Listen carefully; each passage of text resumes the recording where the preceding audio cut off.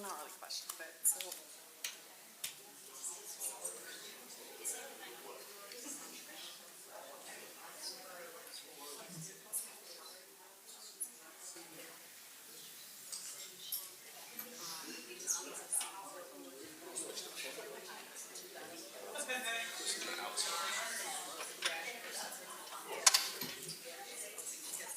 This is right here. Okay.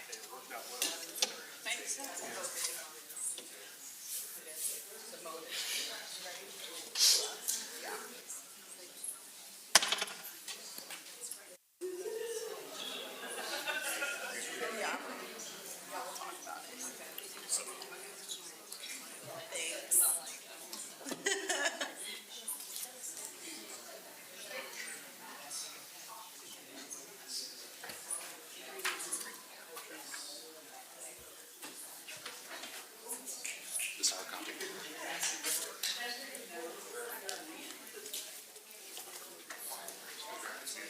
Okay. Okay. Aha. Oh, well, listen. I'll talk to you about it later, but my car tomorrow. What? Oh, yeah. How many?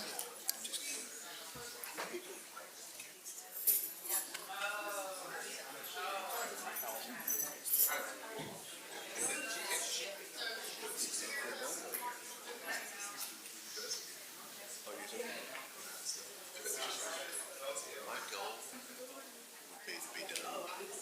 Close it.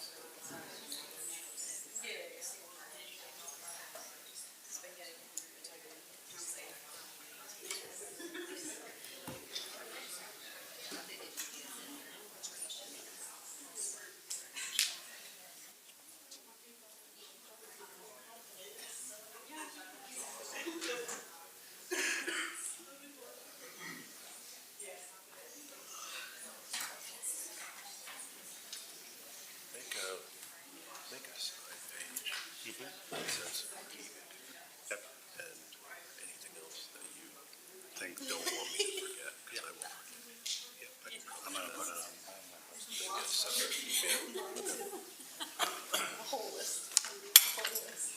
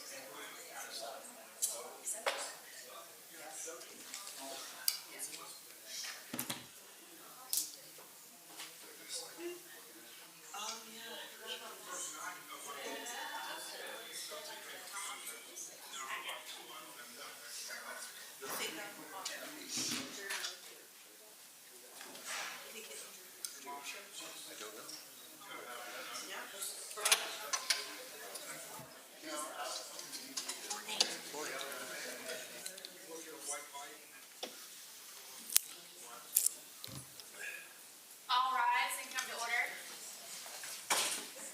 Morning, please be seated. Thank you.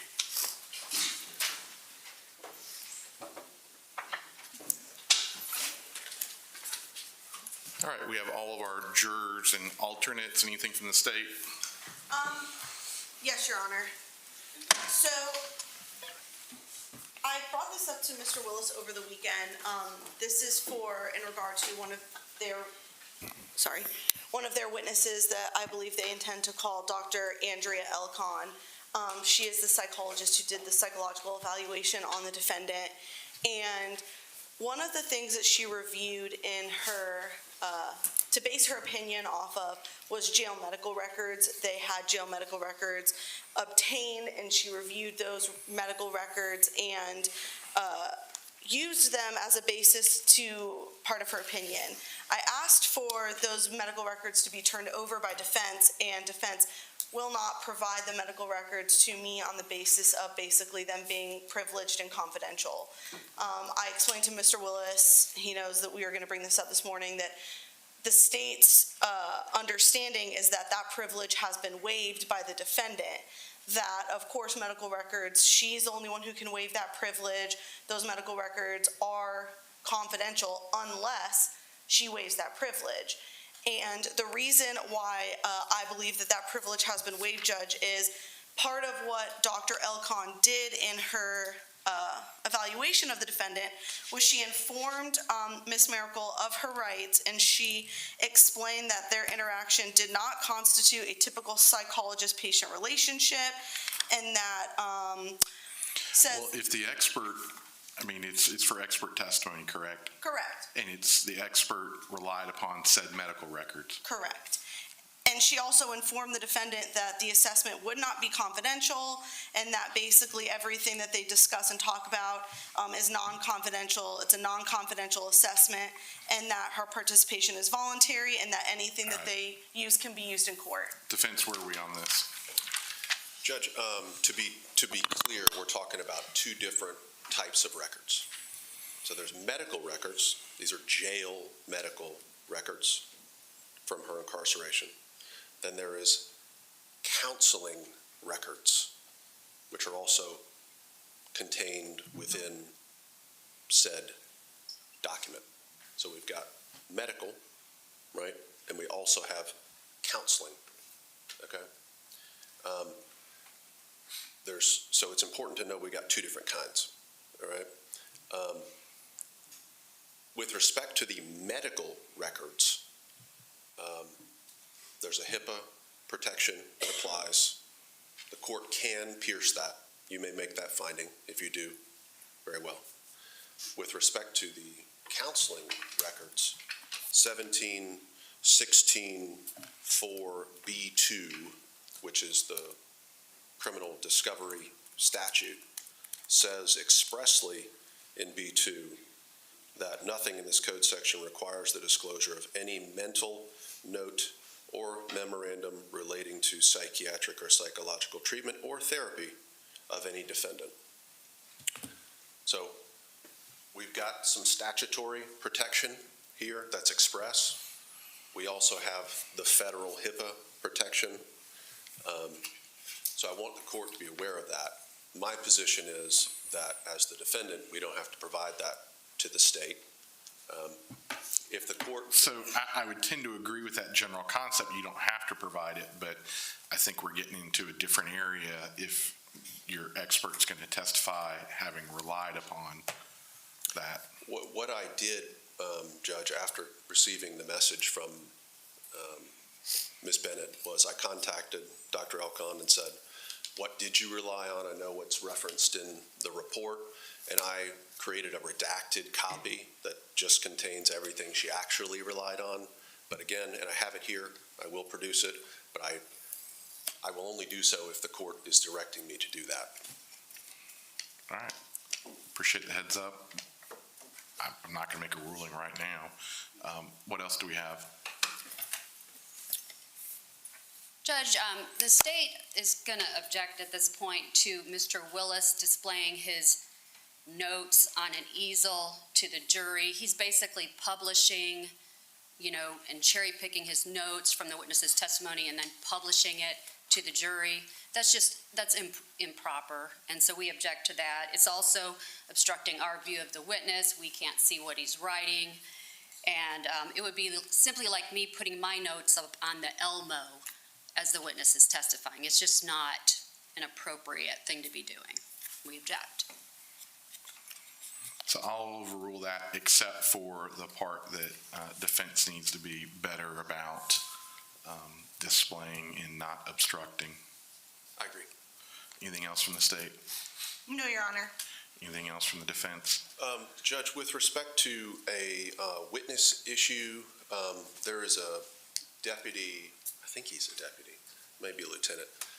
His name is Christian Ingalls. He was served by the state. We've been trying to get a subpoena to him, another subpoena, even though he was already served by them. And we've gone to court services to do that. He's on duty, I think, today. I just want to be able to represent to Officer or Deputy Ingalls or Lieutenant, I'm not sure what his rank is. I want to be able to represent to him that that he should come when we ask him to come, police court. What efforts did you make to subpoena the witness other than relying upon the state?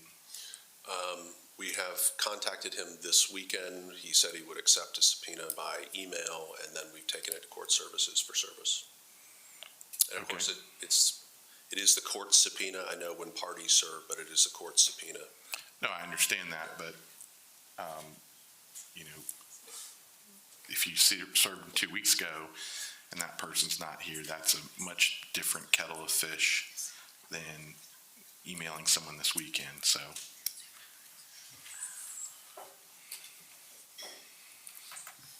I mean, have you legally subpoenaed the person? Well, he's been served through court services and previously by the state. I'm not concerned about the state, I'm concerned about y'all. When did you legally serve him? I think we have carried it down there this morning. Okay, well. Is that correct, Karen? You gotta serve within 24 hours, so, Yep, it's 24 hours. I mean, Yes, if sir. it becomes an issue, let me know, but Okay. Certainly, the court would be very displeased if this had occurred 2 weeks ago and you were getting the runaround, but I'm not suggesting that that's what he's doing. I don't want to tell him you need to be here unless I have authority to do that. That's why I'm asking the court for that. But I understand what well, I mean, the court if is. you legally subpoenaed someone, I mean, there's a 24-hour window, so if he's legally subpoenaed, let's say right now, and you want him to show up tomorrow at 9:30, then we're going to have a problem if he's not here at 9:30, hypothetically. All right, what else? Nothing from the state, Judge. Nothing further from us. Let's bring him back. Thank you.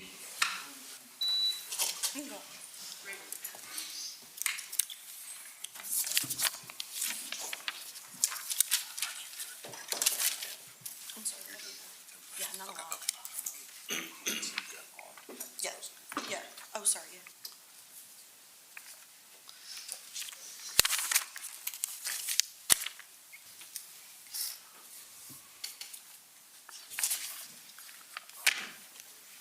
Good morning, welcome back. Thank you.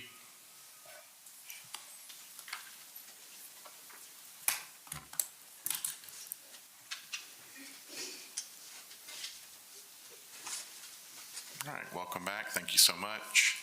Good to see everyone back. All right, please be seated. Thank you so much. All right, we're continuing testimony. Thank you so much. Still under oath, still with the state. Investigator Mefford. Okay. I want to ask you a couple brief questions about the interview that you had with the defendant. We see at one point in the end of the towards the end of the interview, you exit the room, but Investigator Cuneo stays in the room. Was there a particular reason for that, or did you just leave and she decided to stay? No, so we always do interviews with two people. We're interviewing females. I like to do an interview with a male and a female because I have to do the interview. Now, Sergeant Cuneo was my pick for this interview. When we do interviews, we try to establish what's called rapport. It's more of a connection with people, and sometimes there can be issues, whether male, female, stuff like that. And during this portion, I did exit and to see if there was any more story, confidence, or anything within to leave that there. So there is strategy to that. And when you exited and Sergeant Cuneo stayed in the room with the defendant, did you note any, I guess, topics where the defendant did appear to open up a little bit more with Sergeant Cuneo? Yes. Could you give an example of that? She was telling me there was nothing on her phone, nothing to worry about, but she did tell Sergeant Cuneo about the text message with Mr. English. And is that something, the text messages with Mr. English, was that something that she had ever talked to you about, she being the defendant? No, she told me there was nothing on her phone.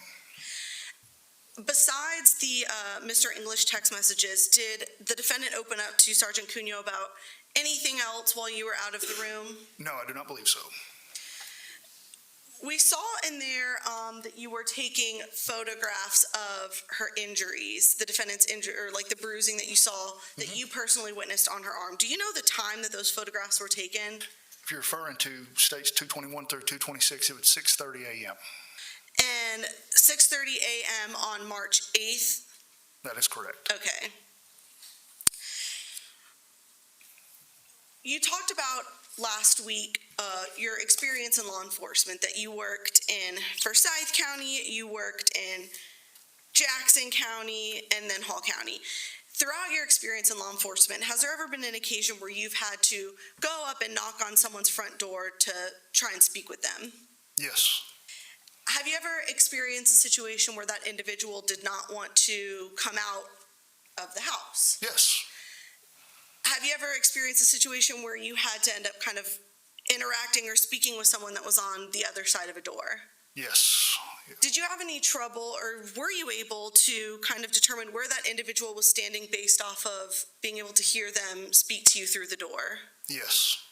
You did have trouble? No, I apologize. No, I could understand and figure out. I was able to get a feel for where they were to position myself better.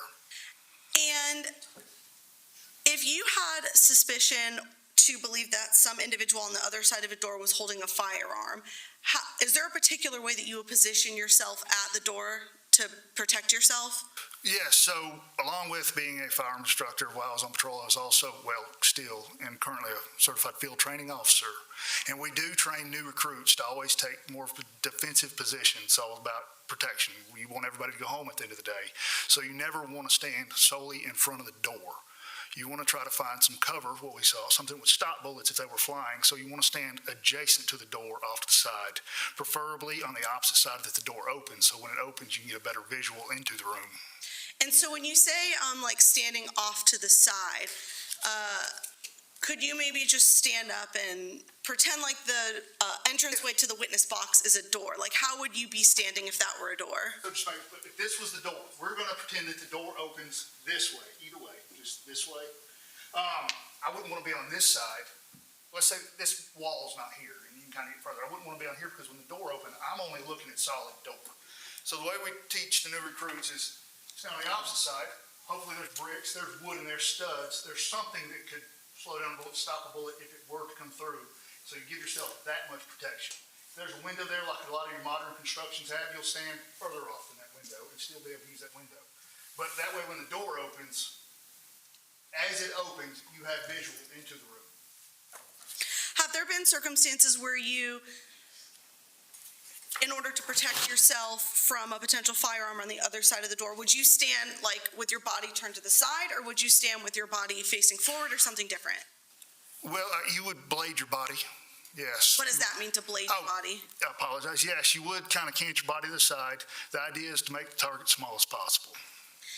And you also mentioned that you were a firearms instructor last week. Yes. Certified firearms instructor. Yes. So could you just explain, if someone is like not super experienced with firearms, they're just learning the fundamentals of handling a firearm, what's involved with that? What's involved with someone who's just learning the fundamentals of controlling and handling a firearm? So, and here at the county, what we do a Glock orientation program for jailers that want to go to the academy, and they are taught to shoot at that time. And during that time, it's fundamentals. You're taught sight alignment, sight picture, breath control, trigger control, stance, grip, those things. And while you're honing in on these skills, you usually only fire one shot at a time. We wait till you get a little more advanced and a little more comfortable with the basic skills before you start adding follow-up shots. So yes, it's usually one shot, and then focus on the fundamental, focus on the follow-through, release the trigger, you can feel the reset, stuff like that.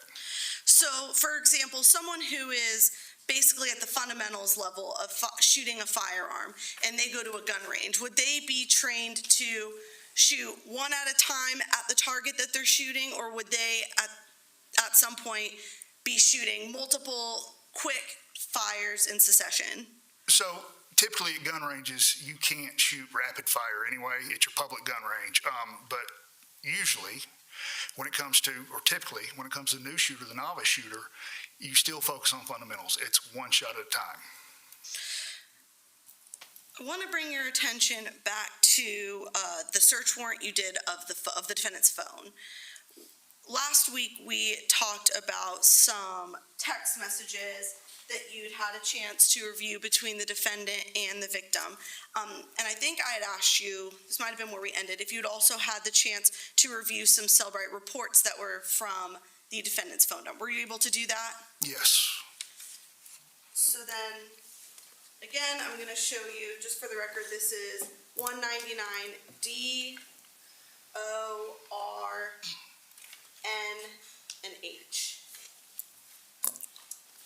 Which of these have been admitted already? None of them. None of them? Mhm. Okay, there's your notes. 199 is minutes. Gotcha. This is this.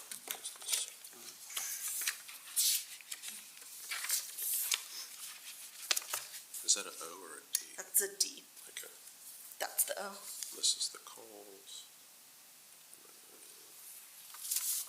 Okay, The D a little bit more D-like.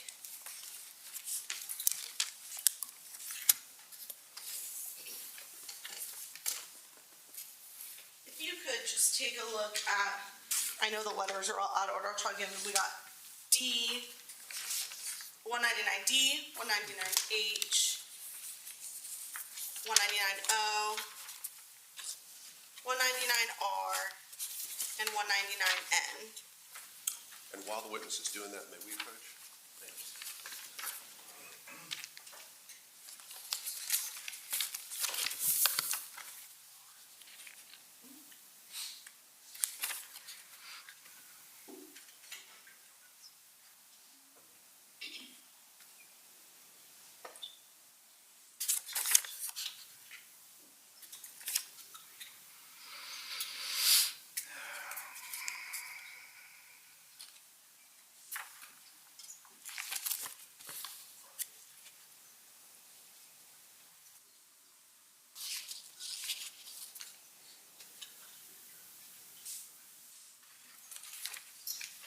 Have you had a chance to review all of those reports from the defendant's phone?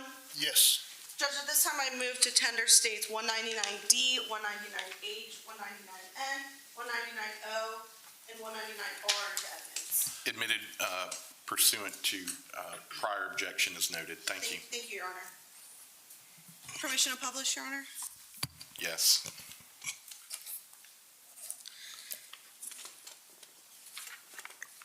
I want to start with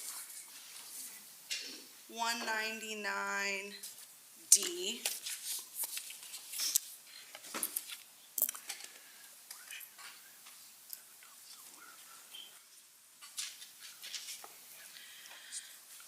So 199D is one page. I'm going to try and zoom out just a little bit. What are we looking at in 199D? This is going to be the call history, I believe, of March 8th. The morning, yes. And is this call history from the defendant's cell phone? That is correct. So we see at 1:10, this is March 8th at 1:10 a.m., there's an outgoing 911 call that's 45 seconds. Is that correct? That is correct. And then below that, what's below that? Another 911 outgoing call at 1:11 a.m. And then what's below? So there's a couple more 911 calls, and then we get the longest one being 50 seconds at 1:12:58. Is that correct? No, the longest No. one being 1:34 at Where's that one? 2 up. Oh, two up. There you go. 1:11 is the 1 minute and 34 second. And how many 911 calls? I'm sorry, that is incorrect also. Go down to number 9. Got a longer one at Yes, 4:17.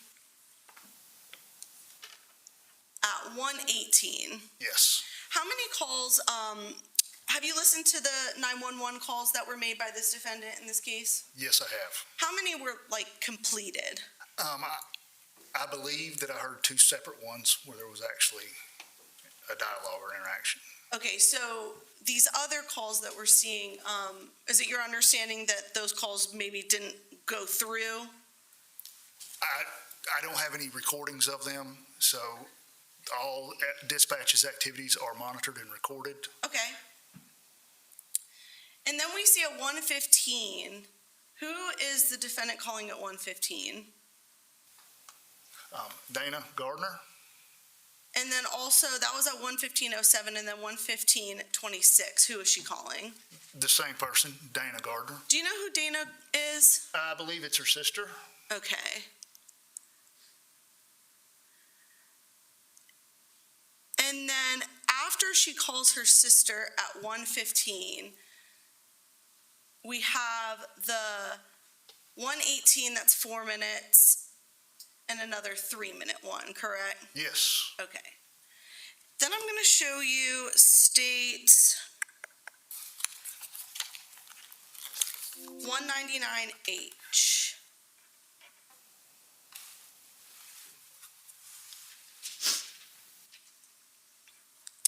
So states 199H, if we look, it's one page. I'm going to point your attention to this position 4 on this report. What is position 4? it's going to be an outgoing text message. And who is it going to?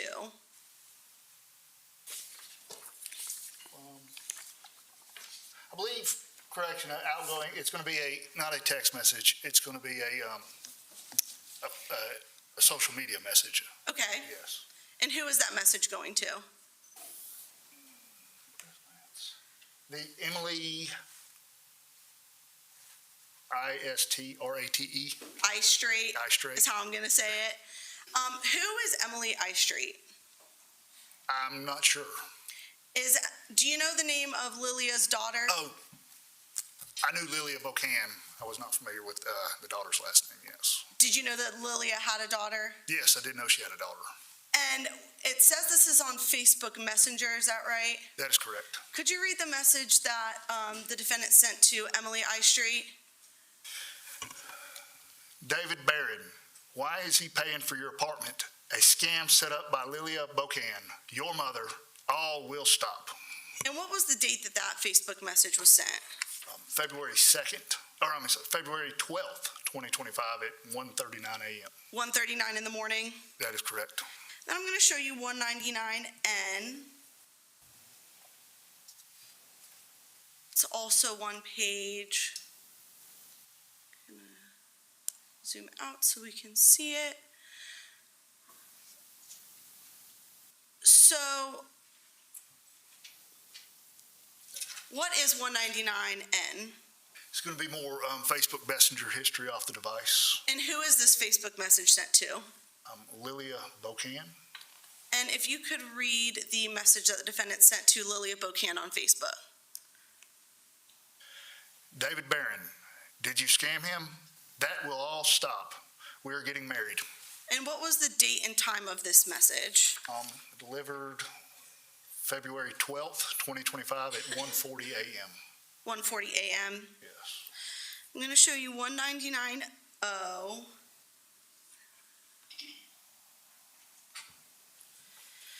$199O is a little bit longer than one page.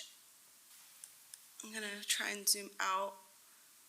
What is 199O a report of? It's going to be, the way it's broke up, the way the phone's categorized and celebrate, you can narrow down the things you want to search. This is going to be the notes section of an iPhone. So like in your little notes app where you can type notes, that's what this is a report of? Yes. So this first one, I'm not going to have you read all of them, but I kind of just want to go over some of them. So like, for example, this first one is on January 21st, 2025 at 1 a.m. If you could, if you don't mind just reading this first note at the top. Okay. I was very hurt when I found out you were not truthful with me. I don't understand why you could not come around or come to me and be honest. I know it's hard sometimes to trust someone, but I want to be your safe place. I do not want to judge you. However, in a relationship, there has to be trust, boundaries for both of us. I love being with you. You're like my best friend, my lover. You're my heart. Never forget that you are my heart and my love.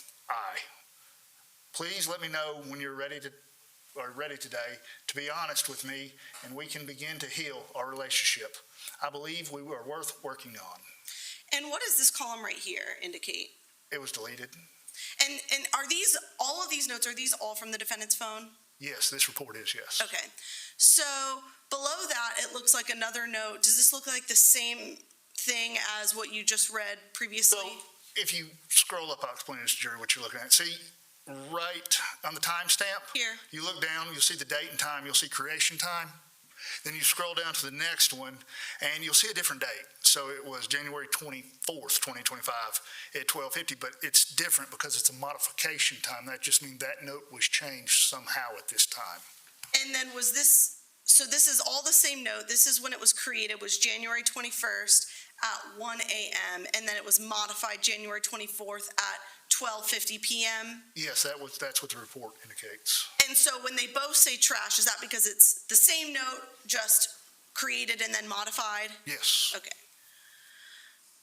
So then at January 30th at 3:39 a.m., there is a much longer one. I'm not going to have you read all of that, but if you could maybe just read just from David until the bottom of this page. Just the first page? Yes. First section? Okay. David, appreciate you asking, but right now I have to value me. I offered you grace and forgiveness because I love you so much, and I was led to believe by you that I was the love of your life. However, when you chose her, you gave up your right to me. I have survived before on my own, and will do it again. My dream with you has died, but my dream to live on the lake, my dream with you has died, but my dream to live on the lake, see my daughter get married, see my children, and hopefully soon grandchildren, enjoy this home will bring me so much joy. I deserve to have a beautiful home and life, and to be able to relax. I deserve to have someone that loves me and values and respects me. I want to buy a boat soon and live the rest of my life here. If you could also just maybe read this first sentence right here. You do not have to pretend that you care about me. It is clear as day that you don't. Please do not contact me except through emails. Don't ask me how I am. Just stick to business. And so it goes on. What's your understanding of, like, when you read these notes, what was your understanding of what these notes were? Either some type of rehearsed text message she wanted to send, or there's even a few that almost seem like, diary entries. And so, scrolling down to, we also have another one on January 30th at 8 a.m. If you could just read just the first paragraph so we can see what this one's about. So do you want to go just to amazing? Just to, yeah, amazing. Okay. It's sad I don't even know what to say to you anymore. Of course, I would love to see you and have you hold me and take care of me. I try not to think of you, but you are everywhere, in my past, my present, and I thought we had a beautiful future together. You had become my best friend. You made me smile, laugh, and love like never before. When we made love, I felt like we were one. Our kisses were amazing. So then this one continues, and then this is so this one said created time was at 8:03. Below that we have the same date, modified time at 2:12. Is this that same note but has been modified? I believe so. And has this note also been deleted? Yes. So then we have a new one on February 2nd at 8:04 a.m. If you don't mind reading, if you don't mind reading this one, sorry. Whole one? Yes, please. Okay. Good morning. He came to St. Simon's this weekend to explain. They have been texting and communicating. She told me that they were married all year. I asked him about that, and at first he did tell me the truth, and then I told him, she told me. I told him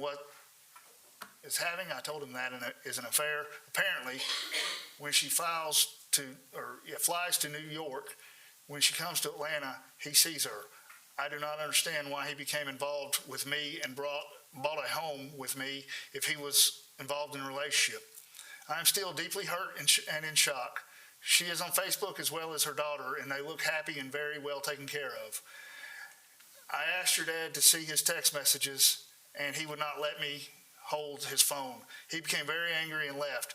I love your dad very much, but I cannot be in this relationship where there is no trust. And so many lies and betrayals. He is living two separate lives. He has broken my heart. I can tell you more, but I'd rather not on this text. He not drink alcohol on Friday. We stay in, and I did not have in my condo. I did tell him that I'll talk to my sisters, and he was upset and angry with me after he had drinks. When we went out for dinner, he is embarrassed because of taught him my sisters. He became very, very angry and loud because I told him that she was using him. This is just a huge nightmare, and I feel like I'm in the middle. He cannot take confrontation and left last night. I guess he stayed in the hotel. He said this was all my fault. I do not understand. I fell in love with a man that I thought was completely single and in love with me. I feel like I do not even know him. He told me this weekend he was going to end it with her because he loved me. When he is drinking, he is I believe supposed to be a different creature. And this note mentions your dad, so, like, she's saying your dad. What's your understanding of who this note? This is probably she wrote it in notes, composed a text message in notes, and probably going to send it to one of his sons. She doesn't address either one, so I don't know. And at 8:04 a.m. on that same day, we have a modified time. Is this that same note that she has edited? Yes, And has this note also been deleted? yes. At February 8th at 3:22, we have another note. I'm not going to make you read the whole thing. If you could just start here to the bottom, Okay, so here too, okay. where it says, your dad told me. Your dad told me he has talked to Lilia several times regarding stopping payments to her in the apartment. He tells me she does not understand and is confused. I told him she has been manipulating him. I'm afraid that he does not have the heart to remove the daughter from the apartment. He feels something. They are scamming him. She texted me to go away. I'm rooting everything. She is smarter than your dad wants to believe. You have to handle this for him. I wish it would end and go away. Thank you. And then February 10th at 5 a.m., it looks like that same note was modified. Yes. Then we have February 15th at 4:50 p.m., another one that starts with David, and then it's a pretty long one. I won't have you read it, but was this note any different than any of the other ones that you had read? This was modified, but, it was modified, so it's previously in there, and I would have to go. So this one was modified from, if we scroll back up in the exhibit, Oh, right here, from the one that was created Yes. on January 30th I at believe so. 3 a.m. I believe so. So if we scroll back down, that January 30th one was modified on February 15th. Yes. Okay. Then we get to February 17th at 6 p.m. If you could just read the first paragraph up until up until here. Okay, just stop at 3. Yes. All right, can you go up just to, Oh, I apologize. there we go.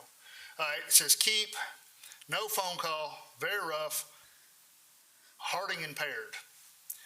I remember I realized I was going the wrong way and I pulled over to the right. I had a few drinks earlier, about 6:30. I think the last one was maybe 12 o'clock. I took my medication, progesterone, Lexapro, and a half a Zolpin around 2 o'clock.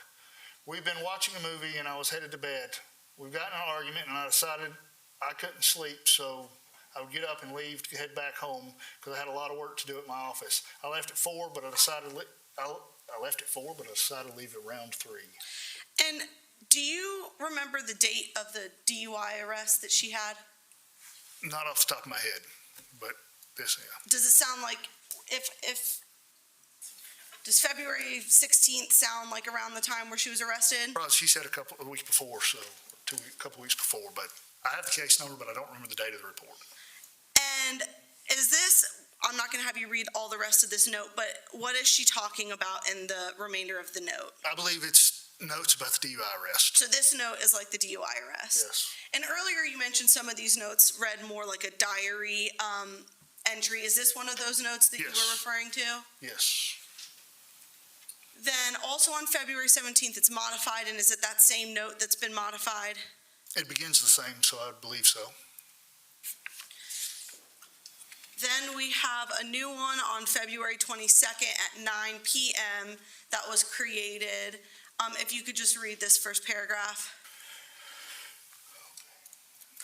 The secret you hid and the lies you continue to keep playing on my mind. The overthinking, the unanswered questions, the silence, the absence of effort, the refusal to communicate. Your actions, or lack of, spoke louder than any words ever could.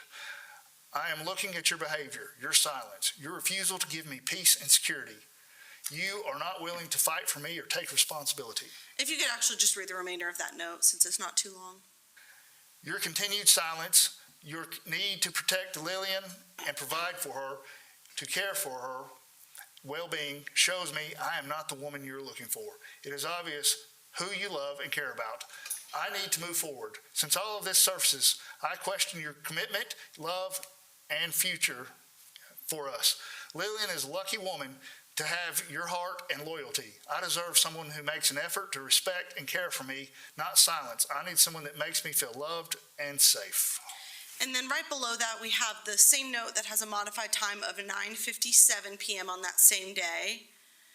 And then February 23rd at 5 p.m., if you could just start reading at the top, and actually, we're going to skip. Can you start reading right here at after? Okay. After movie, he began watching the sports news, and we had argued earlier, so I went to the bedroom and packed my belongings. Because I was planning on leaving around 4 a.m., because it takes about 5.5 hours to drive home. I was headed to go to my office. I had to complete my my taxes and medical insurance claims for patients, and prepare documents because I am in the process of trying to sell my dental practice. Also, to prepare my home for showing and the following day around 1:30 because I am selling my home as well. I crawled in bed around midnight, and David had fallen asleep watching TV. I got up and turned it off in the fireplace, and David woke up. He headed to the bedroom, and I started talking to him to solve argument he did not want to discuss, and he headed upstairs around 1:30 a.m. I laid in bed for several hours and could not fall asleep. I read a few articles and organized my thoughts in my journal. Around 3 a.m., I decided to leave an hour early, packing my belongings and put inside my vehicle. When I came back inside, David was awake and on the stairs. We talked for about 20 minutes. I left and headed home. And then on March 1st at 8 p.m., it looks like that note was modified. Correct?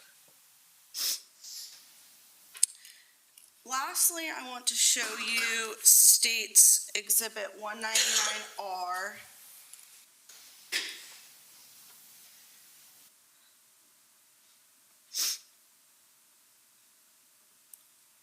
What is State's 199R?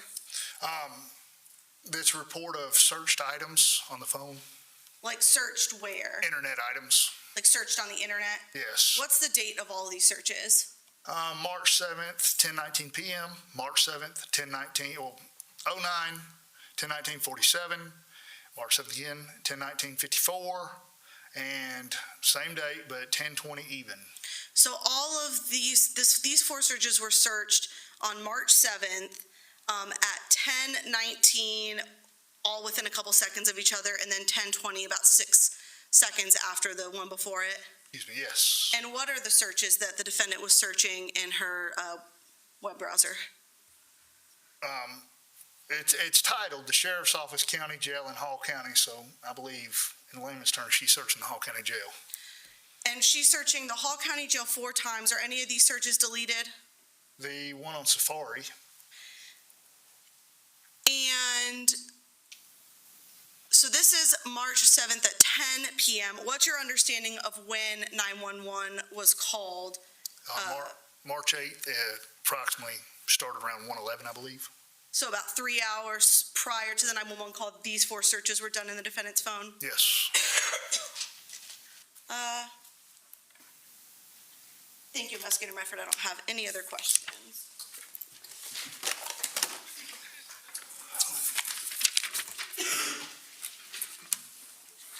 Yeah, I'm gonna put them up there, or do you want them? Sure.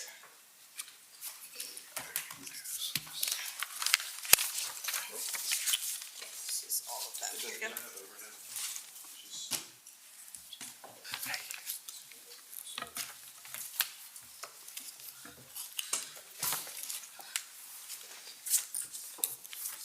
Well, we're going to start exactly where she left off, okay? Okay.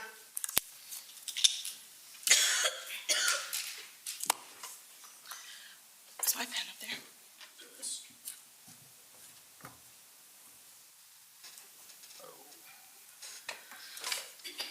Yes, thank you. Is that right? That is, yes. the orientation? Yes. Can you sit on top of it? I want to be able to see the whole thing here.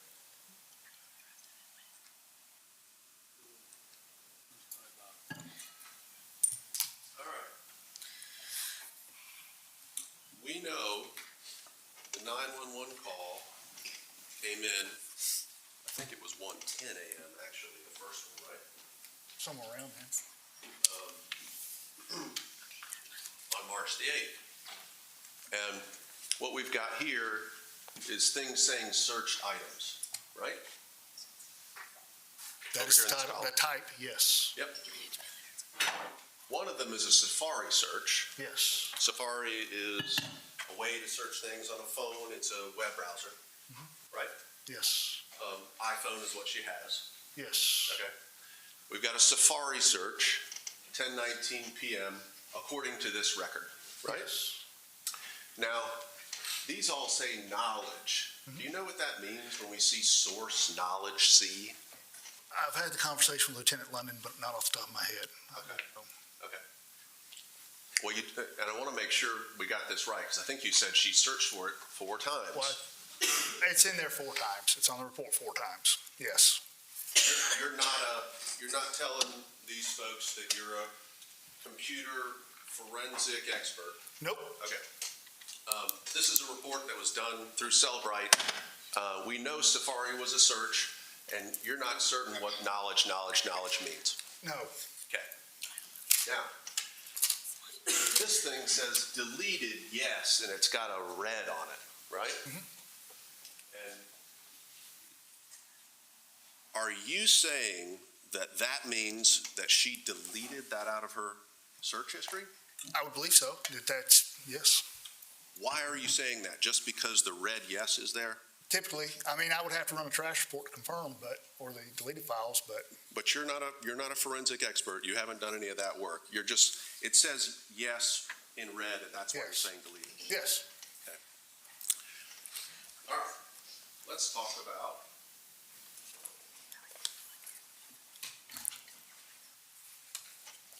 these notes, okay? I think that's 199O. Am I right about that? Is the notes O? Yep. Let's talk about 199O. First of all, just to restate it, when you have an iPhone or any kind of phone, you can open it up and there's something called a Notes app. Yes. You can take notes in your phone. Everybody knows this, but you can take notes in your phone. You can load them in there. You can save them. You can delete them. You can amend them, all that stuff. Right? Yes. And it can act as a journal. Could be, just be note, right? True? Yes. Okay. Great. Let's talk about the entry from 2/2/25.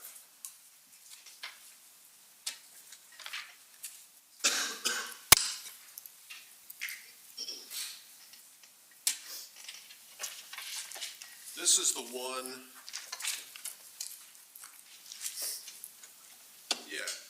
2/2/25, where it seems like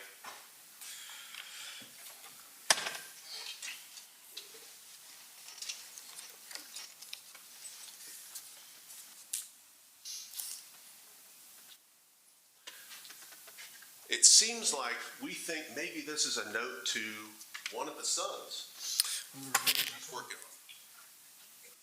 Maybe a text she's going to send later or something.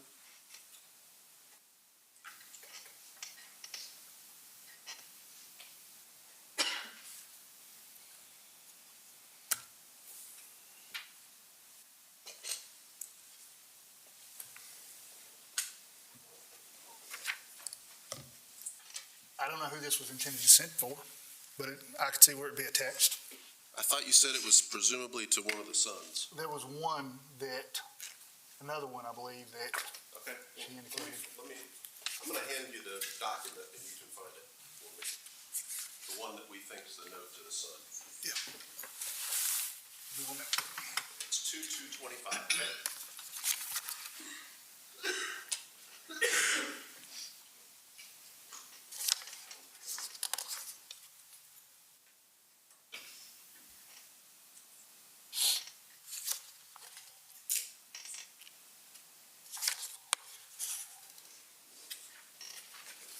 Okay.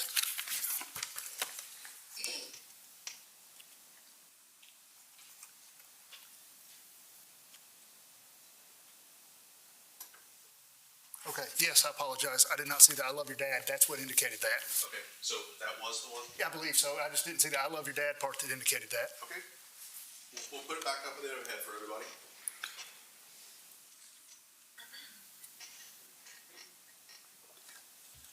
Now, what was it that had just happened on July the 31st and February 1st in St. Simon's Island? What had Yeah. just happened? The unfounded domestic dispute? The unfounded domestic issue had just occurred. The unfounded domestic issue with the softball-sized injury to the back of her head. Yes, sir? It was never stated that it was just unfounded as far as I know. I was not there, so I can't testify to it. Well, you just said unfounded. That's what they know arrest was made, so. It had just happened on July 31st. January 31st. Thank you. January 31st in St. Simon's Island, this unfounded issue with the softball-sized injury. And she is apparently planning some note to his kids, right? It's within 48 hours of that event, Okay. right? Yes. Okay. And she's telling him he didn't drink alcohol Friday. We stayed in, and I did not have in my condo. She's telling him he's done the Lilia stuff she's complaining about, right? But she's not planning to tell him anything about this injury to her head or this problem, apparently, right? She didn't mention it. That's right. Didn't mention it. Let's talk about the DUI now. Okay?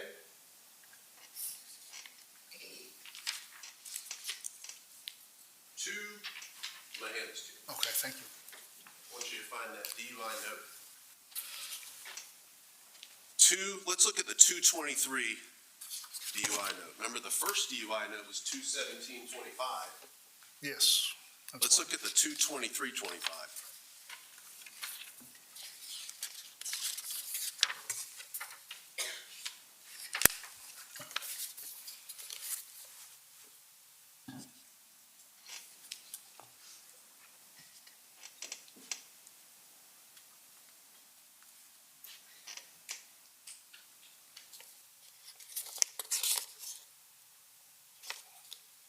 Okay, I'm on that note. Okay, you got it? May I approach? You want me to fully read it first again, or? you wanna-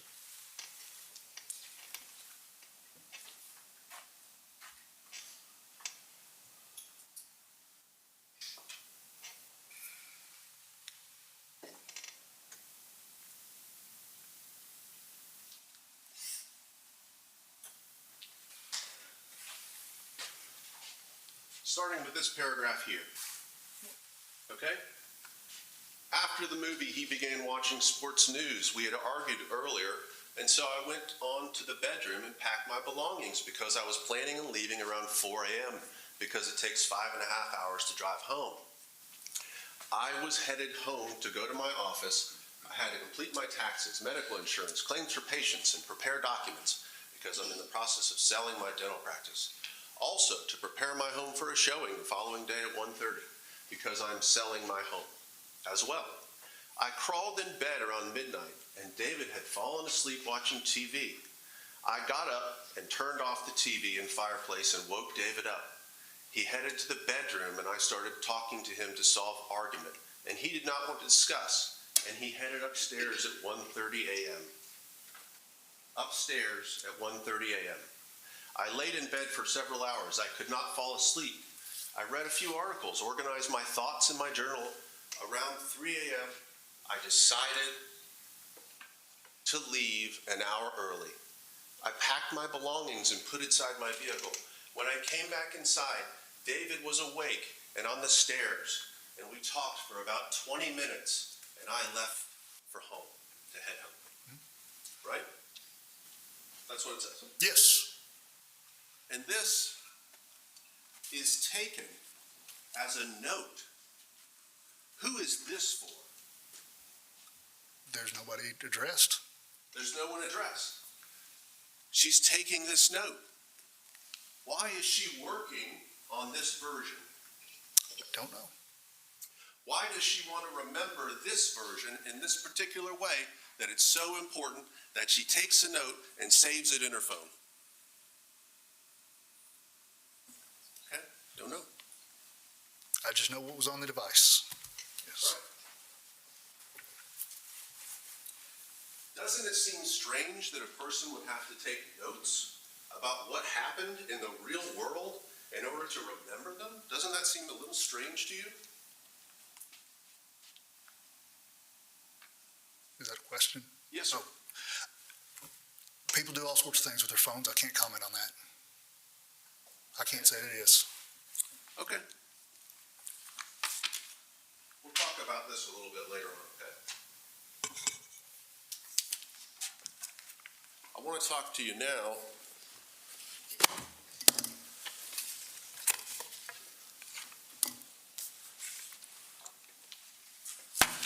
first.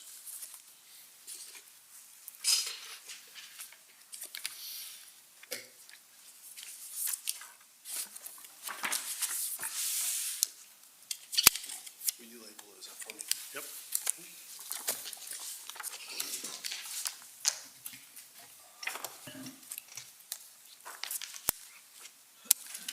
First, I want to talk to you while we're getting some pictures together about the body camera from Richard Thomas. Okay. Officer Thomas. It was in State's Exhibit 6, okay? Judge, I need to mark this.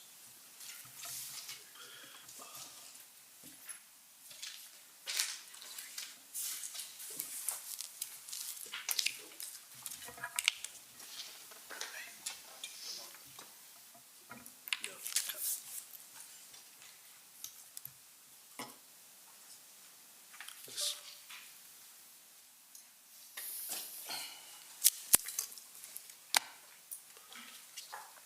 Is there a button you have to hit? Do you have to do anything? Would you hit it? I'm sorry. There is, and I did. Okay. It might be doing that thing again, so I may have to close out of everything because we are up.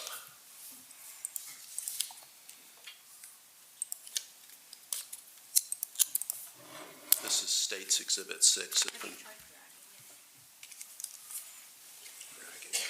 We're hitting that. Like the TV is like a double screen, so you pretend like it's a double screen, you have to like move it to the other screen, you know what I'm saying? Yeah, try dragging it like backward to the left, or Okay. maybe not. That's all I have to do, I have to like drag it to the left, to get it on this TV. Let's see. Doesn't look like any of the TVs are on.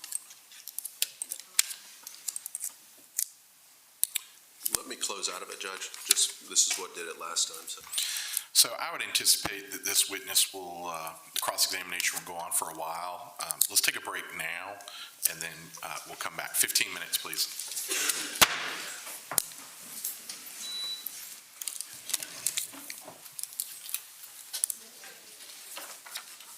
I had to close out of it completely last time, and then it didn't.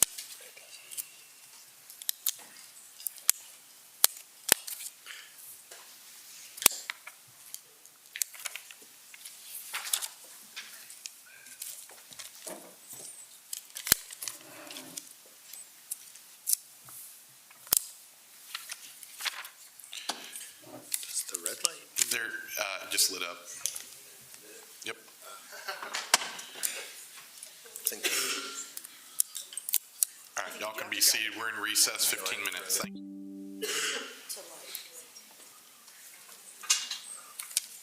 What is going on here? Yeah, I don't know if it's up, down, left. right. Just a quick note, There you go. Yep. I believe there's another trial going on, so I think the bailiffs may be using some of the hallway, so you potentially may be interacting with jurors. Do not interact with jurors. Thank you.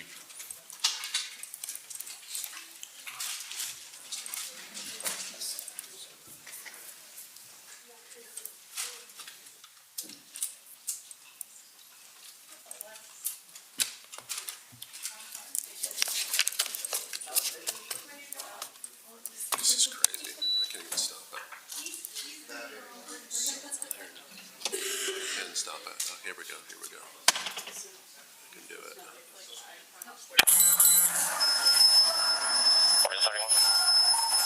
do have a button window that has a giant hole for it. Got it. I think. Okay.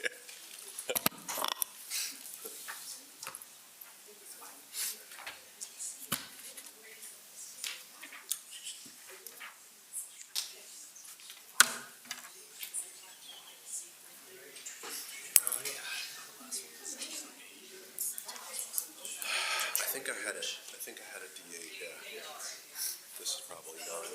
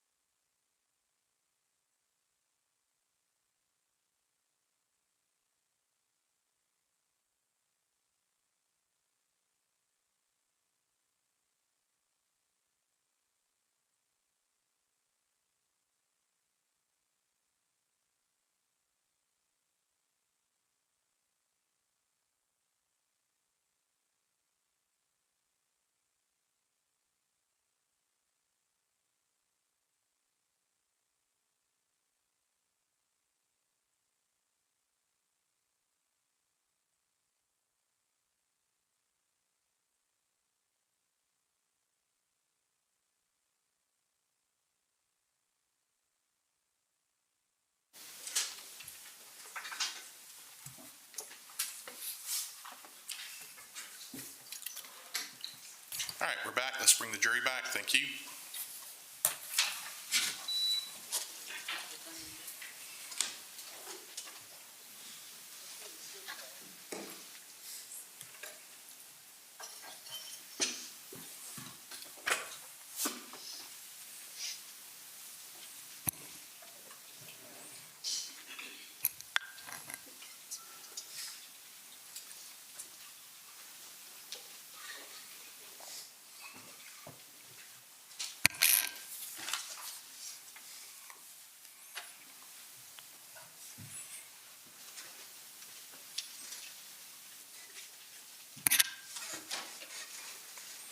All right, welcome back. Thank you so much. Please be seated.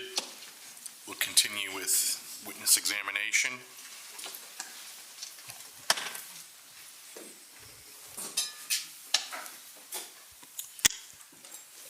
Okay. I think you testified on direct examination that you'd watched, I think you said he'd watched Mr. Deputy Thomas's video many, many times. Yes, I have seen it. That's State's Exhibit 6, Judge. It's been previously tendered and admitted. I want to direct your attention to the part where the EMS folks have shown up and they're dealing with Ms. Mericle and checking her vitals, okay?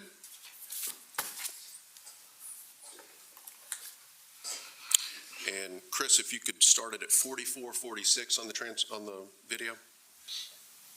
44:45. Sorry, 44:45. I know you guys are taking essentially rights from her, or like you're taking over. She does probably need to get checked out. So blood pressure's up. She's dealing with a lot of stress. Just mental health evaluation, all that stuff. We're gonna recommend you. EMS is on scene. They're evaluating her. They say she's got elevated blood pressure, right? Correct? Yes, She's under a lot of stress yes. and needs a mental health evaluation on some stuff. Just mental health evaluation on stuff. Roll it to 46:19, Mr. Van Rossum.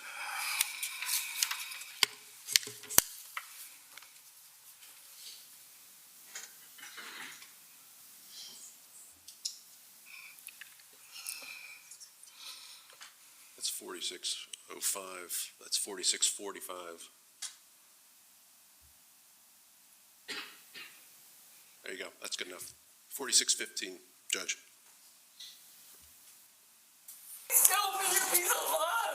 I'm out here with you. I can't answer that question for you. How did this happen? I was so scared. He like turned into somebody I didn't know.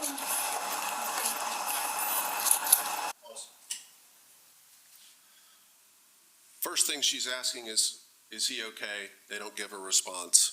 Then she says, how did this happen? I was so scared. Right? Correct.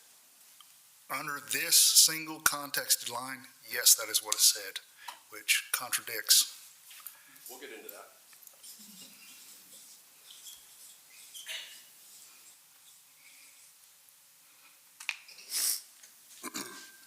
Go ahead and roll it. Has anything like this ever happened before? Where he's gotten violent with you in the past?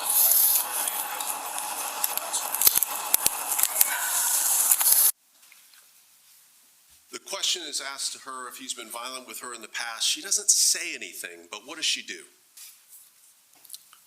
I was reading. Okay. I'm sorry. Back it up 10 seconds, Chris, and let's roll it again. Where he's gotten violent with you in the past? She doesn't verbally say anything, but what does she do? She does give a head nod. A head nod to, has he ever gotten violent with you in the past? Yes. Yes. At this point, she keeps asking, is he alive? Is he dead? Is he alive? Is he dead? You'd agree with that? She keeps asking for his status That's right. throughout the entire investigation, yes. So she nods to prior violence. Yes. Doesn't say it, but she nods to it. Correct? Correct? Again, yes. Okay. Go ahead and roll it again, Chris.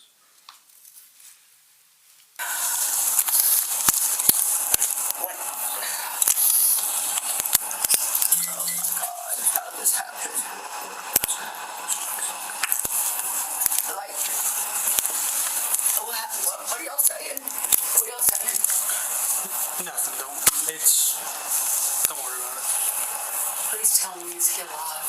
We don't know. We don't We've know. been out here with you this Okay. entire What time. am I gonna tell his kids? But I've got to call his kids and tell them he's at the hospital. She asks if she can contact his children. That's obviously Colt and Evan. Correct? Correct. Let's roll down, Chris, to 4842. Same page. Oh, yes, sir. That's good enough. 4839. Go ahead. 4839, Judge. 4117, all units, over. What do I do? For radio extension.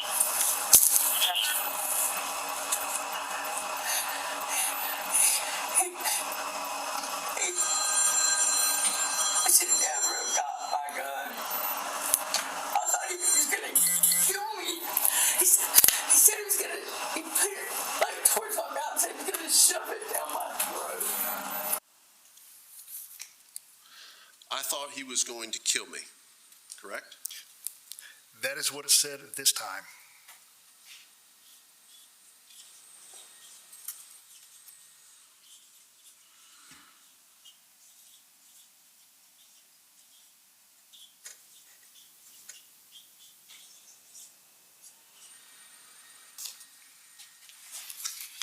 The next thing is, he said he was going to, he put it like toward my mouth and said he was going to shove it down my throat. Correct? Yes. Chris, 5044. 5044.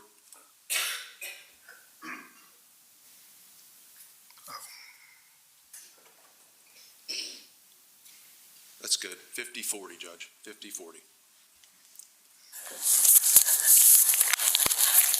I kind of feel for a pulse. I tried to feel for a pulse. Correct? Yes.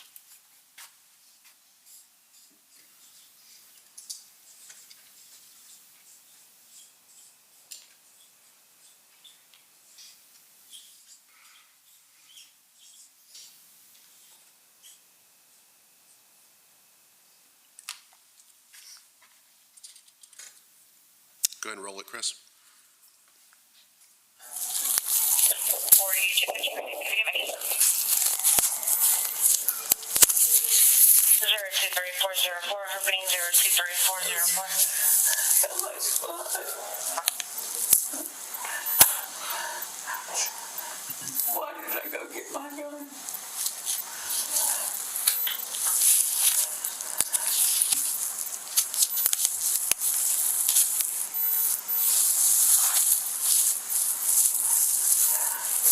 You can't tell me who's getting.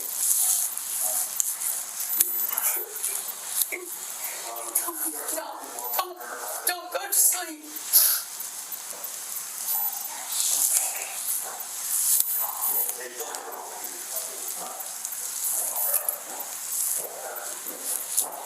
I should have just left.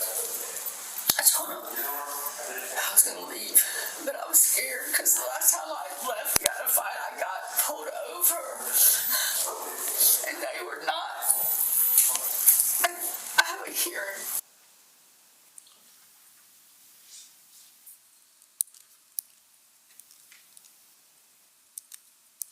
He told me don't go to sleep.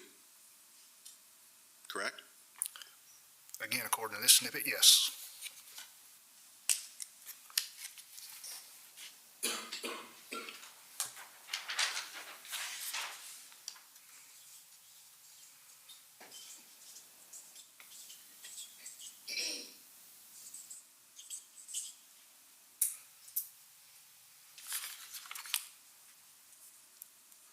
I told him I was going to leave. She says, I should have just left. I told him I was going to leave, but I was scared because last time I left, we got in a fight. I got pulled over, and then she sort of trails off. Correct? That's what it says here, and that's what I heard, but it's,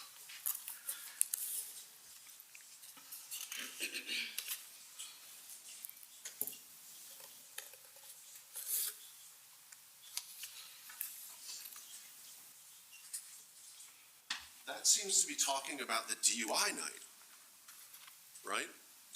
possibly. Well, No. This is completely out of context, just one line snippet, so I I have to go understand. back through. but she says I got pulled over when she left. Oh, the last time.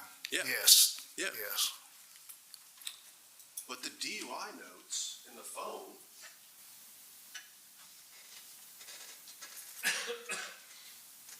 The DUI notes in the phone that we just looked at, that she'd been practicing, they say he heads upstairs 1:30. I couldn't fall asleep. I read a few articles, organized my thoughts in my journal. Around 3 a.m., I decided to leave an hour early. I packed my belongings and put inside my vehicle. When I came back inside, David was awake and on the stairs, and we talked for 20 minutes, and I left to head home. Right? I think you're merging two things. I think that is solely about the DUI night. I think this, she's trying to talk about this night, but ends with the reason I didn't leave was I got pulled over. Okay, so you don't think she's talking about the DUI night here? Not this entire sentence. No, I think she's trying to use that as an excuse that she did not leave. Okay. Okay. We'll keep working on that, okay? Let's go 5355, Chris.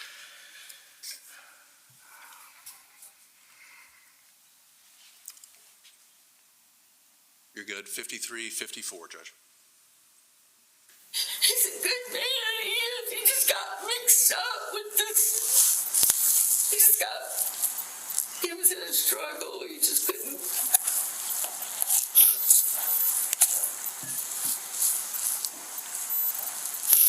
And then I just told him that.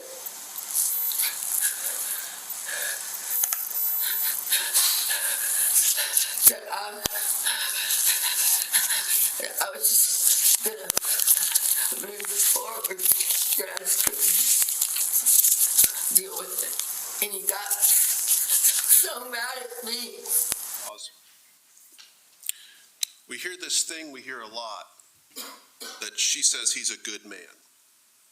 Right? Yes.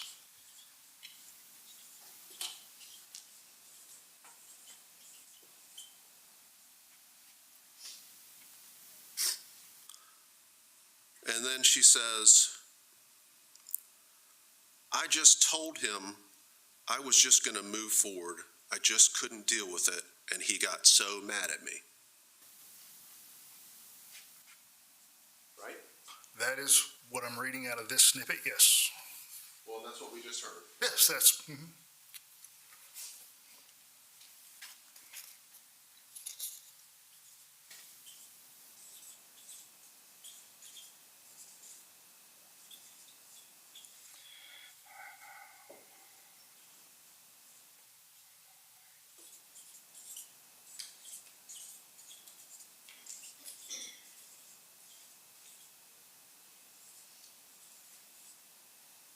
Put a little at symbol to save some space. Sorry.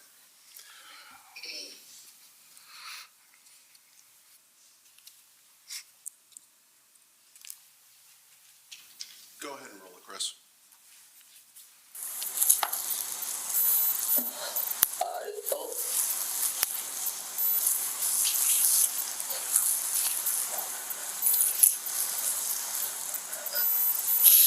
I'm just told him if he wanted to be with her, he could.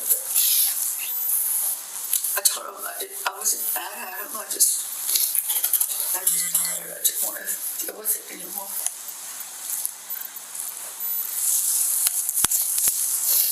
said if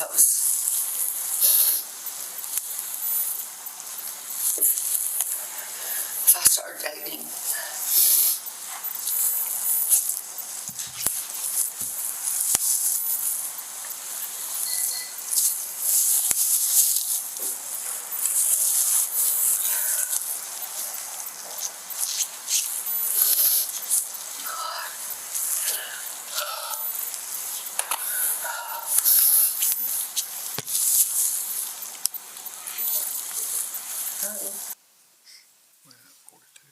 I told him I wasn't mad at him, I'm just tired.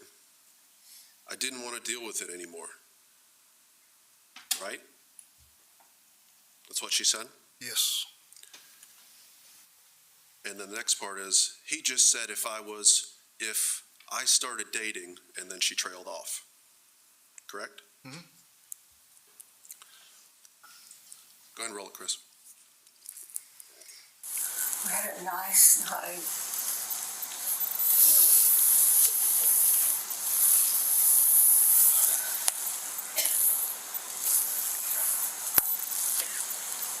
He got mad. I told him that I didn't want this house anymore. That he told me he didn't want the house. He said, "Do you want it?" I said, "Let's just sell it." And I told him, because he's been paying that woman in Romania money, and I just said, "You can pay the rent for the next 6 months, and let's just not see each other, talk to each other, and let's just." He said, "If I moved on, he would kill me." And he told me to shove that gun down my throat.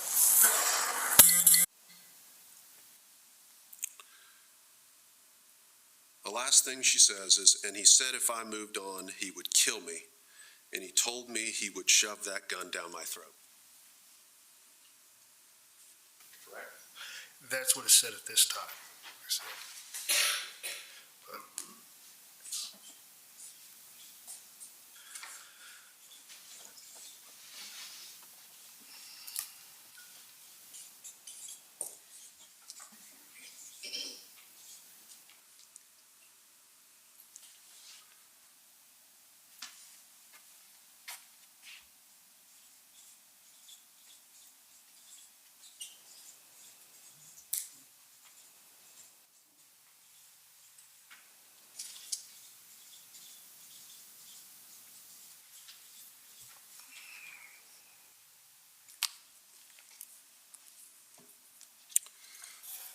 Go ahead and roll it again.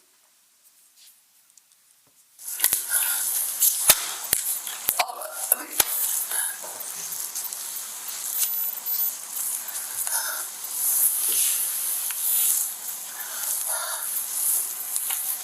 I'm just happy. We're both good people.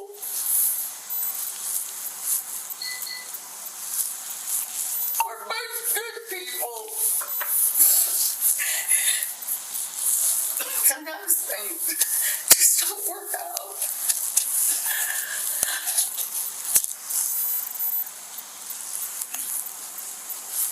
Oh, David.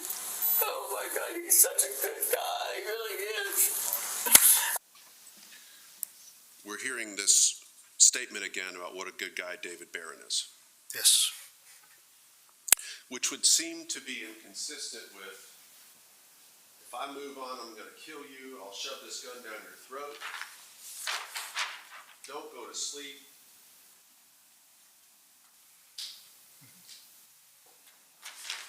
Right?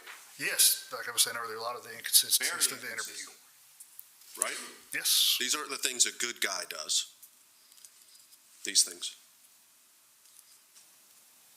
The alleged things? No, they're not. Go ahead and roll it again, Chris. woman I know. He's a good.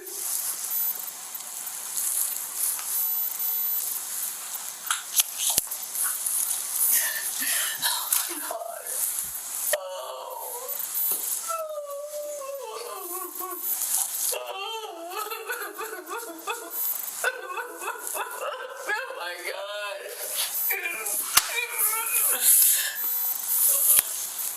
Oh my God. Oh my God. What just happened?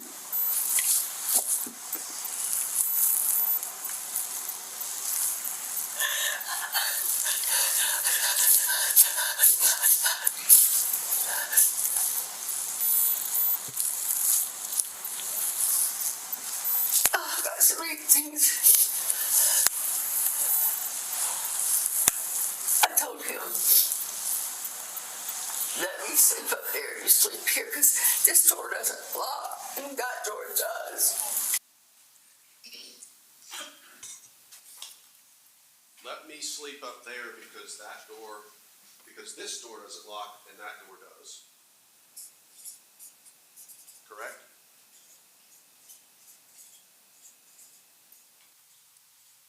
Yes. And she means, of course, the downstairs master bedroom. Correct? It can be assumed. Because that one doesn't lock. Right? Yes.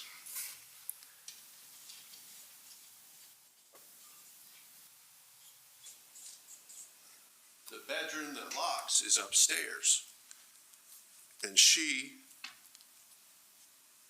says, let me sleep up there because this door doesn't lock and that door does. Go ahead and roll it, Chris.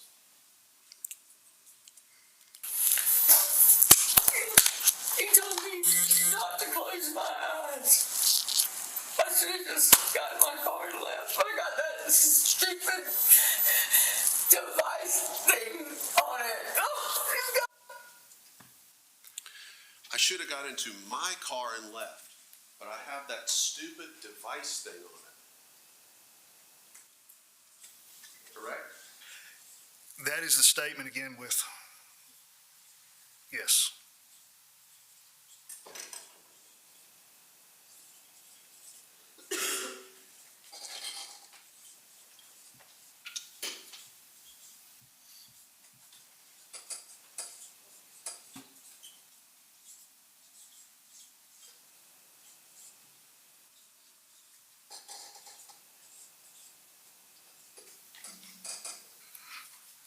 And you know from your investigation, what she's referring to is an ignition interlock device. Yes. Correct? The Porsche that she owns is fitted with an ignition interlock device related to the 215-216 arrest for the DUI. Yes. When a person has consumed any amount of alcohol and they get into a vehicle with an ignition interlock switch and they try to start it by blowing into it, it won't work. Correct? Yes. They're designed to not function if you've got alcohol in your breath. Yes. I know. And that's what's in her car. Yes. Yes.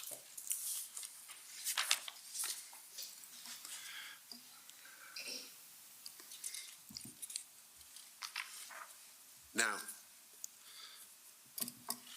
105-23, Chris. Up until 105-23,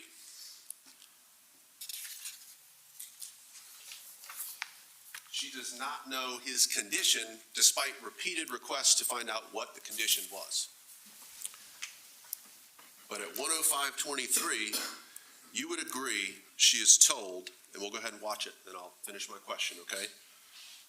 You're at 105-18, that's fine. If I should physically drive down there. He was alive? When they left here, yes. Oh my God, thank God. First thing now. Okay. 105-23. 12:23, thereabouts, she's told very directly, when they left here, yes, meaning he was alive. True? That is what the statement is, yes. And you're not aware of a later statement by anybody until the one that you made Yes. in the interview room hours later, at the very end of the interview, telling her, close to the end, telling her he was deceased. Yes, because if you, like I said, the reason I did not tell her this the whole time is I knew the emotional aspect of the interview would be over, as which it was.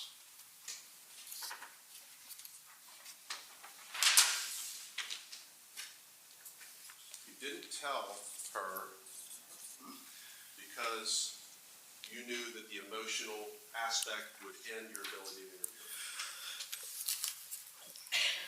Right? Yes, therefore the theatrics of it, yes, the up and down, up and down.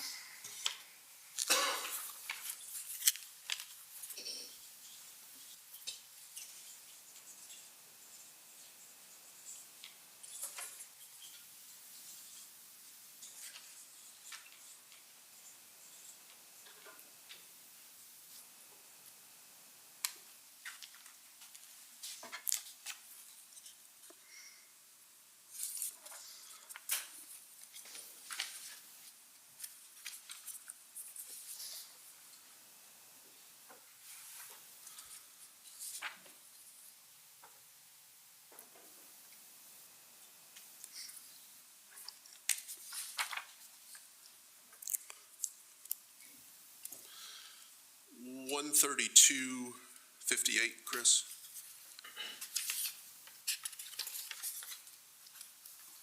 Let's go 137.58, I'm sorry, 137.58.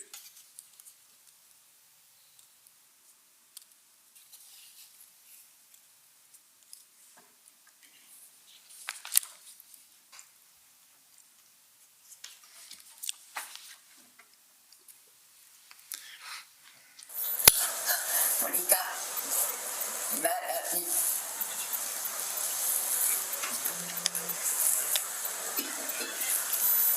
I should have just left, but I was scared because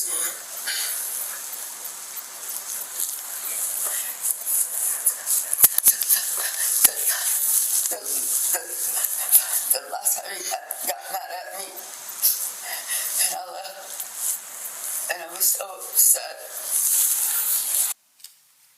This is again a reference to the DUI night, true? Yes. But it's not consistent with this note that we have in the phone. No, but there's no time relevance of when he was mad. It could have been to the DUI, it could have been, that's the way I read this. No, you just said this is in reference to the DUI. Earlier you said, I don't think she was talking about it, but you just said it was in reference to the DUI, what she's talking about here.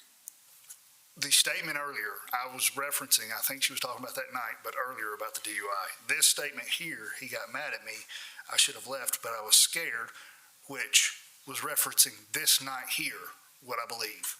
Because the last time he got mad at me and I left, I was so upset. Yeah. That was this time.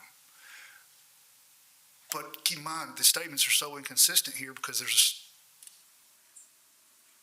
Okay. We'll just agree that her version, if she's talking about the DUI, is not consistent with the note. True? I cannot agree with that. You think it is consistent with the note? I think you're pulling two very different things and trying to make me agree to correlate on one thing. What I'm asking you is the note consistent with her version of the DUI that she gives at least twice so far, and again later? We're going to talk about it even. One note is a lot more detailed, the note that you're speaking of. These are just statements on the front porch that you're asking me to derive an opinion about when I cannot do that because she's talking about this night, then mentions other times. Okay. All right.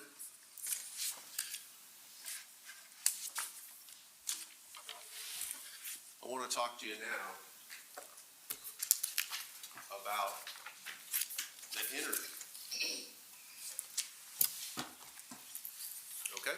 Yes, sir.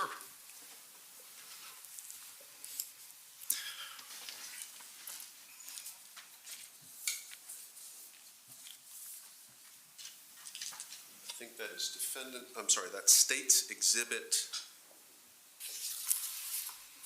is it 1 or 2? What is your interview?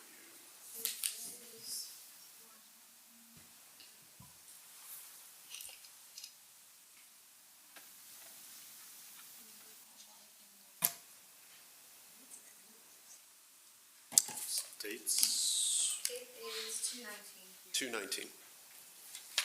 Oh, got it. Now we're gonna have to get out of that, but I have to tell it to allow me to unplug it. Can't do it. I wanna eject this one by going, can you get back on the screen and do it? Is it? You wanna take out what's on the mouse now? Do I have to tell it to eject?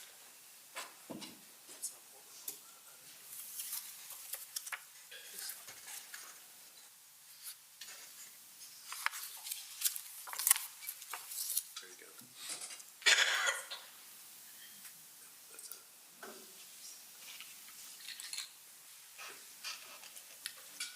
And we'll go 219.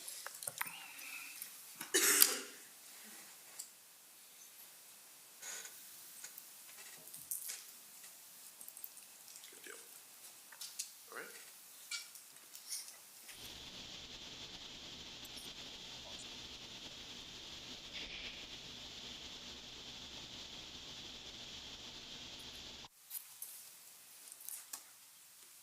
Let's go to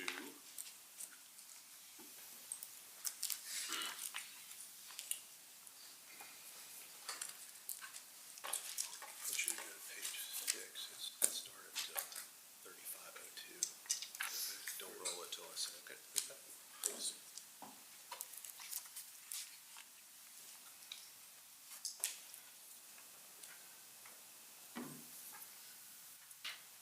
I want to talk to you now while we're getting this going about your experience as a police officer and your training and all those things, okay? What? You would agree with me if I was to say this was your first homicide case So, ever been the lead on? actually, when I was speaking, I was talking murder, not homicide. No, I've worked in voluntary homicide, stuff like that. I was thinking murder while we were talking. I've You had mean- time since then. At this time, this was your first homicide/murder case that you'd ever worked. Where the murder warrant was taken. So that's a yes, correct? Yes, as lead.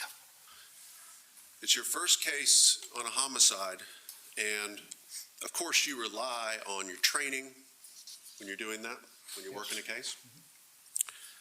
And you've had training dating back to 2013, when you first started as a jailer. Yes, And every year you go back for more training. yes, That's part of what it is to be a police officer. yes. And as far as training related to firearms, you'd agree you've got a lot of that. Naturally, yes. 2016, you took the firearms and use of deadly force as a 4-hour course. Mhm. You took low-light firearm skills in 2016. Should have done it every year, so. Well, and we'll talk about that in a second, but you took shotgun as well, which is a separate course just about shotguns. Yes, Another firearms use of deadly force in 2017. Sound right? is that the 1-hour course that we're talking, 2-hour course? 2-hour course. Yeah, so that's the state required use of force class and annual qualification. It's going to happen every year, yes. You took a 16-hour patrol rifle course. Mhm. You took another patrol rifle course for 2 hours that same year. Sound right? If it's on my post, I'm sure it's correct, yes. So I'll approach and show you just because I don't want you to guess, okay? May I approach witness?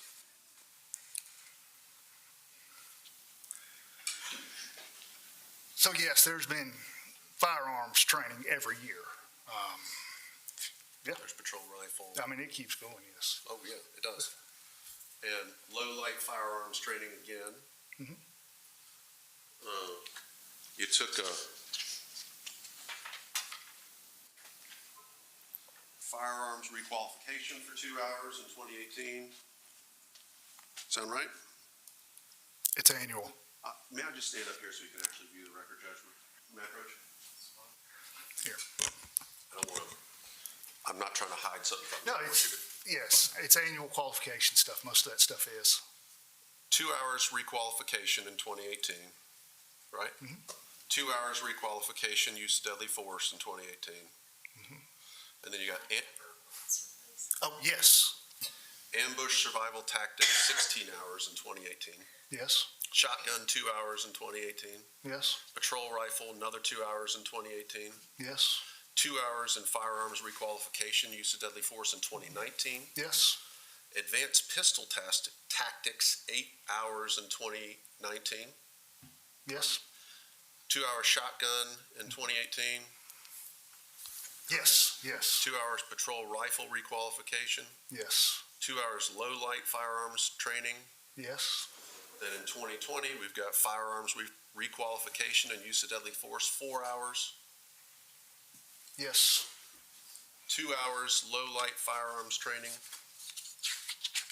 Right? yes, 2020, 1 hour backup weapon training. yes, that was qualification on the back up. Still in we're in 2021, I'm sorry. Firearms requalification, use of deadly force, 2 hours. Yes, annual, 1 hour firearms requalification, 2021. yes, 1 other hour of patrol rifle qualification. Mhm. 1 hour firearms training in 2021. yes, 1 hour firearms training. It says not requalification, and also in 2021. yes, Then we're in 2022, another hour of firearms training, yes, and then a firearms requalification, another hour. yes, 2022 still, another firearms training for an hour. yes, Not a requalification, another firearms training, 2022 for an hour. yes, Another firearms training in 2022, yes, not a requalification. Then another hour in firearms training in 2022. Then 8 hours in tactical firearms skills in 2022. yes, Looks like you took SWAT training twice, which was 8 hours apiece for 16 hours. those aren't just firearms, they're tactics also, but yes, Okay. Low light firearms training again, 1 hour, and another low light firearms training 1 hour in 2022. Then we're into 2023, another firearms training, not requalification, 2023. yeah, I just want to, it's my post record, I was just curious about one thing while you're going through this. I'll let you handle it. No, that's fine, you're good, it's 2:30, yes,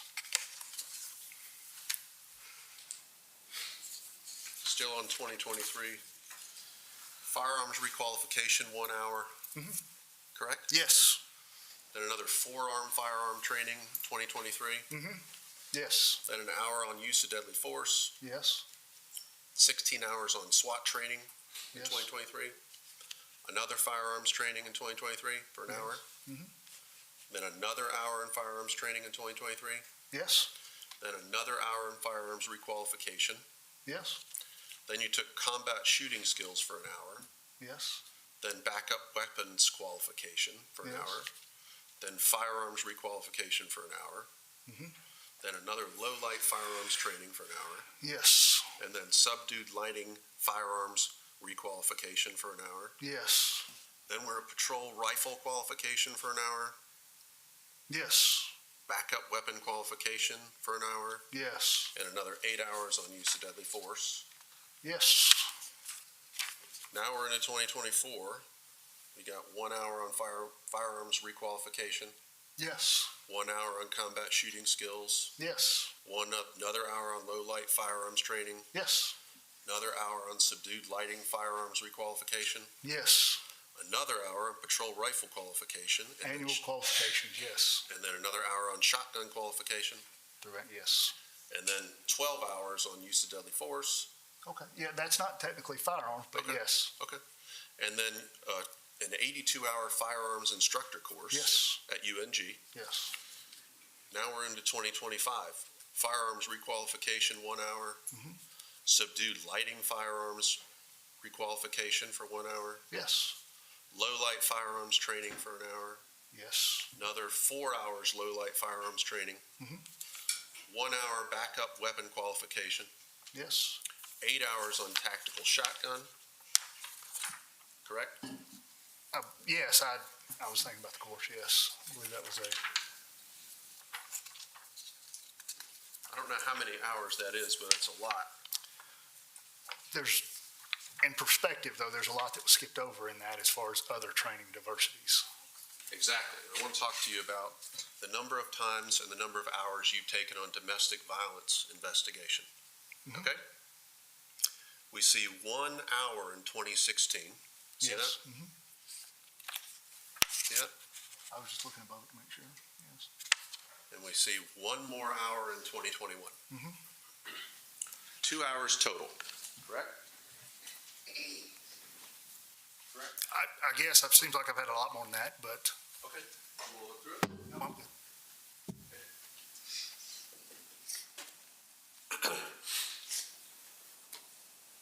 You are on now your first murder case where you are the lead detective. You have the suspect in the room with you, and you know she has made statements about being afraid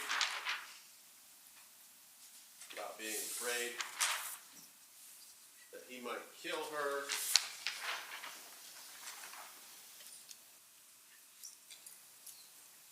She has nodded to being so scared, whether there was prior violence. She said yes, or nodded her head. She said, I thought he was going to kill me. She has said that he said, don't go to sleep. She has said, I was going to leave and I was scared. He got mad when I was going to move forward. And if I moved on, he would kill me. He would shove that gun down my throat.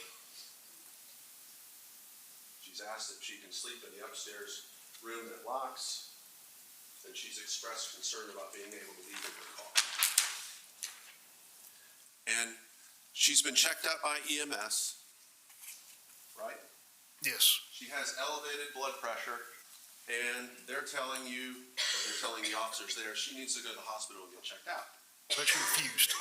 I'm sorry? She refused. Correct, she didn't want to go, right? Nobody's fault.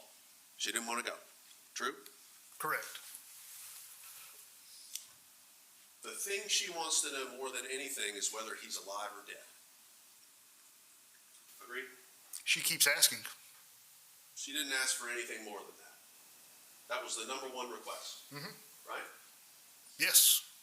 And she comes into the interview room with you, and you don't want to give her that information. You said, I didn't tell her because I knew the emotional aspects would end the interview.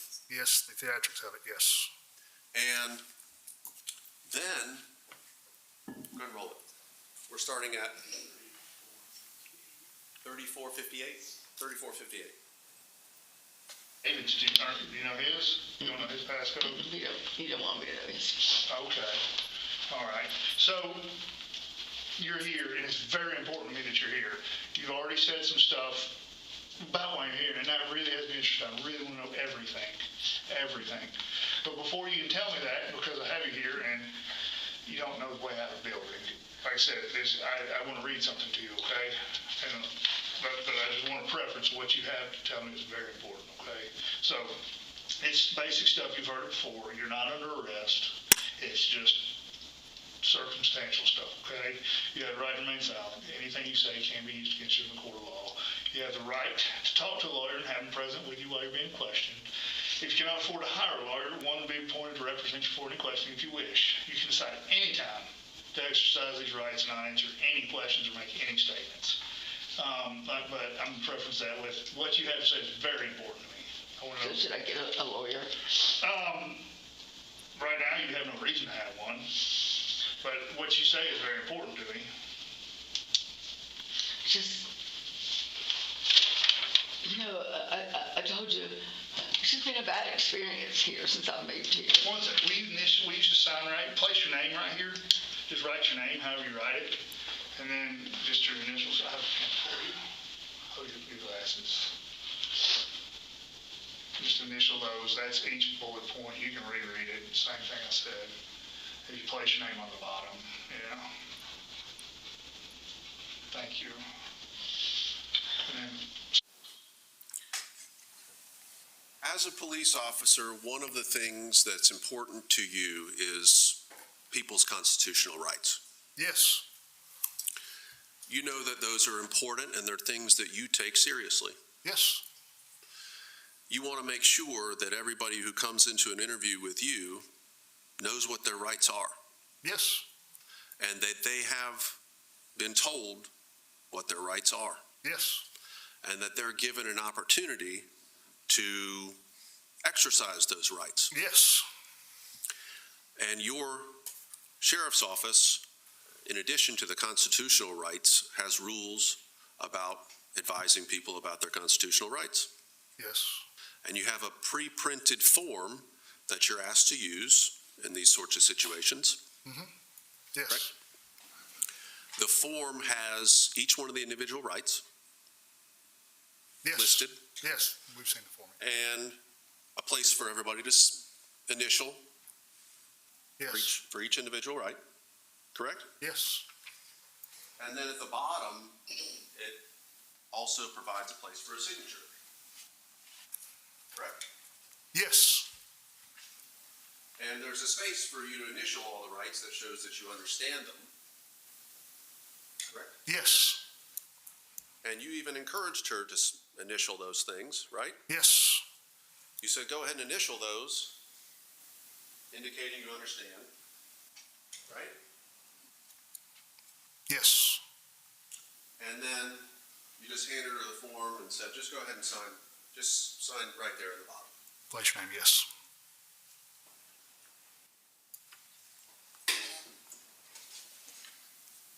You know that there are things during an interview like this that a lawyer could be of assistance to a suspect with.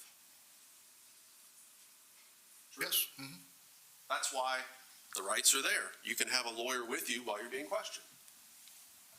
Right? yes, You know that if a lawyer was to come in there, they might first of all say, this is not a person in an emotional state to be interviewed right now. True? hypothetically in that, yes, Hypothetically, yes. They might say, hey, have you already been to the hospital and found out that this man is dead before this interview starts? They might find that out and tell her, hey, he's dead. This man is deceased. They're investigating you for a murder, right? yes, I mean, But you didn't want her to have that information because you knew the emotional aspects of it would end the interview, right?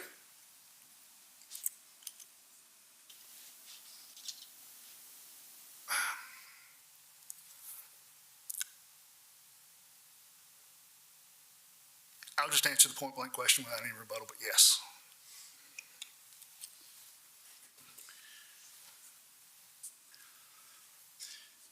If somebody is living in absolute terror of someone else, and they believe deep in their heart that this person is still alive,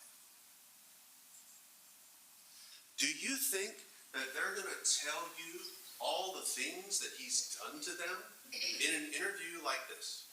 I mean, Judge, I'm gonna object. That calls for speculation. I don't even know how Investigator Medford can be answering these types of questions. He's asking for Investigator Medford to speculate about what other people might be thinking or how other people might react in a situation.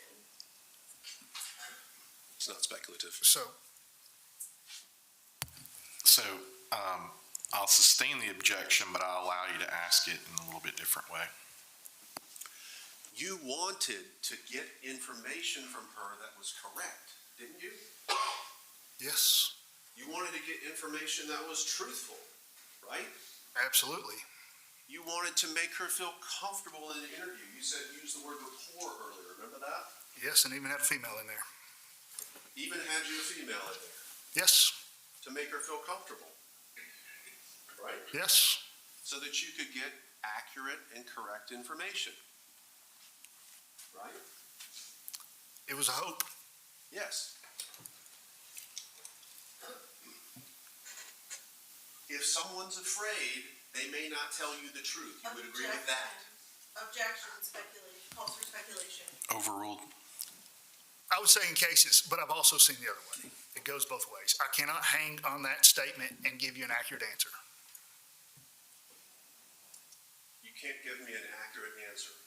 I can see where somebody would, but then I can also think of instances where somebody does tell the truth. So it's yes. Okay. Even when somebody's terrified of someone, you've had situations where they've told you the truth. Is that what you're saying?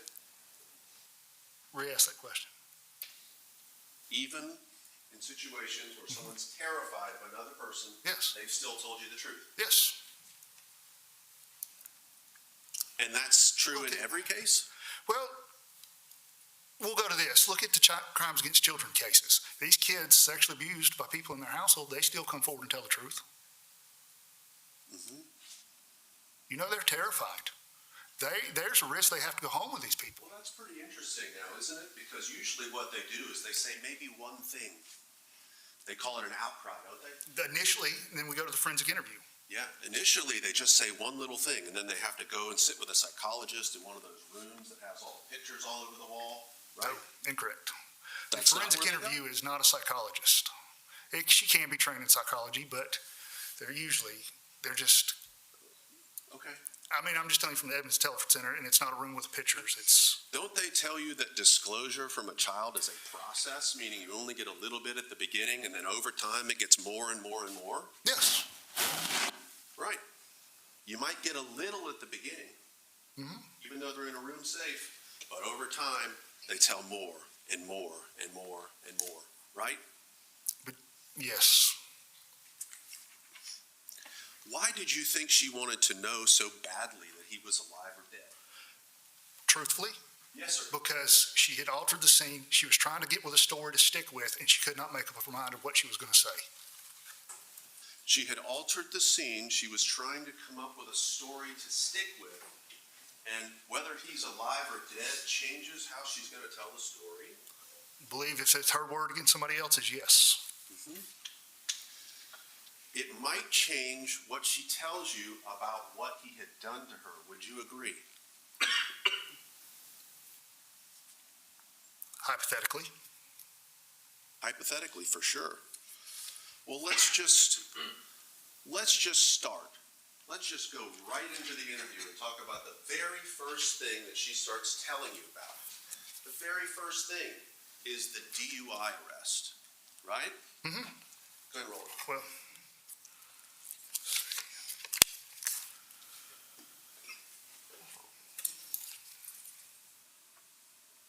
Bad experience. Well, it was Valentine's weekend, and we got in a fight about the same thing that we got in a fight about tonight. And I ended up getting a DUI. I left. We got a big fight, and he told me to leave or he was going to hurt me. And I tried to talk to him and tell him I didn't want to go and just let it be. And he sat on the steps and told me to go. And I did have some drinks that night, but it was like 6 something because we'd been working all day. I fell asleep about 5, and I had like a drink at 6 after I didn't drink it all. And then we went to dinner, and then I had about a drink and a half there, and we went home. And then we watched a movie, and the movie probably lasted until like 11, and then he fell asleep in the chair. And I got up to my medicine at night, my hormone medicine, and I looked right, and I took a half Benadryl, and then I lay down, and I couldn't go to sleep because we had a big fight, and then he came, after I got him all that, he came in there, and we got in a huge fight, and then, like he did again, he was going to go up the stairs, and so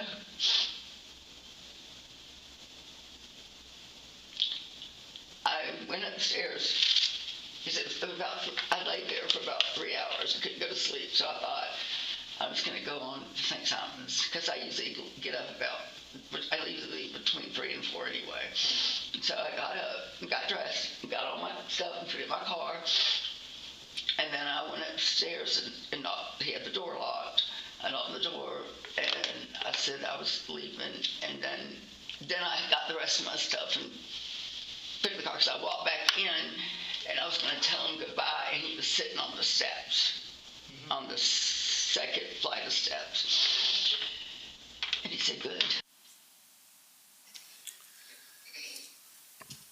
This sounds incredibly close to the DUI note that's in the phone. Wouldn't you agree?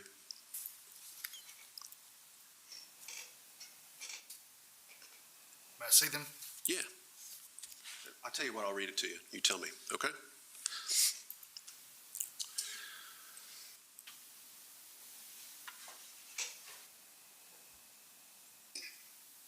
David had fallen asleep watching TV. I got up and turned off the TV and fireplace. David woke up. He headed to the bedroom, and I started talking to him to solve the argument. He did not wish to discuss, and he headed upstairs around 1:30 a.m. I lied in bed for several hours. I could not fall asleep. I wrote a few articles and organized my thoughts in my journal. Around 3 a.m., I decided to leave an hour early. I packed my belongings and put them inside of my car, my vehicle.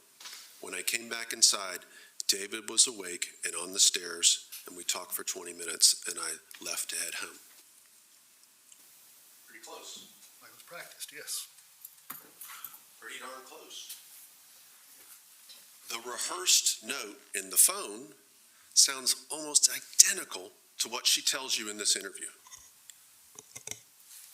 What do you make of that? You're the one that said rehearsed. She said it quote for quote back to me, I guess. Okay. Let's go to 4247, Chris.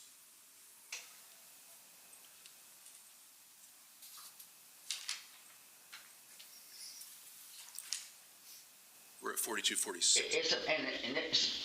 And he was, we're fighting about, when I met him in April, I had just broke up with a boyfriend like in February or whatever. Are you at 4247?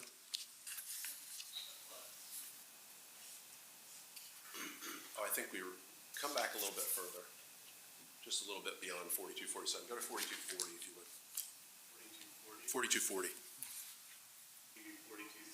4234. That was not good. So I had to go today and get a provisional license. I have a... We're looking at page 8 on the transcript you have. I'm looking for it, yes, sir. It's that first full paragraph with her, okay? Mm-hmm. She says she has to go and get a provisional license that day. Yes. Correct? Yes. And this would appear to be in reference to the ignition interlock license again? Yes. And just so the members of the jury understand, we've talked about this a little bit, but if somebody gets a DUI charge and has a suspended license, they can go and get an ignition interlock permit, right? It's something through the courts, not through the sheriff's office, so. Yeah, I know you guys don't hand them out, but it's DDS that does it. Does that sound right? Yes. Okay. Well, the point is they don't have their original license Sorry. That was my error. It'll come back on. All right. I didn't know if we were ending early. It'll come back on, hopefully. When you have a provisional license, meaning an ignition interlock license, you're permitted to drive cars only that have interlocks on them. I'm familiar with what the interlock system is, but I'm also familiar with the provisional license, such as work, school, medical, stuff like that. I'm not familiar with the actual license. Okay. As you sit here today, do you know whether she had actually gotten an interlock permit that morning or not? I know there was interlock in her car. Okay. Meaning in the Porsche, That is correct. not in the Kia, which Don't is believe so. Mr. Barron's car.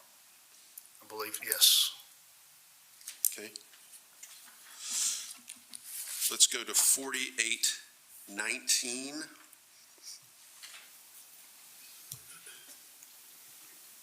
Where? Did you skip? 4819.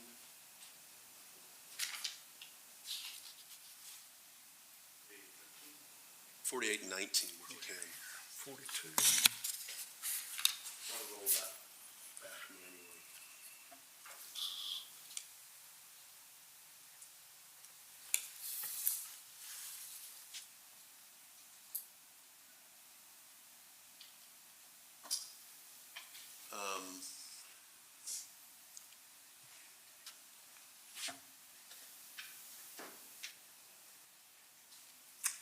I'm trying to get to 4819, so you don't get the, but I don't know how to. You can help us to make sure it's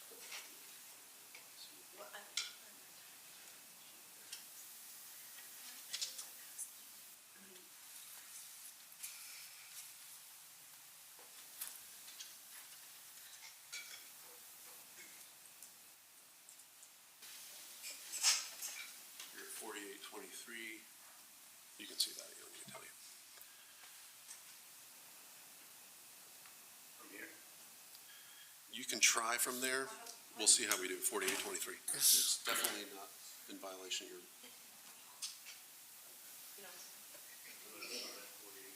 Yeah, and then and then pause it and unmute if it's.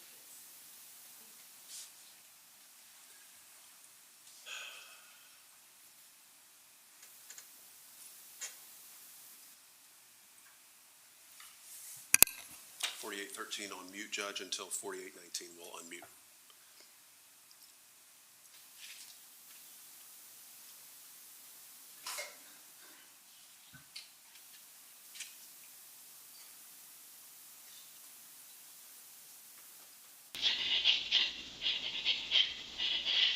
He hit me right across here.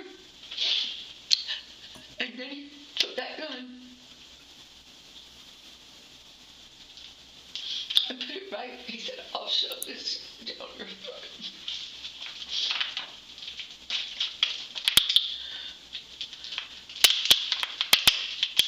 And he told me to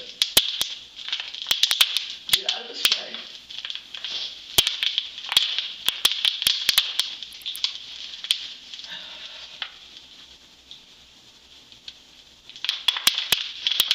He told me, don't go to sleep.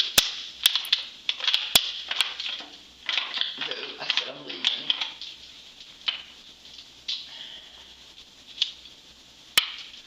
But I was scared to leave because I had had a couple drinks. I mean, I've been intoxicated, but I had a drink and then I had one drink and then I was still drinking a drink when all this happened. So I went and got my gun, and I don't know why I got my gun.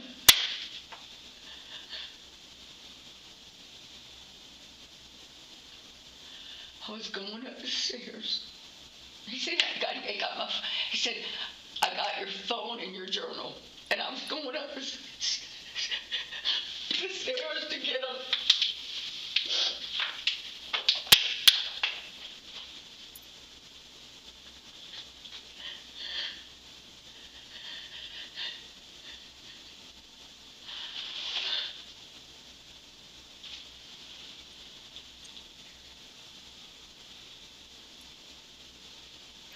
he okay?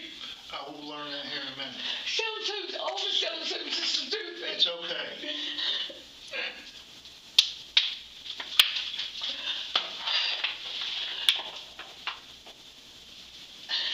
I was coming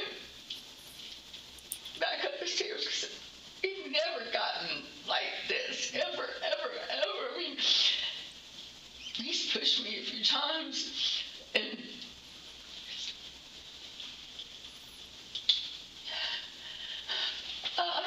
I don't know if I should tell you everything. Well, the more you tell me, it helps me understand what happened.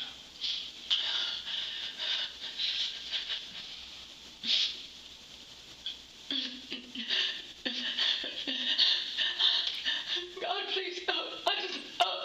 I'm about to throw up. I just need to know how he is. We'll find that out in a minute. But, so,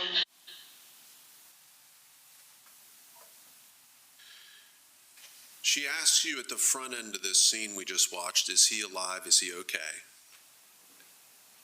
Right? Yes. She's checking to see if he's still alive. That's her question to you. Right? Yes. You tell her we'll learn out here in a minute, which obviously you knew he was deceased, but you're keeping that from her. You don't disagree with that. Nope. And then she says, I don't know if I should tell you everything. And before that, he's pushed me a few times. I don't know if I should tell you everything. And then she says, please, God, please know, I just need to know how he is. Bottom of page 9.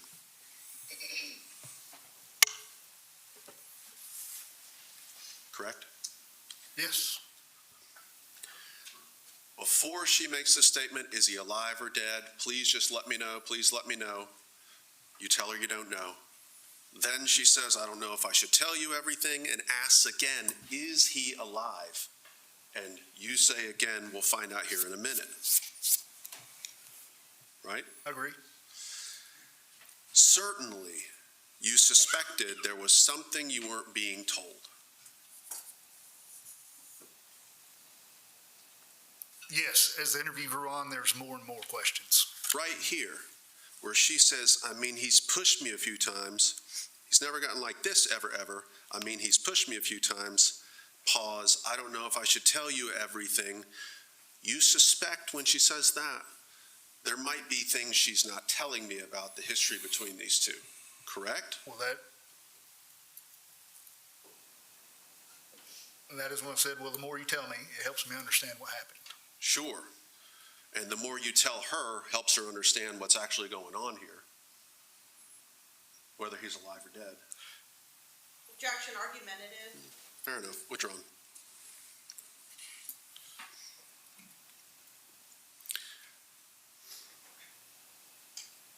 It seems to me, and you disagree with me if I'm wrong, she seemed to want to know if he's alive or not before she's going to tell you about the things that have happened. Do you agree or disagree? Disagree. Tell me why you disagree.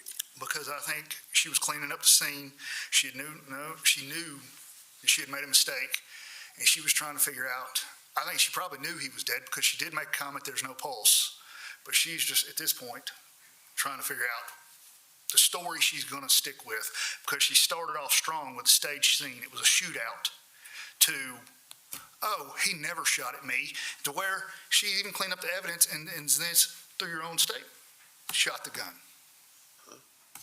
So she's trying to come up with a story.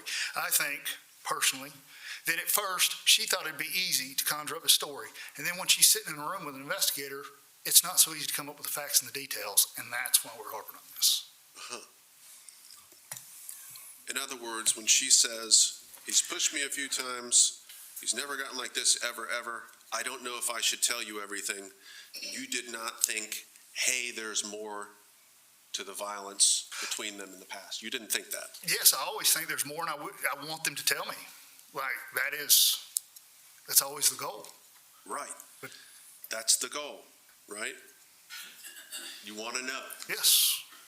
And she's, hinting to you, I don't know if I should tell you everything. Is he alive? Is he alive? Is he alive? Right?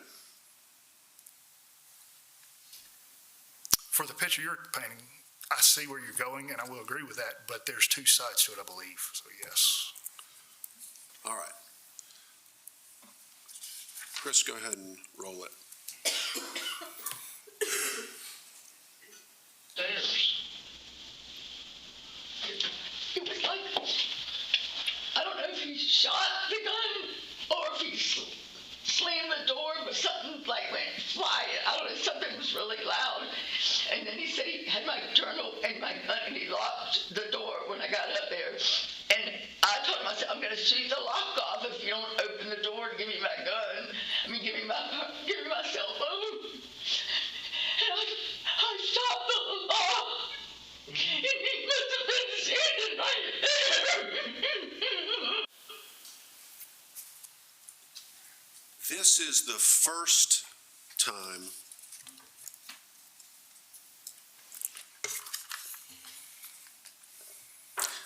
first time where she's actually demonstrating for you how it was that she shot the lock physically.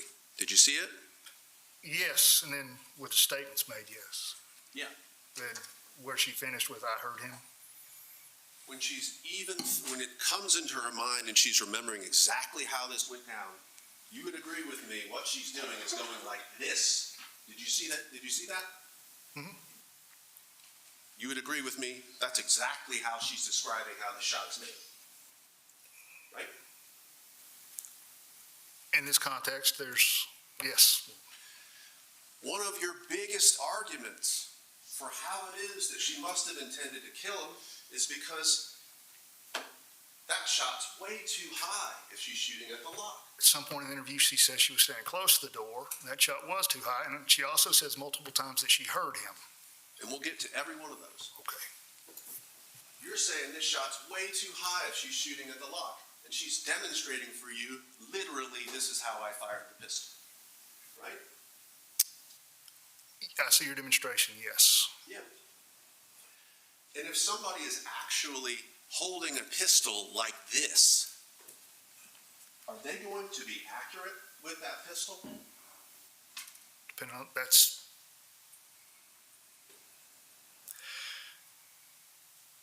In a sake of argument, I could say they would hit their target, yes.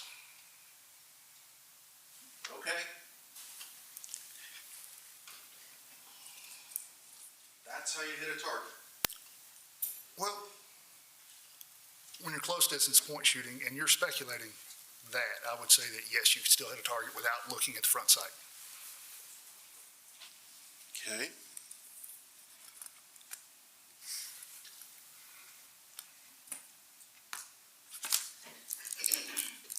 Let's go 5640. Mr. Van Rossum. Stop calling me Chris.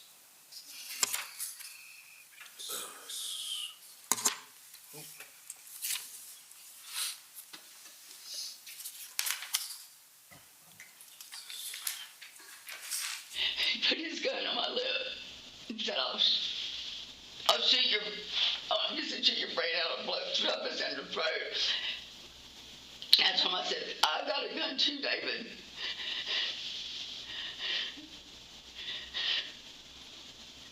But why did I shoot the lock? Why was I gonna shoot the lock off?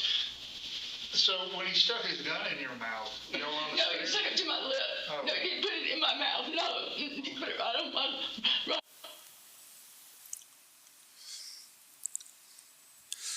She says he put his gun on my lip. It's very specific.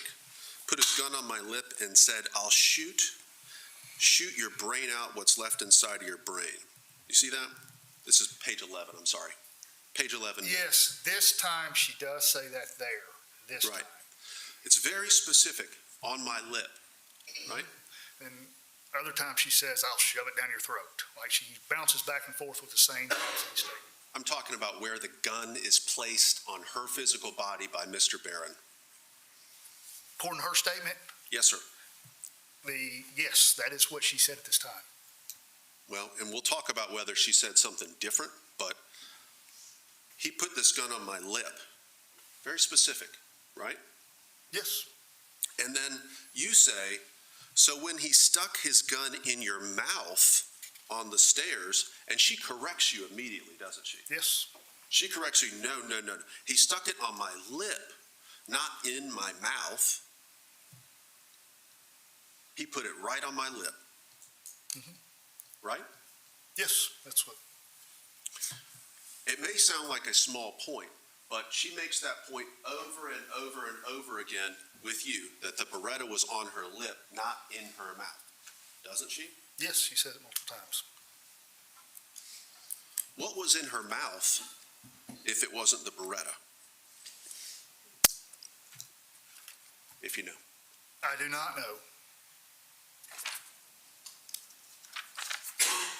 5843, Mr. Van Rossum?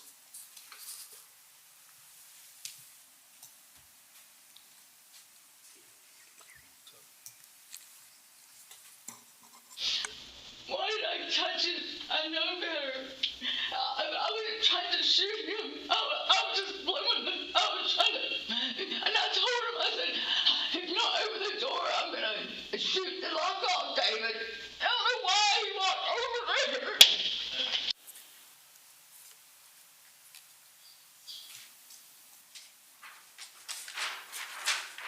The statement she makes is, I don't know why he walked over there. Did you hear that? Yes.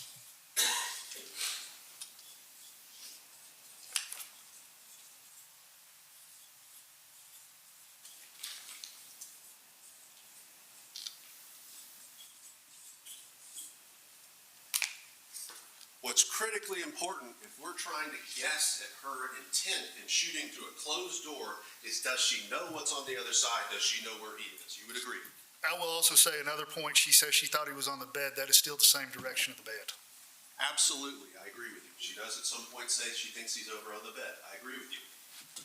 Here, well, first, do you agree that determining where she knows where he is on an outside of a closed door where she can't see, you don't disagree she can't see on a closed door? I do not disagree that. We're talking about hearing. We're Yes. talking about hearing is her only sense to know where he might be. Yes, and she stated multiple times she heard. We're going to talk about those, okay? But the first thing she tells you is, I don't know why he walked over there, meaning to the place where he got shot. Right? Yes. Walked over there from some other place, right? Mhm. And the other place that she does mention, and we'll get to in a minute, is on the bed. Yes. Okay.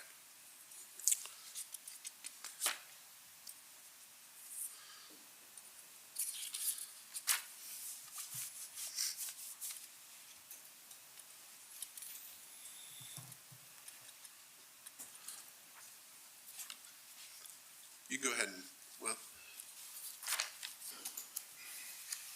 let's go to,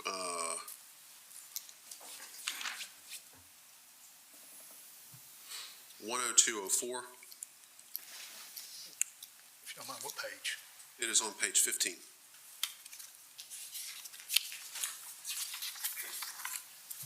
Sorry, what?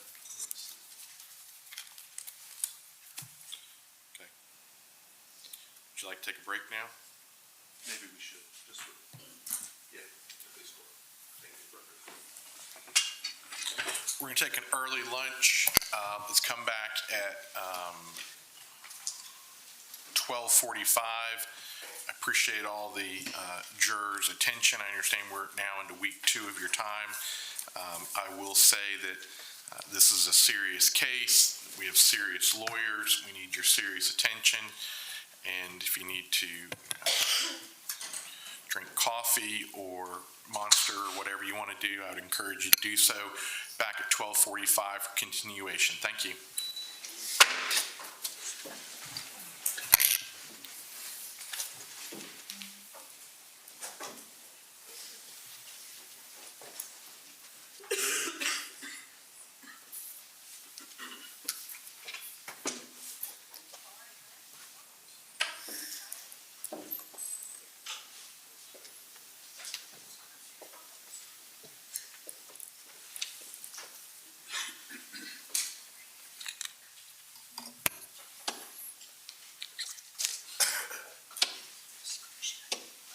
can be seated.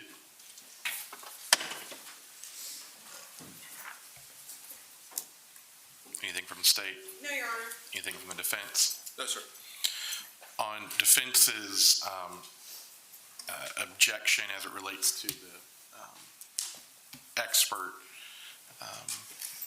in the medical records, I'm not quite sure, so I'm going to give you kind of a preliminary ruling, and y'all can work around it or let me know if you need clarification. The state's motion is granted to the extent the defendant must permit the state to inspect and copy medical records or reports that the defense expert actually relied upon in forming the opinions to be offered at trial. This is obviously consistent with reciprocal discovery, which requires disclosure of the basis for expert opinions, including summaries of underlying reports of examination or tests when the defense intends to introduce such evidence. We're not at that point, obviously, but it is arguably we're getting to that point, so this may be premature and it may be moot. To the extent records involve defendant's own medical information and privileges asserted, the court finds that any privilege has been waived by the defense decision to place the defendant's physical or mental condition at issue through the expert's testimony. Again, I assume that's where you're going on that. However, if the records, this is important, however, if the records are in a third-party materials not in the defendant's possession or control, the state can proceed by subpoena and appropriate notice if appropriate. The court will allow a reasonable time frame if we need to. Not saying the parties have to cooperate, but certainly that would be appreciated to not delay the trial. But if we need to, under reasonable, we can. Judge, I don't mean to interrupt, but while we've been in court, I had my investigator contact the jail, and he was able to get me all of the defendant's jail intake records.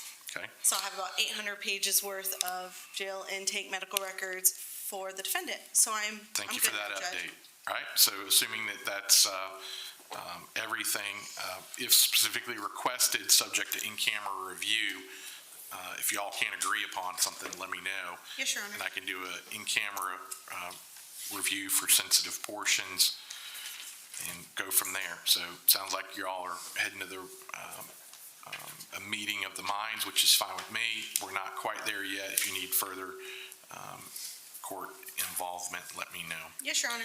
Thank you. All right, anything else? Not from the state, Judge. No, sir. See you in an hour and 5 minutes. Your Honor.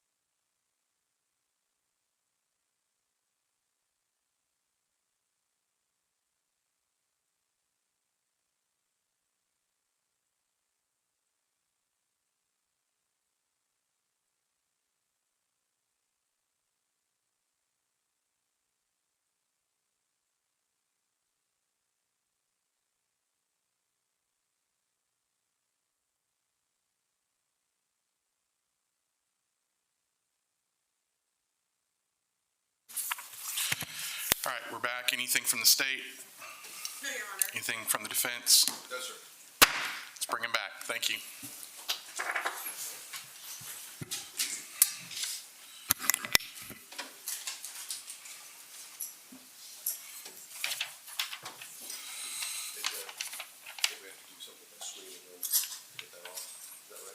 You're correct. You want it back on your laptop? Yes, sir.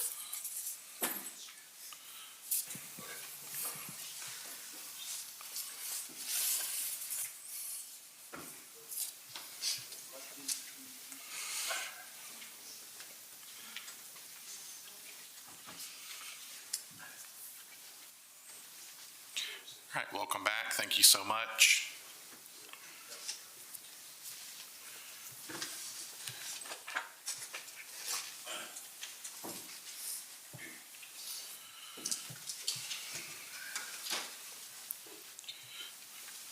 All right, thank you so much. Please be seated. We have everyone back. Thank you. Again, if anyone needs a break, let me know or let one of the bailiffs know. Any longer-term issues, let us know as well. All right, we're back to examination, cross-examination from the defense. If you would hit the red button on that microphone, turn it to green. Perfect. All yours. And we're going to go to 106. 106.11, that's on page 17 of your transcript at the top. Okay? Go ahead. Wealthy, When did you find this out?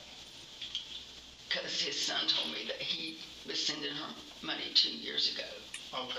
Yeah, and that he found out, and he said, this has got to stop. His son did. And, because this is, I told him, one night I called his son, because his dad was drunk, drinking, and I took his car keys from him, and he got mad and pushed me. And I called, but I was scared. I locked myself in the closet. And he threw, and I took the car keys, so he was like looking everywhere for car keys, and so he like threw all my stuff everywhere in the closet, and I was just in the corner. When was this? Okay. This part of the interview, she's talking about the telephone call from December the 28th, 2024, that she placed to James David Barron's son, Evan, right? I would agree. It doesn't say his name, but I would agree through the context. And her statement is, I called his son because his dad was drunk or drinking. I took his car keys from him, and he got mad and pushed me, right? That's what said, yes. Then she says, I was scared. I locked myself in the closet, correct? Yes, that's what I'm reading. I took the car keys, so he was looking everywhere for the car keys. And he threw all my stuff everywhere in the closet, and I was just in the corner, right? Yes. This version about what happened on 12/28/24 involves her taking the keys to the Kia, to Mr. Barron's Kia, right? Yes, I mean, it doesn't say And you key, know but from your other investigation in this case, you spoke to Mr. Barron, you spoke to Evan Barron, yes. right? And you knew that there was a row or an argument or a problem involving a closet, right? Involving Miss Mericle being locked in the closet, right? Yep. Sorry, you have to say yes or no. I don't remember locked in, but I do know the argument on the 28th, yes. Okay, but she's in the closet, According to this, yes. and according to your other information that you Yes. have, right? Are you talking about the interview with Evan? Yes, sir. Okay. Whatever his testimony was, yes, I don't Yeah, recall. you were in here. Yeah. Yeah. She was locked in the closet. I believe so. Okay. I mean, And Mr. Barron, James David Barron, is outside the closet, and what he wants is his keys to his Kia. Right? yes, I believe so. But where is this spare set of keys that's just freely available to find in the home on 12/28/24?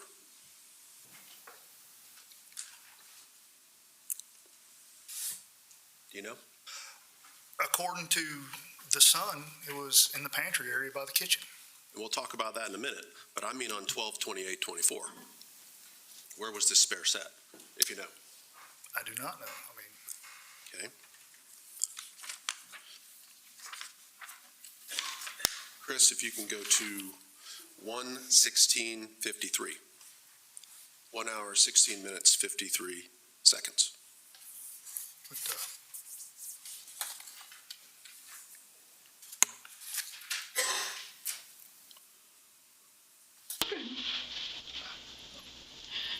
I know not to shoot a gun at a damn door. I know that.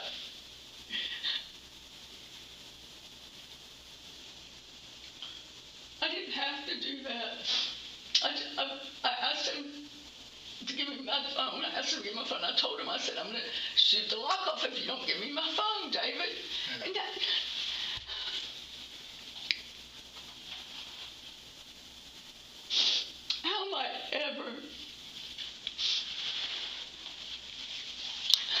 how am I ever going to live with myself? So you said, you had to go down to get your gun and go back up. Where No, did you, I didn't. No, I never went up until I had my gun. where did you get it from?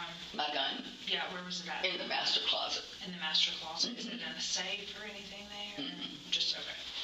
I just bring it with me when I travel. Okay. Can you tell me anything about him, please? I'll go call it here in just a second.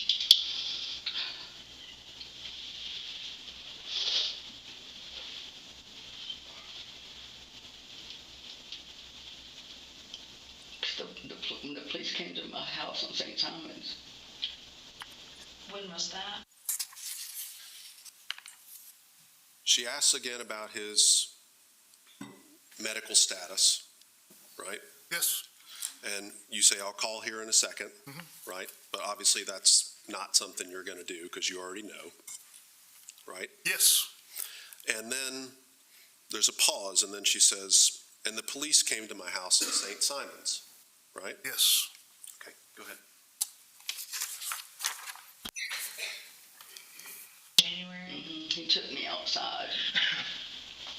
What is your address down there? Well, my address is,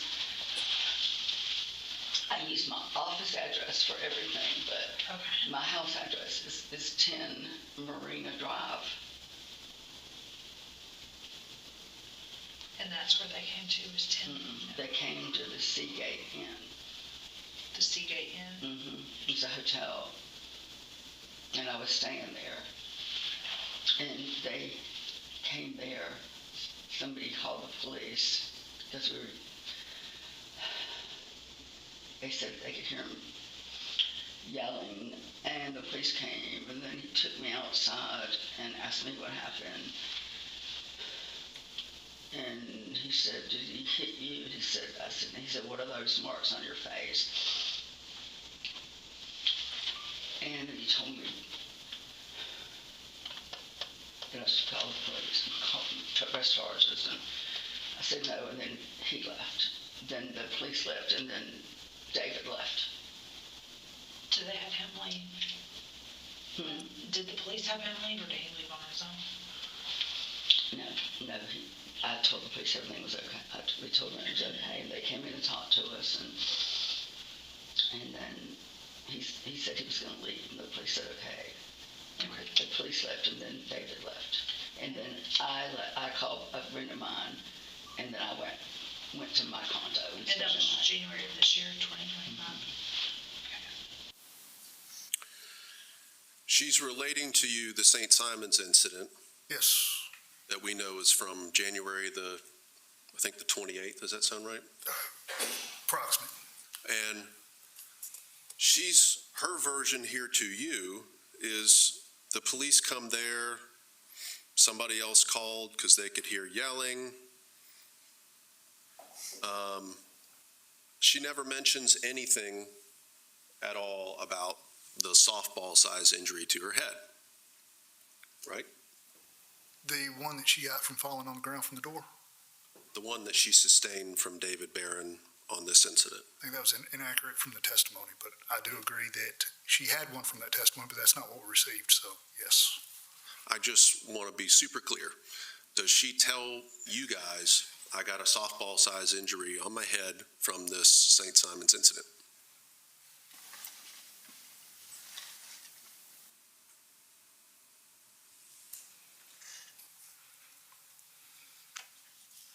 I'm gonna read it one more time.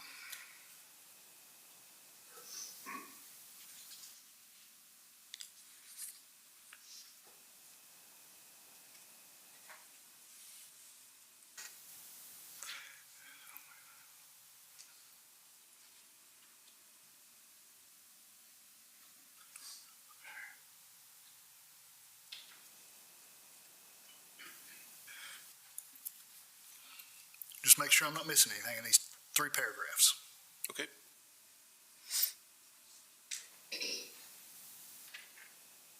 So what I read here is those marks on the face, which I believe the officer testified he was able to identify by rubbing her cheeks. But I don't see anything about a contusion here. Answer my question would be no. Yes, no, correct.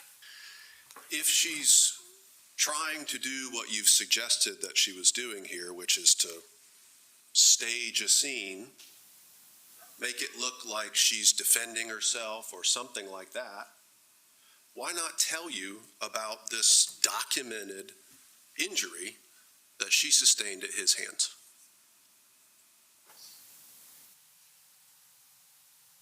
Why not? I mean, I can't answer that question, honestly. You don't have a theory? You want a theory? Yes, sir. Okay, I thought we were talking factually. Again, I think at this point, the stress is through the roof. She had just shot somebody. She knows what happened. I can't even imagine to say what was going on in her head, what she's trying to come up with and not come up with. And I don't know why she didn't tell me about this in this part right here. I can't comment on that. Well, but you've suggested that what she's doing is trying to come up with a version to mislead you and make him be the one who's guilty here. I think she was coming up with a version to make me understand the scene. That's what I was testifying to. Why nothing's adding up. She started off with, yes, you're right. He was violent. He did all this with a gun, but then we get here and she never wanted to tell me about the facts of the scene. And that had changed rapidly through the interview. She's started off with these deputies before she thinks he might be alive. She's telling them all sorts of things, right? Mhm. I was so scared. Prior violence, she actually nods. I thought he was going to kill me. Don't go to sleep. I was going to leave, but I was scared. If I moved on, he would kill me. He would shove that gun down my throat. I wanted to sleep upstairs where the door locked. Judge, I'm going to object. The defense counsel's not actually asking a question. He's just The reading his question's own coming. notes. Question's coming. What's your question? Question is, she's told first responders that, those statements, yes? Yes. Those are statements that someone's afraid. Someone could be afraid because they're being assaulted. You wouldn't disagree with that? No. And then she gets in the interview with you. She thinks you would agree that he's still alive. Or at least that's a possibility. That's a possibility. And she's got the opportunity to tell you, hey, I've gotten this giant injury from this man, and she completely leaves it out. Right? You keep saying she got it from the testimony we heard, that through the door fell back and hit her head. He did not intentionally give her that from the testimony we heard. Even under the version the police got, he blasts through the door, knocks her over, and she gets a head injury. Yes, as he was locked out to get her stuff, yes. And that's her fault. Hey, I'm not drawing blame here. I'm just getting the facts straight, yes. Okay. Well, all right. Well, why all this to the first responders, and then as soon as she thinks he's alive, why doesn't she tell you about it? That's what I'd like to know.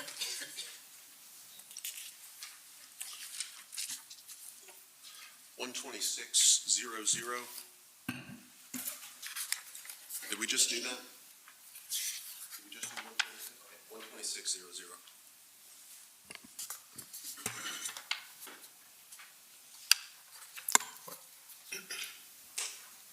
Police come to St. Simon's Island because someone called about.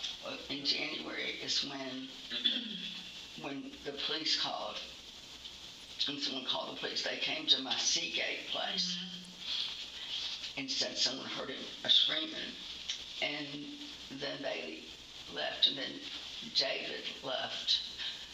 No, just, wait a minute, no, yes, that's what happened, yes, that's what happened. Wait a minute, hold on. That's the night my friend,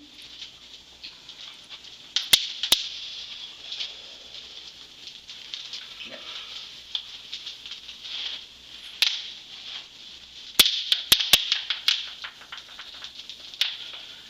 I think that was, the police came was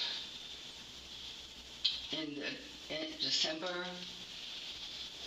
because they came, and then my friend, a couple of they came over and followed me to my other condo. I don't lock the door because David could get into the Seagate when there was a code. Okay. And then. Another opportunity to talk about the St. Simon's incident at Seagate and to mention the injury, but it's not mentioned here. You would agree? Yes, you did not mention it here. 128 and 47. 128, 47.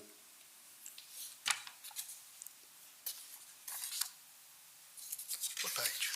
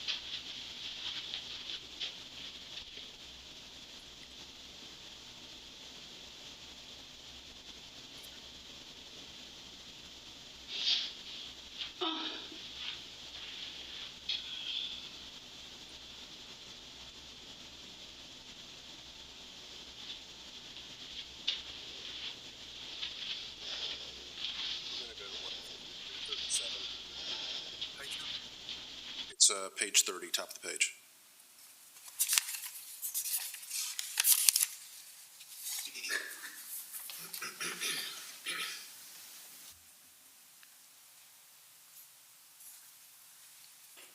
That's good. 153.40.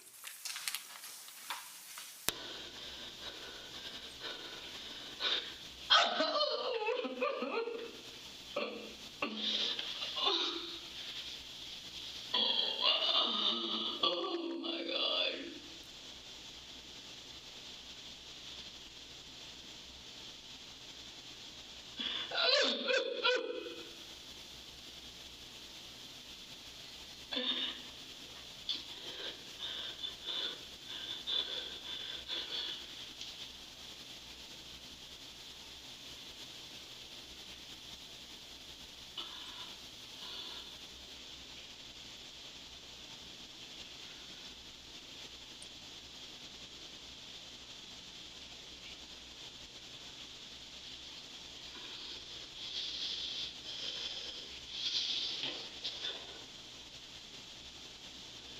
God, please let me live.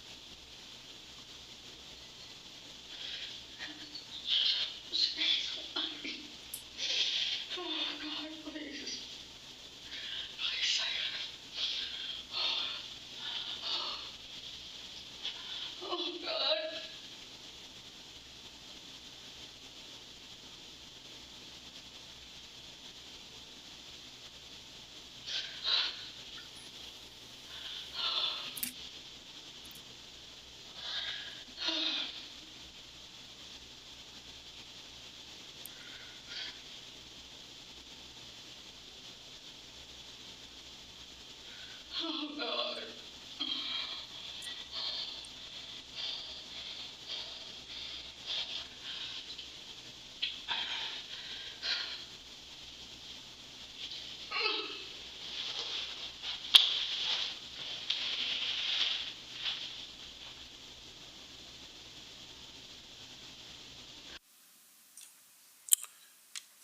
159.27.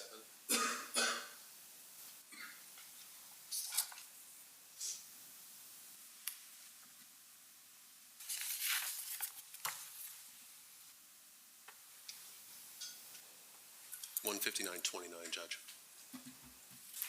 Page 31. But when he threatened me, he didn't put it, he just touched it to my lips. He didn't put it in my mouth. And then he went up the stairs. And I said, I have a gun too. Because he said, don't go to sleep tonight. And then I went and got my gun. Okay. He was up the stairs. Then I noticed that he had my phone. So I went up the stairs and I said, when I went up to the stairs, I got right to the first floor, and then I heard, and it sounded loud. And I don't know if it was a shot or he slammed the door, but when I got up there, the door was locked. and he was in, and I said, "Do you have my phone?" He said, "Yes." And I said, "Open the door now." And I was banging on the door. And he did open it, and I said, "I'm going to shoot the lock if you don't open it." And that's when I put my gun right in the corner at the door, like where the lock is right there. I think I put it a little bit. And I either put it up and shot, or I know I shot one down because I saw it and it scared me when I did it. At this point in the interview, she talks to you specifically in that, probably about fourth paragraph down, about an interaction, what seems like at the door, right? She's saying, "Do you have my phone?" Middle of that Yeah. larger paragraph. And he said yes. That is correct. She heard him say yes. And I said, "You open the door now." Right? That is her statement. And I was banging on the door. Yes, correct. And he didn't open it. Correct? We can agree on that. And I said, "I'm going to shoot the lock if you don't open it." Yes. Will you agree with me that in all of these hours of questions that you had for her, you never asked her a single question about where David Barron was in the room when he responded to her and said, "Yes, I have your phone"? Well, it's pretty obvious. How is that obvious? Well, she heard him. She struck him, so we know exactly where in the room he was at the time. Will you agree with me? You asked her zero questions about where he was in the room when he responded to her. Yes. I'll agree with that because I knew where he was. Because you knew where he was. And she did too when he said yes.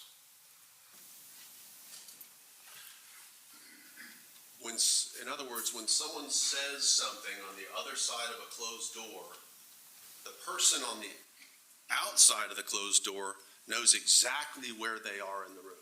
If you say something, yes, you can get a direction from sound where people are. Wouldn't it be helpful to say, "Ms. Mericle, when he said yes, where did you hear him in the room?" Hindsight is 20/20, and I do agree. We know, and she says this at some point, "I thought he was on the bed." That is correct. Why does she not think he's on the bed when he says yes? Well, in all fairness, where he was standing and where the bed is a straight line. Like where he would be laying in bed versus where he was standing is still very correlationally appropriate. Meaning, even if he's in the bed, the shot that she took would have got him on the bed. No, I'm not saying that. I'm saying that it's still the same direction.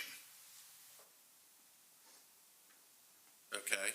Well, let's just see. Okay? Is there a crime scene photo from the door that is a little more representational? Yeah. Why don't you come and help me find it amongst these hundreds of pages, if you can.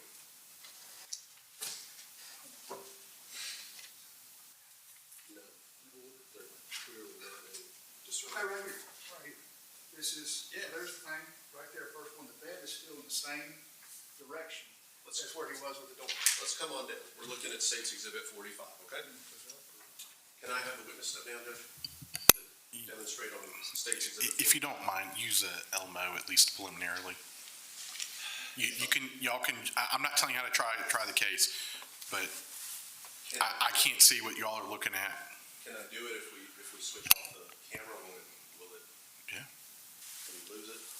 Well, no guarantees on that, but. Okay, fair enough. Okay. All right. And again, you might want to adjust the neck a little bit of it. There you go.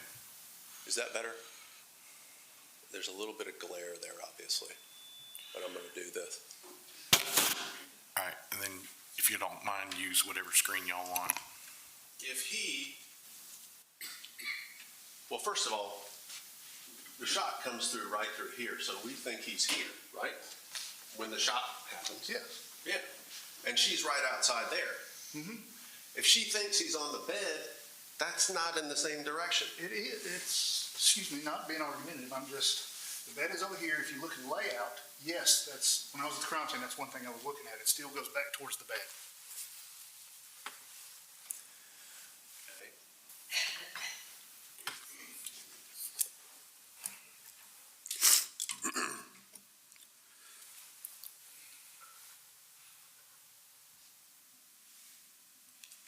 Where did we leave off? 2 and 53? Judge, can we switch back? I'm sorry.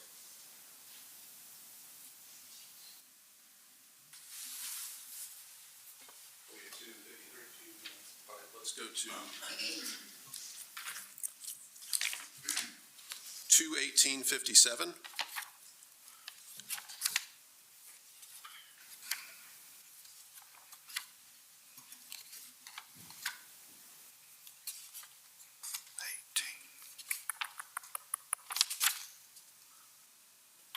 And that would be page 40 for you. I think I just found it, yes.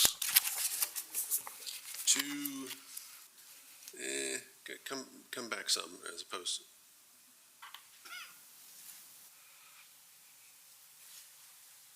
That's 2:8:52, that's fine. 2:18:52, Judge. I don't know why I got it. I mean, and then when I went up there and the door was locked, I was like, David, open the door. Give me my phone back. I banged on the door, banged on it, and he went open. He said, I have your book too, or journal, or whatever. And I said, David, give me my stuff. I said, okay, I thought he was going to open the door, but there was no screaming, nothing. And I said, David, I'm going to blow the bolt off or the gun or shoot the block off. And then I shot. I just think I shot it one time. Here she's describing banging on the door, banging on the door, banging on the door, and he wouldn't open it, right? That is correct. I have your book or journal too or whatever. David, give me my stuff. I thought he was going to open the door, she said, right? Mm-hmm. Then she says, there was no screaming, nothing. And I said, David, I'm going to blow the bolt or shoot the lock off, and then I just shot, right? That is correct. This still doesn't help us to understand where he was in the room from her perspective. You would agree? With the earlier statement of her saying yes, and then now, when you add this statement to it, we also have him saying, now we've added to this that I have your, let me find the exact quote.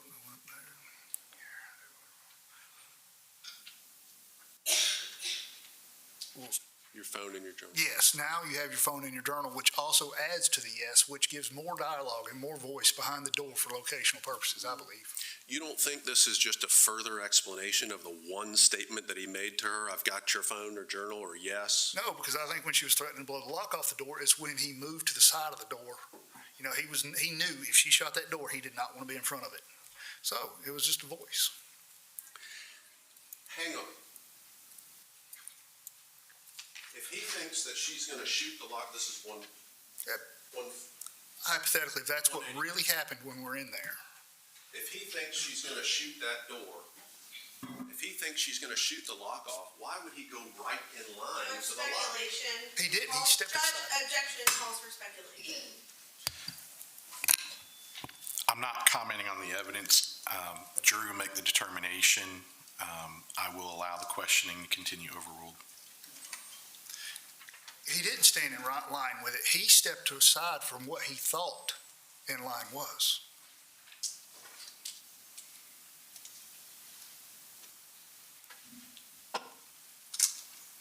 this is the wall outside of the room, right here, okay?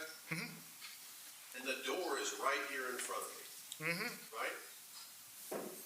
And she's saying, I'm gonna shoot the lock off. And he goes and stands exactly right where the shot comes through the lock? It's unfortunate, and that's why I think she heard his voice, because most people would intentionally think you were going to shoot straight in, not an angle through another wall for somebody to take a defensive position. If she's announcing, I'm about to shoot, wouldn't you think you go further back into the room or the closet? There's a More off closet to the there, side. right? There's a closet there. Coming around, yes, Yeah. but I can't speak to that. I just know that he was standing off to the side. He was not standing directly in front of the door.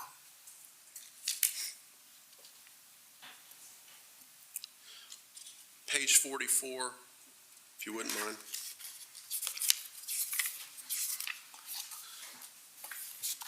$226.55, Chris.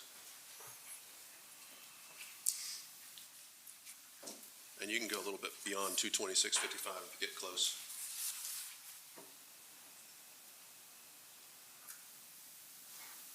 That's probably fine.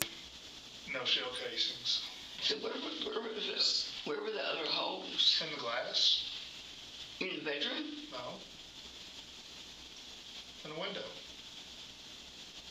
Well, I only shot to the door. You only shot to the door, With my and gun.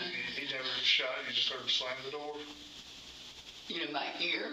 Yeah. But it's, But you didn't hear a couple of gunshots, you just heard one loud bang.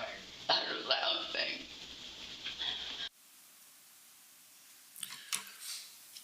We know for a fact that one shot went through the door, striking Mr. Barron. True? Yes, We have ideas about how many shots came out of the bedroom afterward. yes, Cameron Durham says 3 is his guess, yes. right? Could be 2. But 3, 2, 3, 2, right? One of those. Yes. And again, your words. If she's trying to stage the scene and tell you a story, why would she say that he only fired one shot? Because at that time, she knew that she could no longer hold the story. She was in interview room stress. She couldn't make the fine details work. Well, she certainly would know how many times she fired his gun if she's the only one that fired it, right?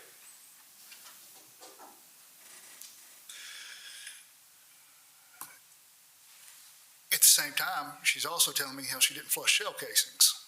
We'll talk about that in a second. But So- she knows how many shots are fired. If the interview at this point, I believe, was truthful, we could have this conversation, but I can tell you what she said. My question is, why doesn't she tell you there's more than one shot that he fired at me? Judge, there's so many speculative questions here that this witness cannot testify as to why the defendant did or didn't say something, what she was thinking, why she was thinking it. These are all speculative questions. Y'all come on up.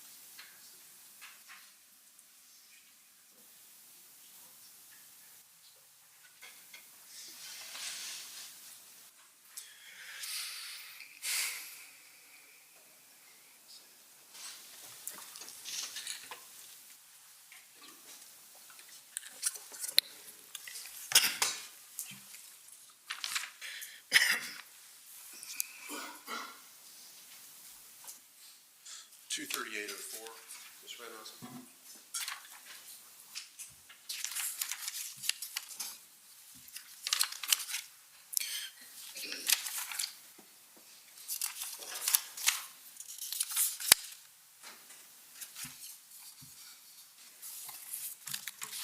He's got a really big heart.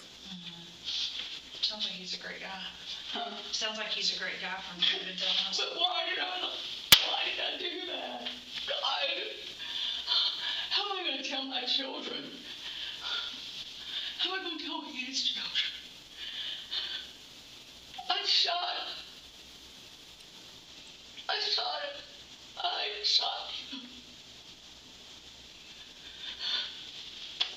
God, please let him. God, please take care of him.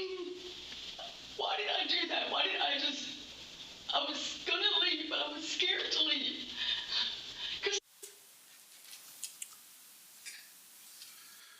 Here, you've left the interview room, and only Detective Cuneo is in there with Miss Mericle. That is correct.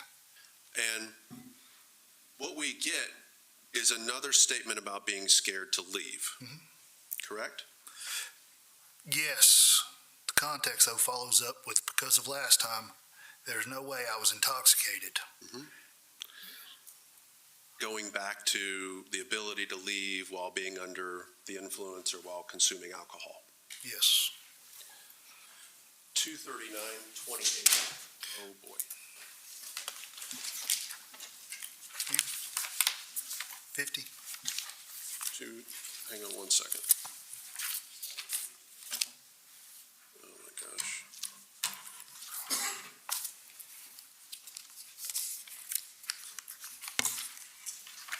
239-28.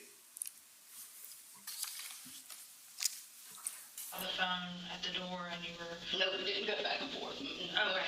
No, we didn't.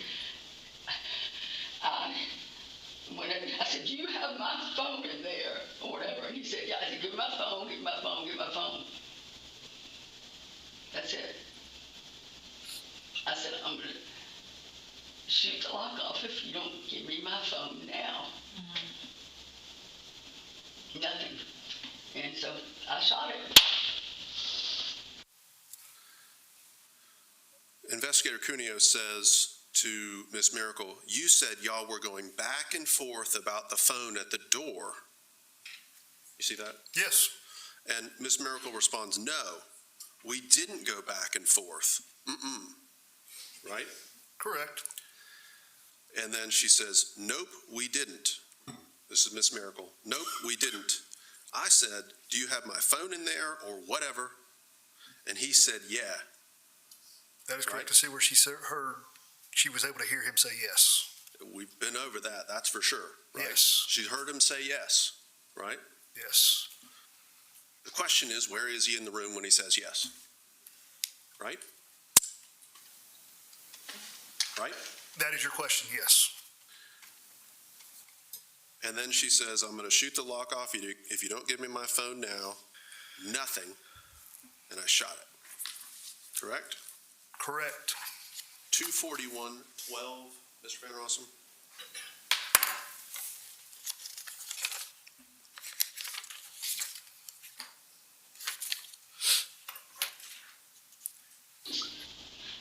I mean, 3 hours ago, we were together. I'm such, I don't even know. I don't even know what to say. I know better. I'm sick.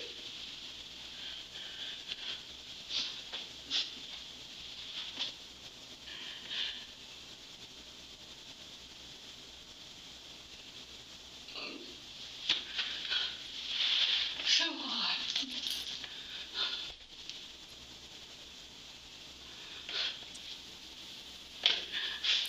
Why did I take my gun up there? I really thought he was going to be on the staircase waiting for me with his gun. What, we're going to shoot each other? I mean,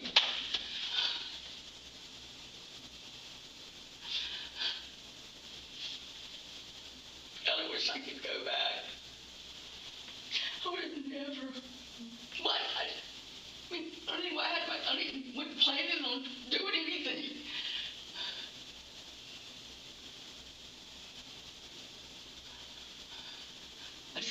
And he was right there with it. I mean, I'm just like, I don't think, if you ask me if I'd shoot the door, I'd tell you no. If you ask me, I think he'd shoot me and say no. But when he put the gun like that and said that to me, he's never done that.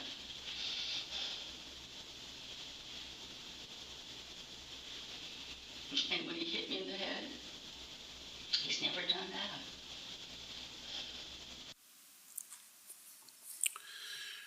Here, Ms. Mericle is stating that he has never pointed a gun at her. I think she says like that, right? That is correct. That's what I'm reading.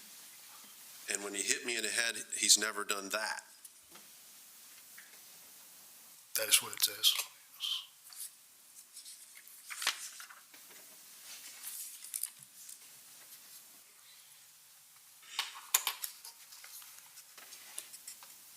246:51, and be careful about your start time here. What page, sir? Page 52. 46:51.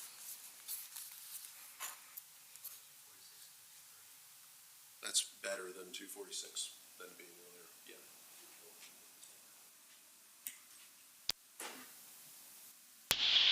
Then he wouldn't let me get out.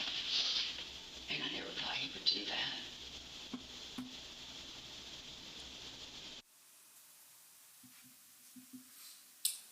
Can you roll it back and go to 246:51?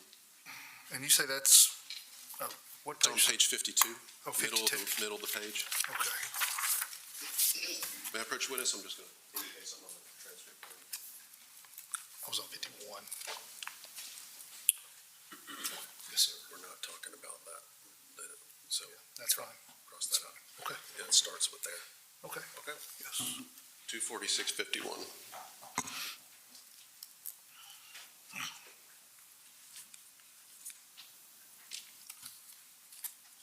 Good.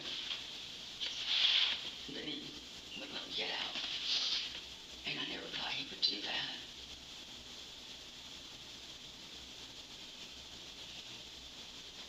I can't believe I shot through the door.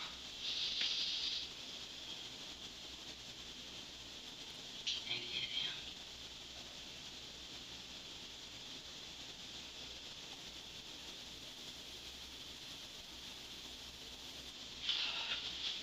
So stupid. Stupid. I didn't know.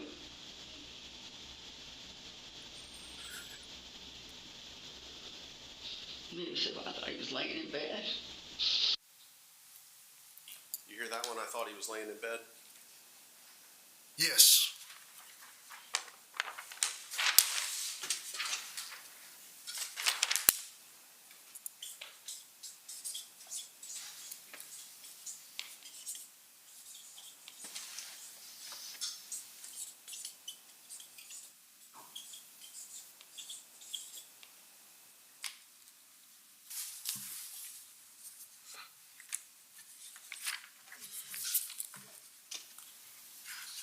Two 249:00.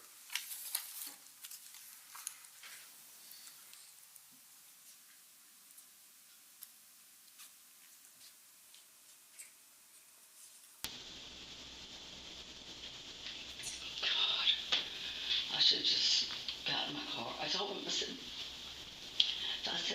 I'm just going to go. I'll just go and get a hotel room, okay? And he said, you better not go. You won't be able to get your car started. I said, well, can I take your car? He said, no. I forgot about that part. And there's no lock on my bedroom door.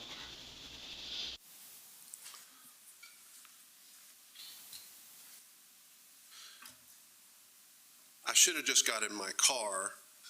I told him, I said, I'm just going to go. I'll just go and get a hotel room, okay? Yes, that is what's said there. And then Ms. Mericle says, and he said, you better not go, you won't be able to get your car started. Correct? That is correct. I said, well, can I take your car? And he said, no. That is correct. And she says, I forgot about that part. And then the next line is, and there's no lock on my bedroom door. Correct? That is what's said here. I mean, there's, And this is sort of similar to what she was saying earlier about there being no lock on the door downstairs, but the lock's upstairs. there's other bedrooms in the house, yes, that do have locks, Right, one of them is upstairs and one of them's downstairs. in Yes. the basement, Yes. which we haven't seen Okay. any, Yes. I don't think pictures or photos or videos yet of that Okay. further downstairs. Would you agree with that? Yes.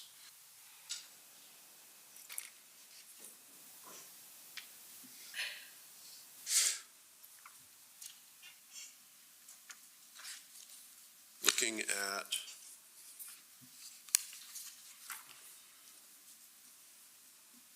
(3 hours, 3 minutes, 13, so 3:03:13.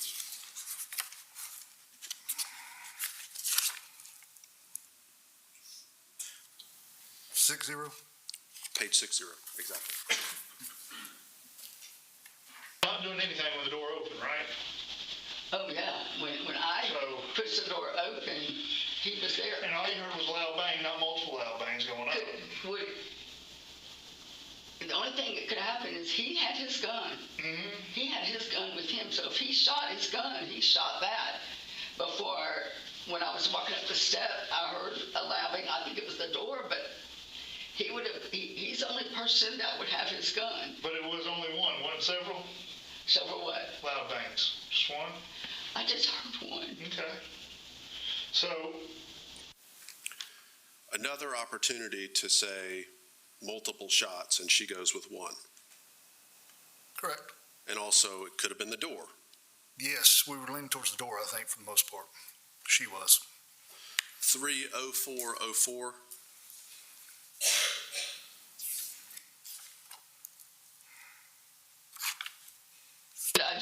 I guess I didn't see it, so I was thinking when I came back up that he was going to be there.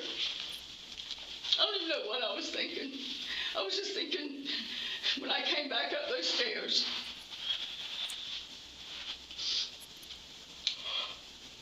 that he was going to be there, but I didn't bring it like to hurt somebody.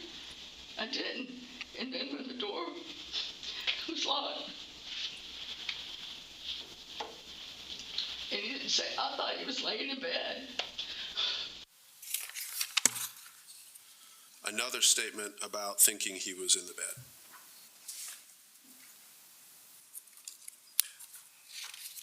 Correct?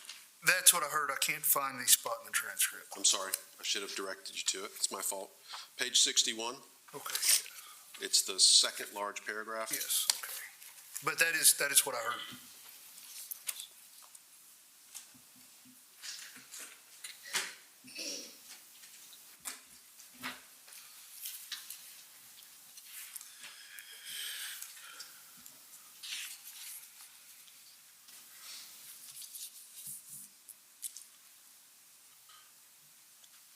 Miss Ellie? Okay.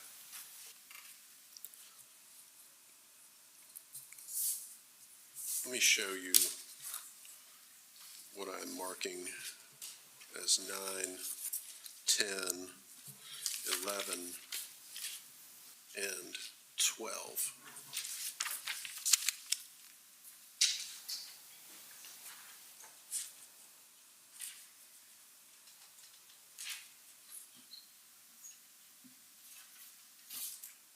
First witness? Yes. Showing you defendants 9, 10, 11, and 12. Take a look at those. See if you recognize those as your crime scene photos. Yes, this is going to be from the living room looking at the kitchen. That's defendant's Table 9. with power tools. That's number 10. Yes, and yes, I recognize them, but yes. and 11, you recognize 11 and 12? Yes, They fairly and accurately represent the crime scene. yes. Moving to tender 9, 10, 11, and 12. No objection, Your Honor. Admitted. May I have the Elmo again, Judge?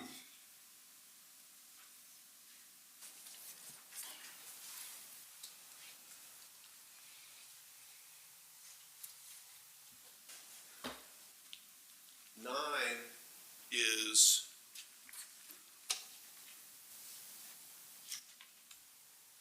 orient, folks. Right on top of this chair over here on the left-hand side, you see where I'm indicating here?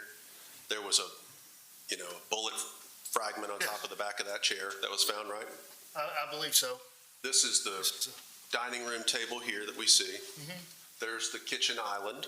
Yes, Behind that is the range and the backsplash and stuff like that. yes.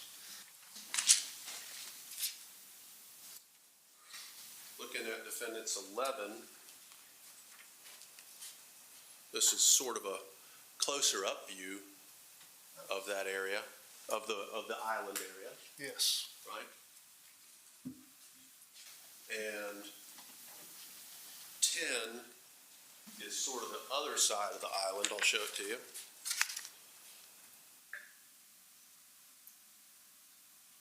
Right?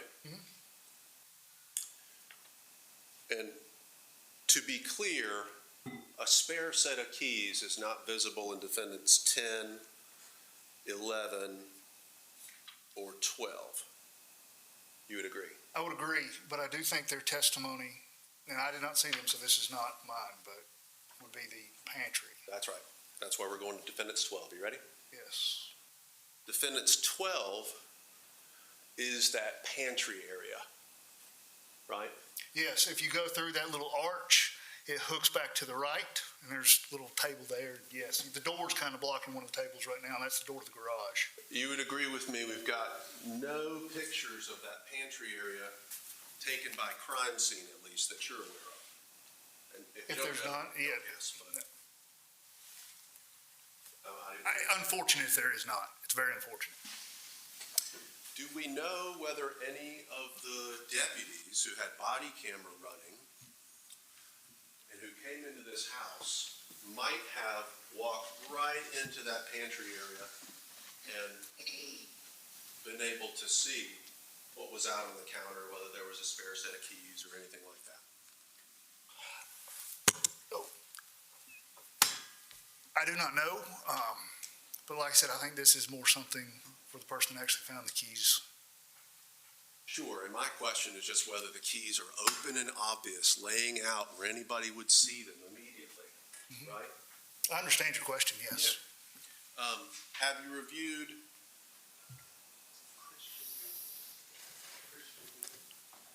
Officer Ingalls? I know him, Sergeant Ingalls, and no, I have not reviewed his body camera. Okay. Who's the other guy?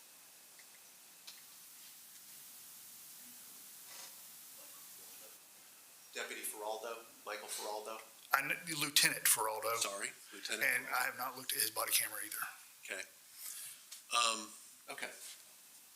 But to be clear, those body cameras are in your stuff, in your case. They should be, yes. I usually go for the deputies. We can ask them. I mean, they're uploaded to the same system, evidence.com, yes. Yep, okay. All right.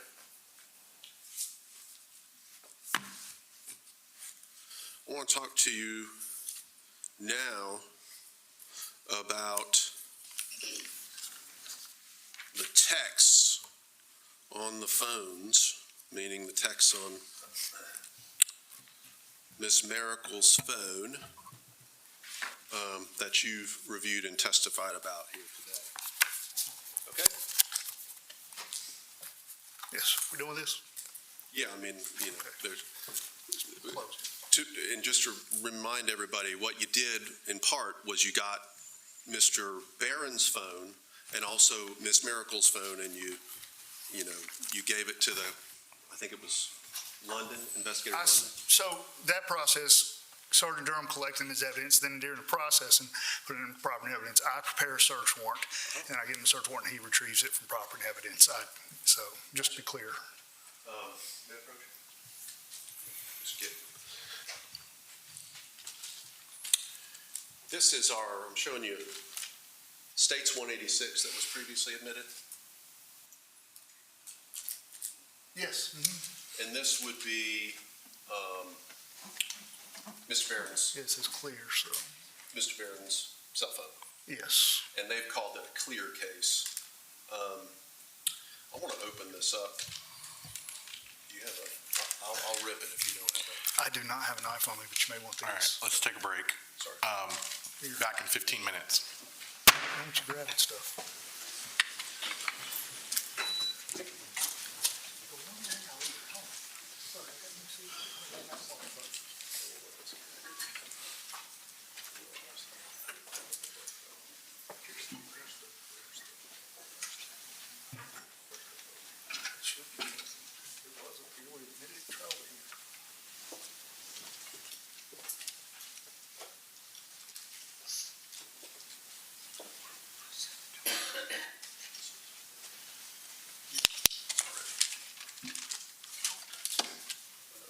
All right, y'all can have a seat. Let's be disciplined on how we're dealing with that, please.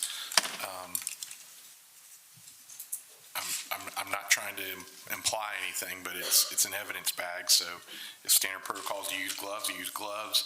I don't want there any allegations of cross-contamination in the courtroom or anything like that. So, I mean, whatever SOP is on that, I need y'all to follow it. So let's take a moment on how we want to handle that. Okay. I'll get with the state judge and see what they want. And then lawyer's approach, if you don't mind.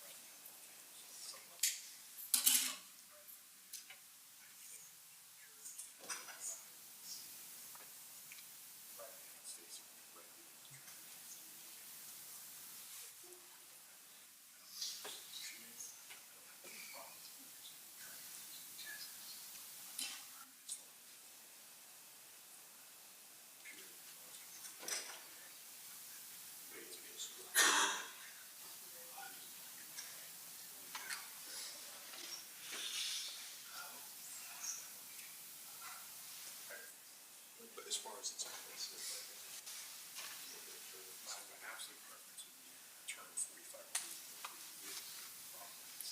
If I have a problem seeing it, so that it depends on the court, so I can see it.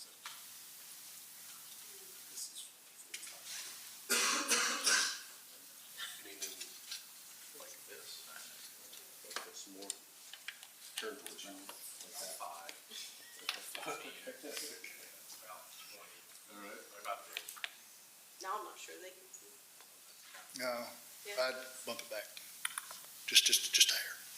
As long as you're happy, I'm happy. You know what?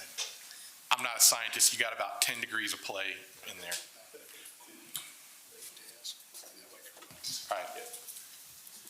The court doesn't have to anything else to talk about at this point. Anything else from the state? No, Your Honor. Anything from the defense? No, sir, when are we coming back? I'm sorry, I didn't hear the time. I think it's 2:05 is the time. I will ask the state lead investigator in the defense to coordinate how we're going to start opening things. My preference is I not be the one that do that, but FYI. We could get you some scissors from my office if need be. We normally just have Ed use his pocket knife. You do? We don't have one in here. Okay, y'all coordinate, please.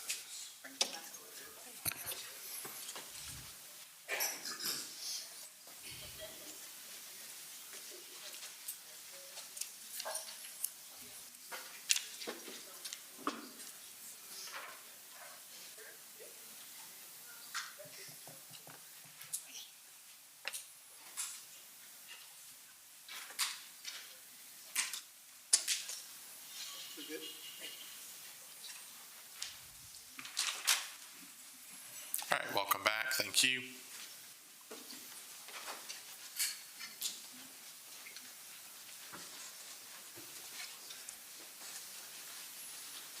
All right, welcome back. Thank you.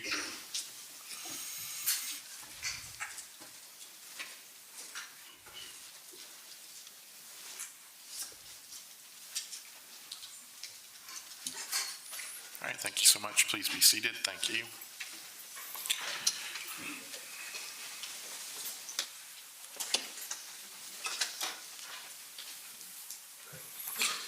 Make that button green. Yep, we're ready. May I approach the witness, Judge? Free reign.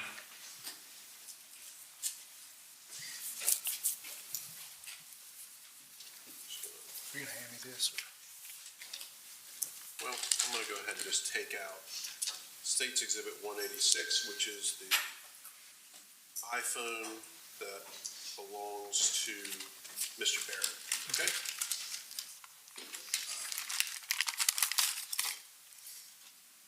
It's got a clear case on it. That's a word, whatever word we want to call for that, light brown, clear, something like that. Fair? Yes. And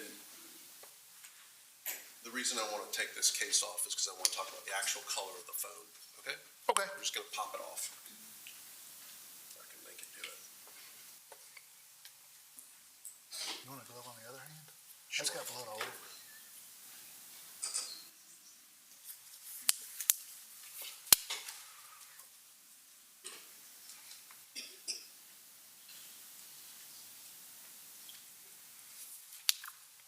This is never going to work.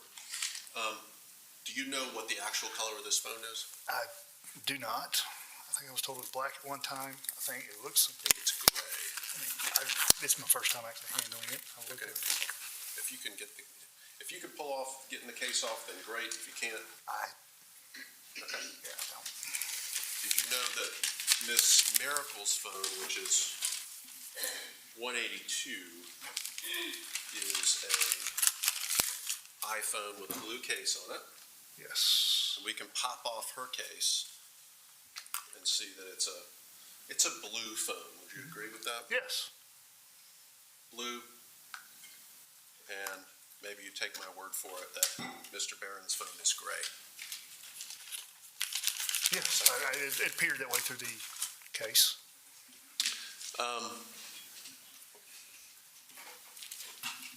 Done with this? May I approach this again? Showing you what's marked as defendants exhibits 13, 14, and 15. Let's take a look at those. Yes. You don't need gloves for that. Well, you're just handle the bloody phone. Okay. Yes. Do you want me to hang on to these for a minute? Yeah, just take a look at those and see if you recognize those.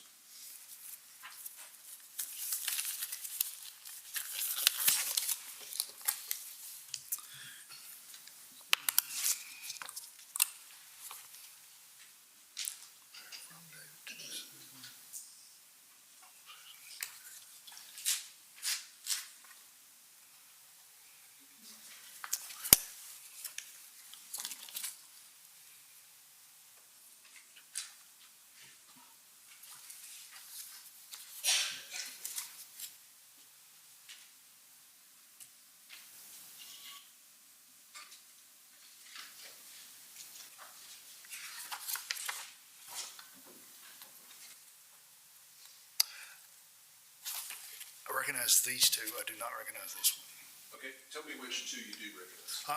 The text conversation between Ms. Mericle and David Barron, and the text conversation between Ms. Mericle and a gentleman named Charlie English. Got it. And that's exhibit 14 is the text conversation between Miss Mericle and Charlie English. Yes.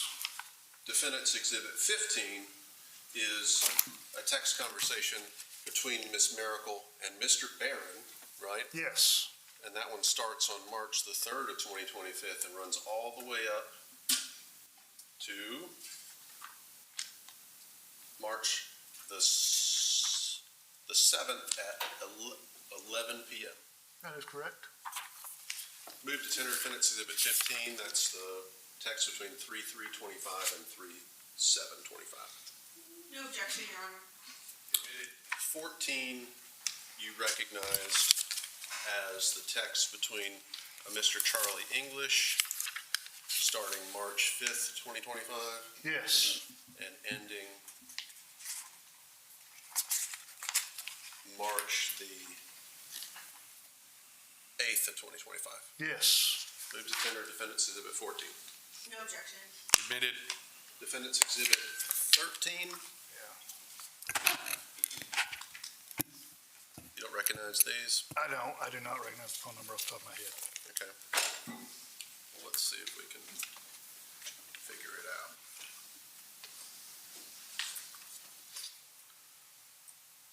(912) 230 4039.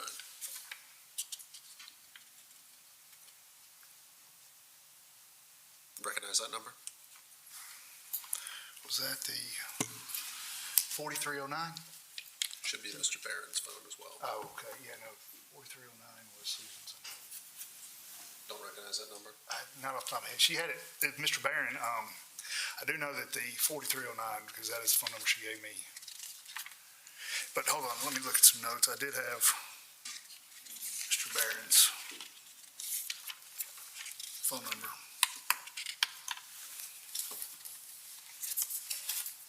But no, I mean, Okay. if you tell me it's it, I'll be glad to read it. We'll leave 13 alone since you don't recognize it.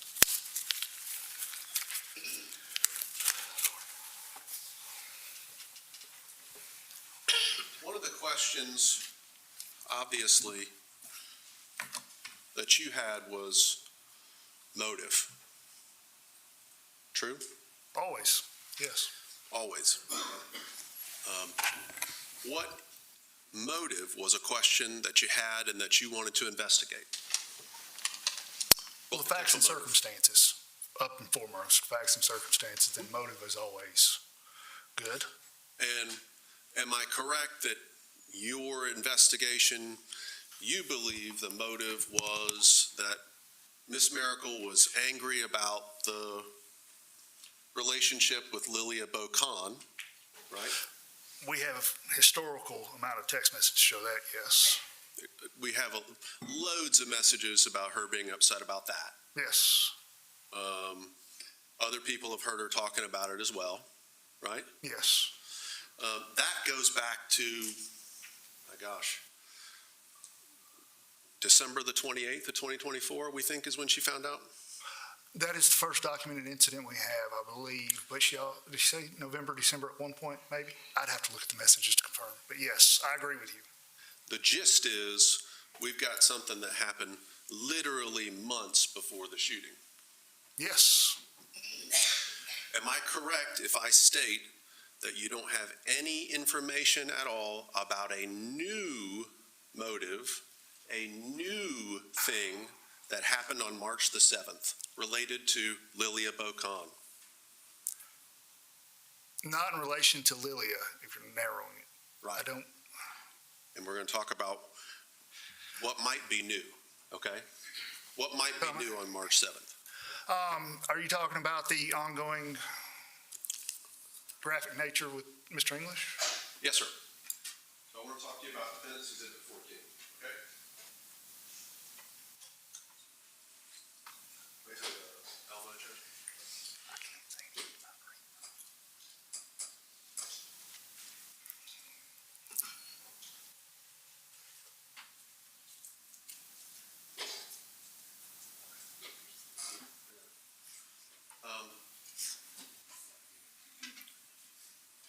There were messages between Ms. Mericle and a person named Charlie English on Ms. Miracle's phone.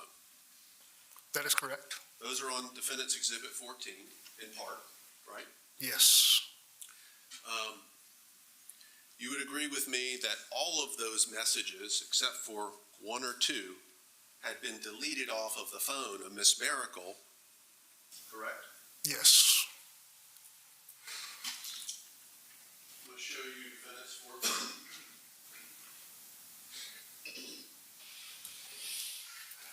This is from March 5th.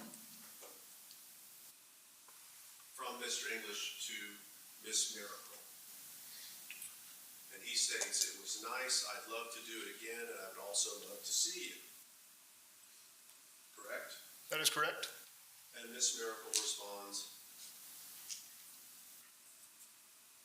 "I'm seeing my boyfriend this weekend, so we can discuss where we are. So of course, we need to wait, because we would be dangerous alone." Correct? Correct.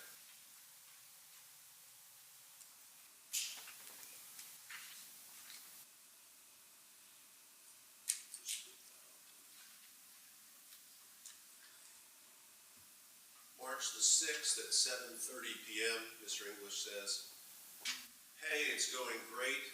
I'm about to finish up and then go to dinner with some friends here. Did you get to the lake safe?" That would be the evening of March the 6th, 2025, correct? That is correct. And you know from your investigation that Miss Mericle drove from St. Simon's Island, arriving in the evening of March the 6th of 2025. Does that sound right? That'll be Thursday. Yes, that was just, yes. I knew she was Thursday, so yes. Thursday. And then Miss Mericle responds, "Sounds fun. I'm still in the car. I have 2 hours." And this is at 7:55 p.m. on March the 6th, right? Yes, it was.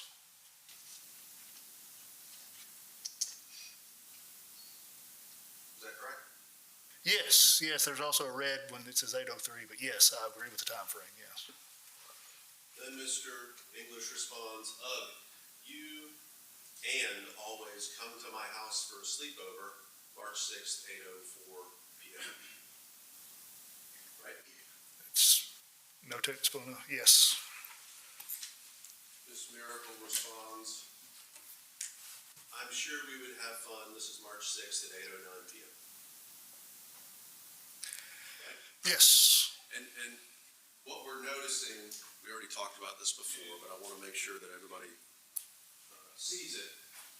All of these messages that are coming and being shared all have user deleted, right? And the deletion time and date on it. You see that?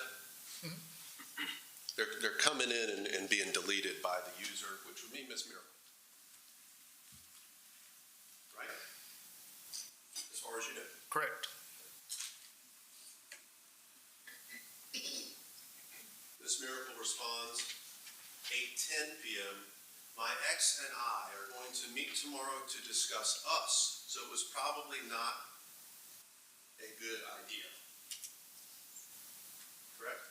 Correct. Also deleted, not present, deleted text, correct? And I'll shift back to it if you need to see it again. Oh, no, you're good. Yes, I'm agreeing. I'm just, yes. March 6th, 8:14 p.m. Mr. English to Miss Mericle, I respect whatever decision you make.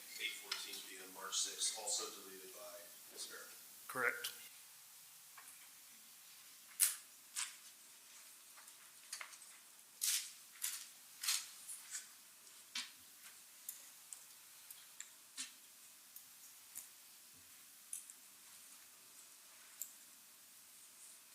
March 6th, 8:15, Miss Mericle reacts to, I respect whatever decision you make, which was what his last text was, right? Yes. And it was also deleted. Yes. Then we have a new message, 16 or 18? 8:16 p.m. Oh. By Miss Mericle to Mr. English. I appreciate you saying that. I know you have women fall all over you. And then the response by Mr. English at 8:28 p.m. on March the 6th, but I've always been intrigued and wanted you. Correct? Correct. Miss Miracle's response, March 6th, 9:08 p.m. I am very strong-headed and sassy. also deleted by Ms. Mericle, correct? Correct. He says, Mr. English responds, love and loved on March 6th at 9:08 PM. Correct? Correct. Also deleted by Ms. Mericle. 9:11 PM, Ms. Mericle says, ha-ha, also deleted by Ms. Mericle. This is still on March 6th. Yes. We're getting to the evening hours, really. 9:11 PM, March the 6th, which is the Thursday. Yes.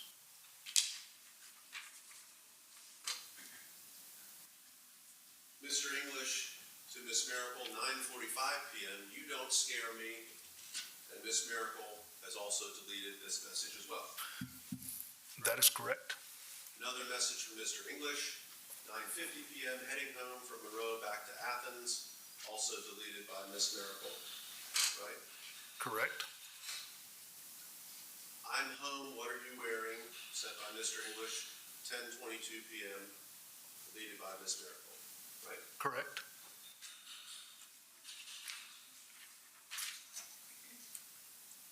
And then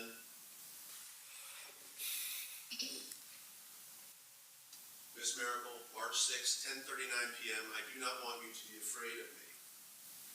Also deleted by Ms. Mericle, March 6th. Correct. Ms. Mericle, get all this screen here. Goes to bed. I stopped and had dinner and I'm headed to the lake house to meet my boyfriend. I have on a pair of running shorts and a jacket. This is 10:39 PM March 6th. Correct?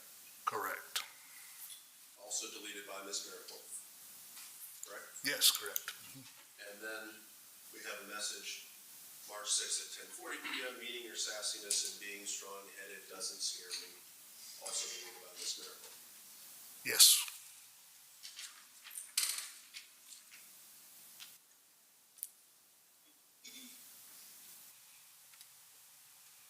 March 7th, 9:25 PM. We've jumped forward a little bit, okay? We're on March the 7th. This is the day and the evening, I guess the evening hours before the shooting. Yes.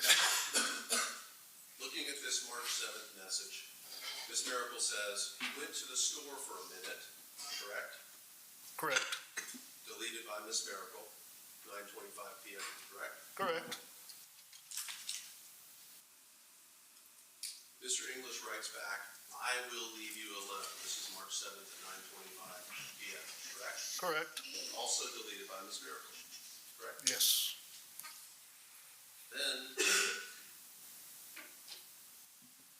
9:25 PM, March the 7th, Ms. Mericle writes to Mr. English, he wants us to get back together, correct? Correct. Deleted by Ms. Mericle, correct? Correct. Right at 9:25 PM.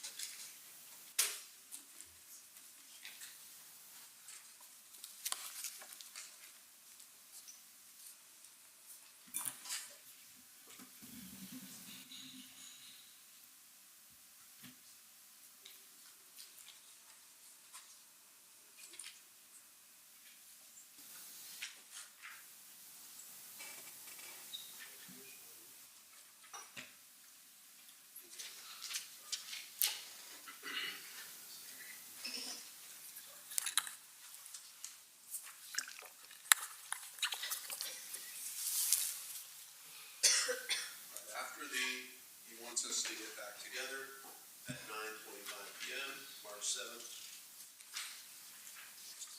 The response by Mr. English at 9:25 PM is, I'm sure, correct? Correct. Also deleted by Ms. Mericle at that same time, correct? Yes. Then Ms. Mericle responds, why? Answering this question, I'm sure he does want us to get back together. She says, why? Question mark. Yes, on March 7th at 9:28, yes. And deletes the message. Yes.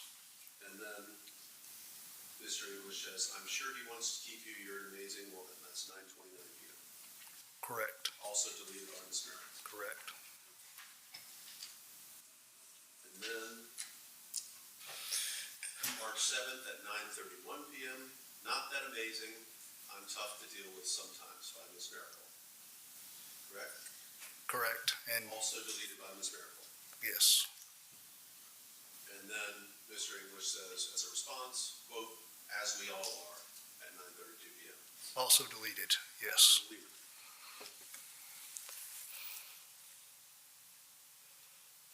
At 9:40 p.m., Mr. English sends this message, "Sleep good, baby, I'm exhausted." And then Ms. Mericle has that deleted as well. Correct, She replies at 9:44 p.m., "You too, sleep well," and then deletes the message. correct, Now, at 9:44 p.m., Mr. English reacts to the "You too, sleep well," meaning that he has, given a thumbs up or a like or a heart or something. He's reacted to that text, right? that is correct, In other words, he didn't write another text back. He just reacted to it with some sort of approval, right? correct, And this is at 9:44 p.m. This message is not deleted, correct? no, status is red, It shows it's been read. It shows that it's been read, and that just means that the person that has the phone has presumably looked at this message, this reaction. Someone has looked at it, right? correct,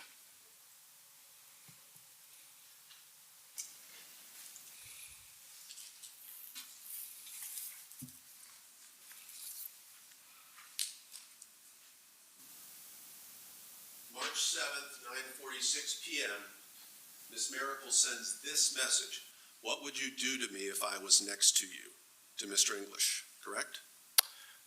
correct, This message is also not deleted, correct? correct, doesn't it? Yes. Now, the next message from Mr. English comes after everything's already happened and it's the next day, right?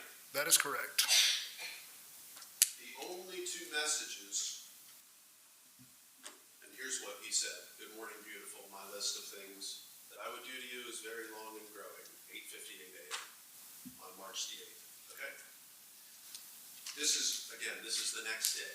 Mr. Barron has already, unfortunately, died at this point. Ms. Miracle's in custody, correct? that is correct, The only two messages visible on Ms. Miracle's phone between Mr. English and Ms. Mericle would have been this reacted note, right? yes, And this message here. Right? that is correct,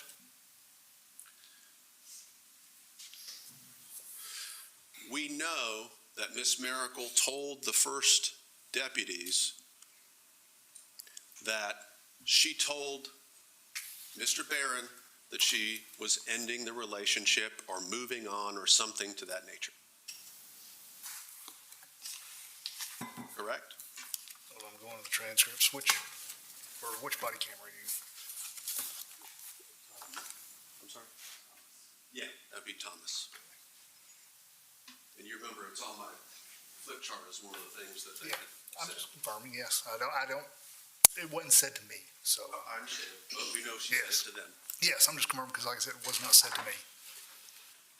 We know that Ms. Mericle said that Mr. Barron was very upset with her about ending the relationship, or words to that effect, to those first deputies. I know she didn't say it to you. Correct? Yes, if that's,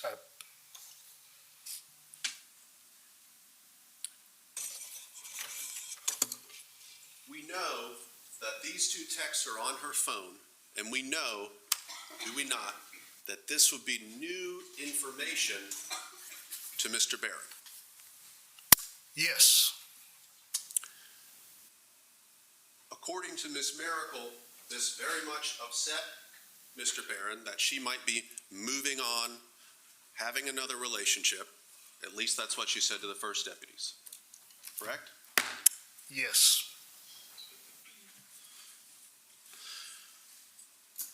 What is new with respect to Ms. Mericle's motive, as far as you know? What is new with respect to Ms. Mericle's motive? Not Mr. Barron's, but Ms. Mericle's motive on March the 7th or March the 8th?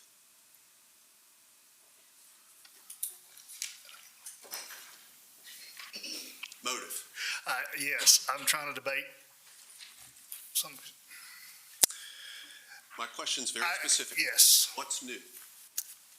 So in this point, yes, we do have her drinking alcohol, and then we do have her with the Charlie English text. Those are the two deciding factors, yes.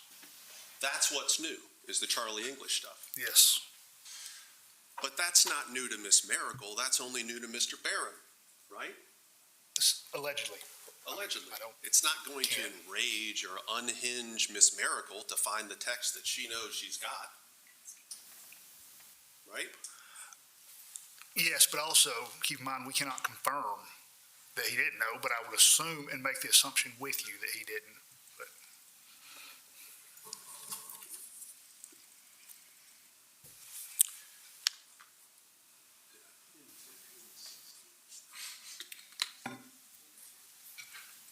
You did, just not 13. Just not 13. Okay. I put down that you have 14 and 15, Yeah, 14. Yeah. not 13. 14, 15, and not 13? Not 13. 15's been admitted, though. Yes. Yeah. Okay. 14, 15.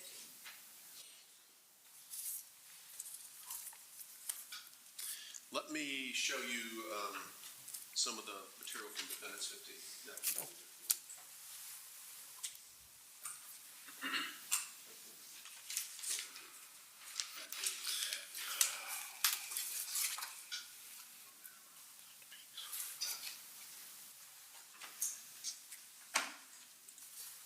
Defendant's 15,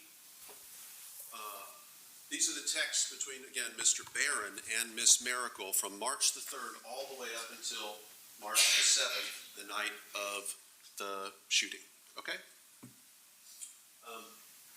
Now, you remember some of the evidence, you've been in the courtroom throughout the whole trial because you've been permitted to stay in. Is that Correct. right? There was some evidence that we heard about the Bluetooth connecting to different cars. You remember that? correct. Okay. So I want to ask you specifically about this very final week, the March the 3rd all the way up to the March the 7th, that kind of four-day window. Okay? Correct. We know that on March I think it was the 6th or 7th, maybe it was even the 7th, Ms. Mericle says, we went and got the provisional license for my, because of the DUI arrest. On Yes, March the yes. 6th or 7th, I think it was, right?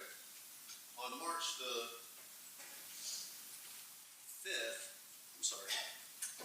3rd,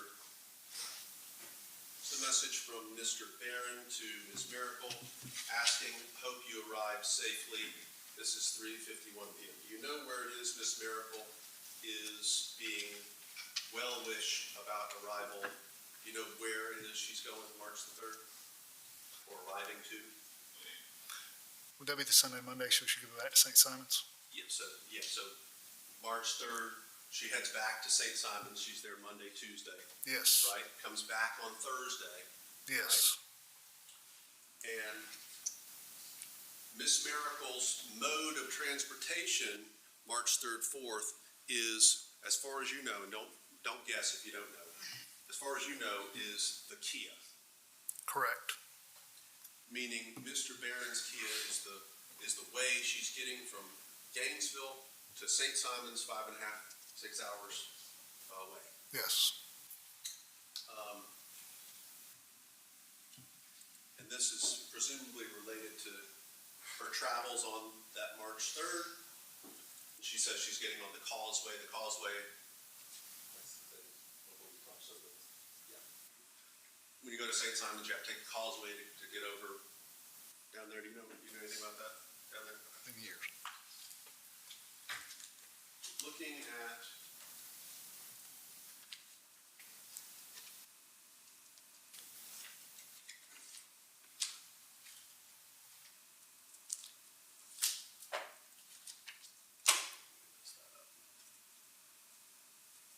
March 3rd, 2025, 3:51 p.m. Mr. Barron to Ms. Mericle, the car is running fine. He's reporting back presumably about her vehicle, as far as we know. Correct, that's what it says, yes.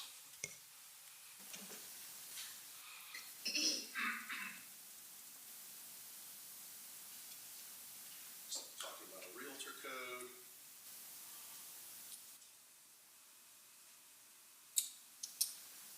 All right, March 3rd, 2025, 3:56 p.m. Miss Mericle states to Mr. Barron, "You had my house key on your key ring. I thought I had given you a key, thank goodness." Correct? Correct. And this very next message, which is sent March 3rd at 3:57 p.m. You see that? The Yes. time? Mhm.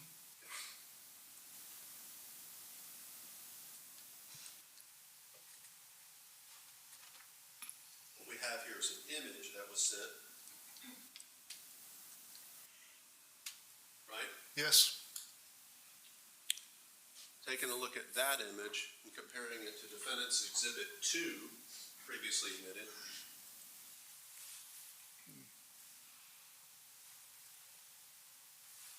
Okay. The Kia keys that were found inside of Mr. Barron's pockets at the hospital. Right, that's what Defendant's 2 is. Yes. Okay.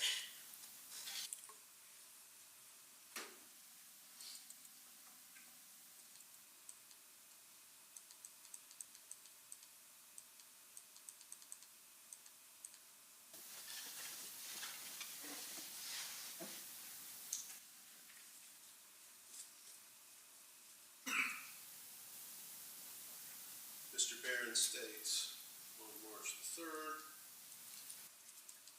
it's working properly now. You know what it is he's referring to? It's working properly? Making an assumption, I would say her Porsche.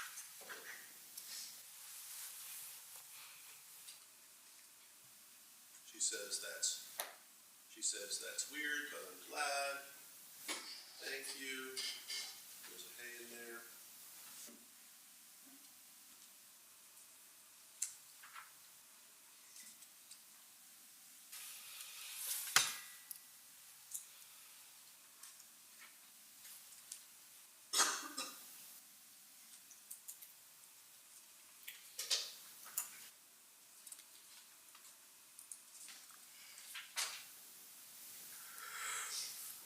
March the 4th,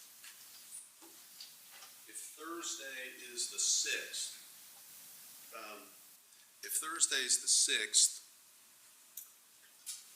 the 4th would be Tuesday, is that right? Correct. 7:31 a.m. Mr. Barron is reporting back to Ms. Mericle, "I'm in the car and the blower won't come on." Correct? That's what it reads. She says, "Have a good day. Sorry the car will not start."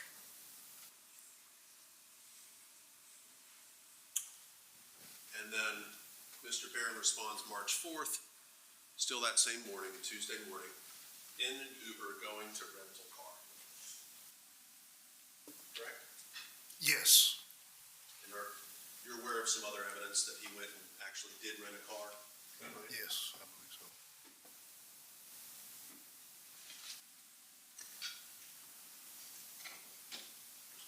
I did get a rental car. She was offering to actually pay for it. And he says, "You're not to reimburse me. Don't feel bad. It's much easier." Okay?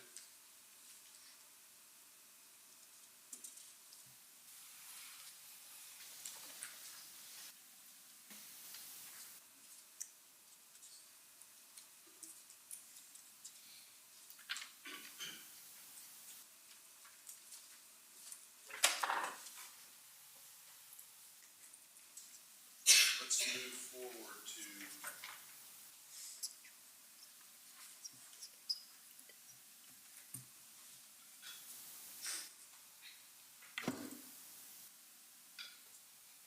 March the 6th.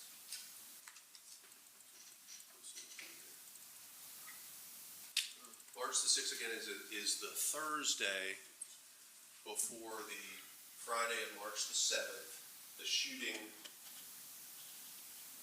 March 7th, March 8th. We'll talk about timeline a little bit, but this would have been the Thursday right before, right? Yes. Ms. Mericle sends a message to Mr. Barron, I'm gonna call the one in Beaufort and see if I can bring the car in Friday, if we can get it started. Right? Yes.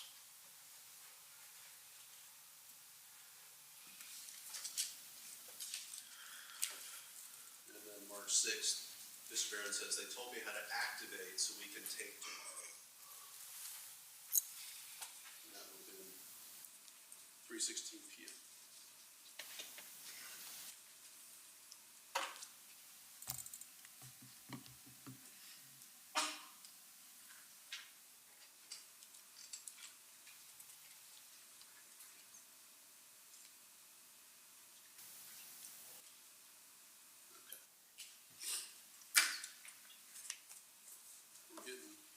Closer. Here we are, March the 6th, 2025 at 9:12 p.m. This again would be Thursday evening, right? March Yes, 6th. 9/12, yes. Thursday evening. I'm 30 minutes away from the house. Do you want to meet me somewhere to eat? By Ms. Mericle, correct? Yes. Mr. Barron responds, Taco Mac will serve till midnight. Can just meet you there, correct? Correct. Text me the address, please, is the response from Ms. Mericle. Yes. And then there's a message sending probably some sort of an image about the address, we would presume. Is that fair? Yes. And then he gives her some further instructions, take the left off I-85 for shopping center on the right. That's at 9:17 p.m. on March 6th. Correct? Correct. Now, March 6th at 9:17, thank you. I am here. 9:32 p.m., correct? 33, yes. Then there's no other messages between the two of them. Because she's now made it, right? She's in person when she gets there on March 6th. Okay, yes. And then the very next message after that break is on March the 7th, 2025 at 11:01 p.m. Correct? This is the message I'm looking at, yes. Yes. It's a Facebook share, right, with an image on it. Correct? Yes, I believe so. I mean, it looks, yeah, it is Facebook share, yes. And do you know what her daughter looks like, Mary Madden? Would you be able to identify her? I think I saw her in one of the hearings one time, Okay. and no, I've been wondering if she was here all week, and I do not. Okay. You wouldn't be able to identify a person in that photo if you don't know what she looks like. No, I do not. I do not. 11:01 p.m., a message from Ms. Mericle, Mr. Barron, on March 7th, 2025. Correct? Yes.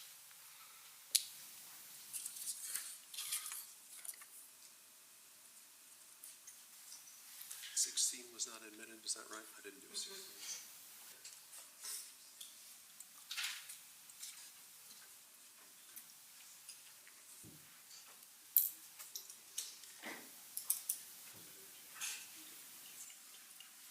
These are already in, this is 12. Yeah, you put And this in. 10, 11. Let me stack these up here.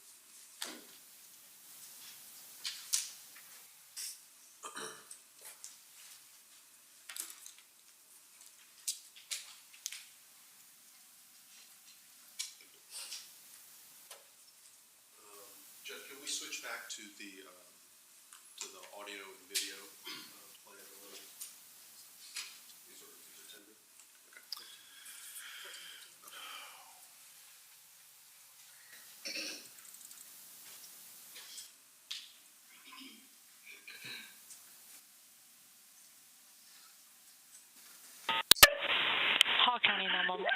address of your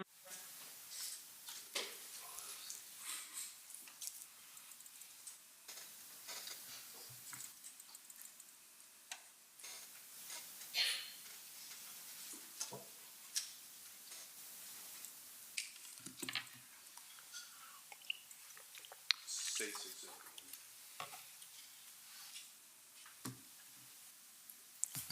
Did you say states one? State's one, Judge, previously admitted. 516. You can go there, you can back it up just a tiny bit. Go ahead. 516.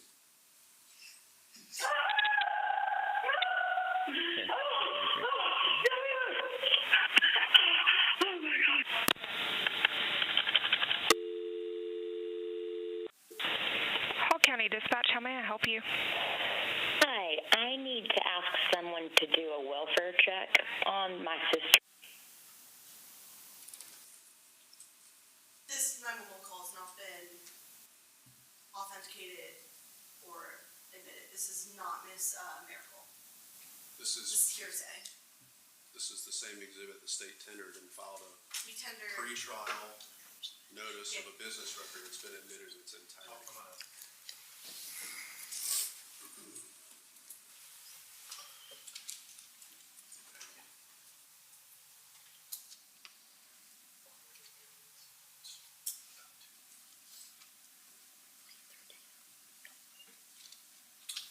This is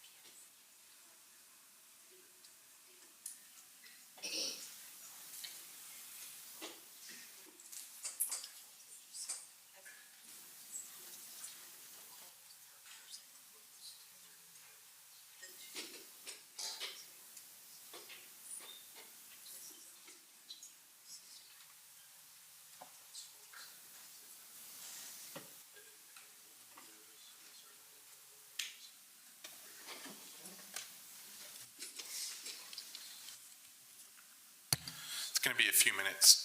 Take a break. I'm guessing 10 minutes. Thank you.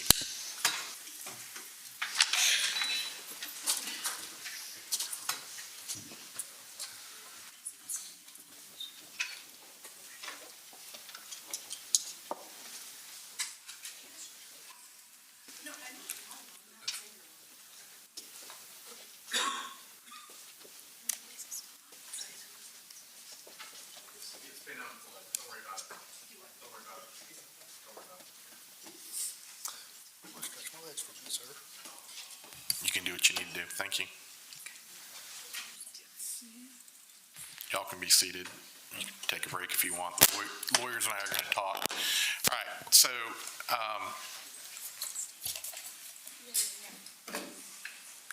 what was physically tendered by the state? So, Judge, we tendered a flash drive with the whole audio clip of all the 911 calls that were provided to us by dispatch. It includes, at the end of it, a 911 call made by Dana, the defendant's sister. I cannot, edit, if I were to edit this clip, that would ruin the authentication of what was sent to us by dispatch. So I simply just didn't play the remainder of it for a lot of reasons. Number one, even if I did submit the business record notice to authenticate it, but that doesn't get rid of hearsay. That just goes to its authenticity. There's still the confrontation clause in hearsay that we have to think about when we're playing a 911 call made by somebody other than the defendant. The reason that hearsay didn't apply for her is because it was a statement by the defendant. So there wasn't the hearsay and confrontation clause issue with the 2 911 calls made by the defendant. But as to the third 911 call that's on this audio clip, I did not tender that because it would have been hearsay and there would have been a confrontation clause issue. I believe what defense wants to play this for is for the truth of the matter asserted based off of what she says in the 911 call, and I believe that would be hearsay even if it is authenticated by a business record notice. There's still a hearsay objection. If they want to call Dana and put her on the stand and ask her questions about the 911 call and then play it, that's perfectly fine. But just because a 911 call's been authenticated doesn't mean that we just throw out all the other rules of evidence and don't think about hearsay. So what the state tendered was... So defense, as it relates to just that, and I'm not getting into what's been tendered at this point, but getting into what's been stated as far as the hearsay, what's your position? Well, Judge, a business record certification, which is what was filed by the state pretrial, I want to make sure that I'm being precise here.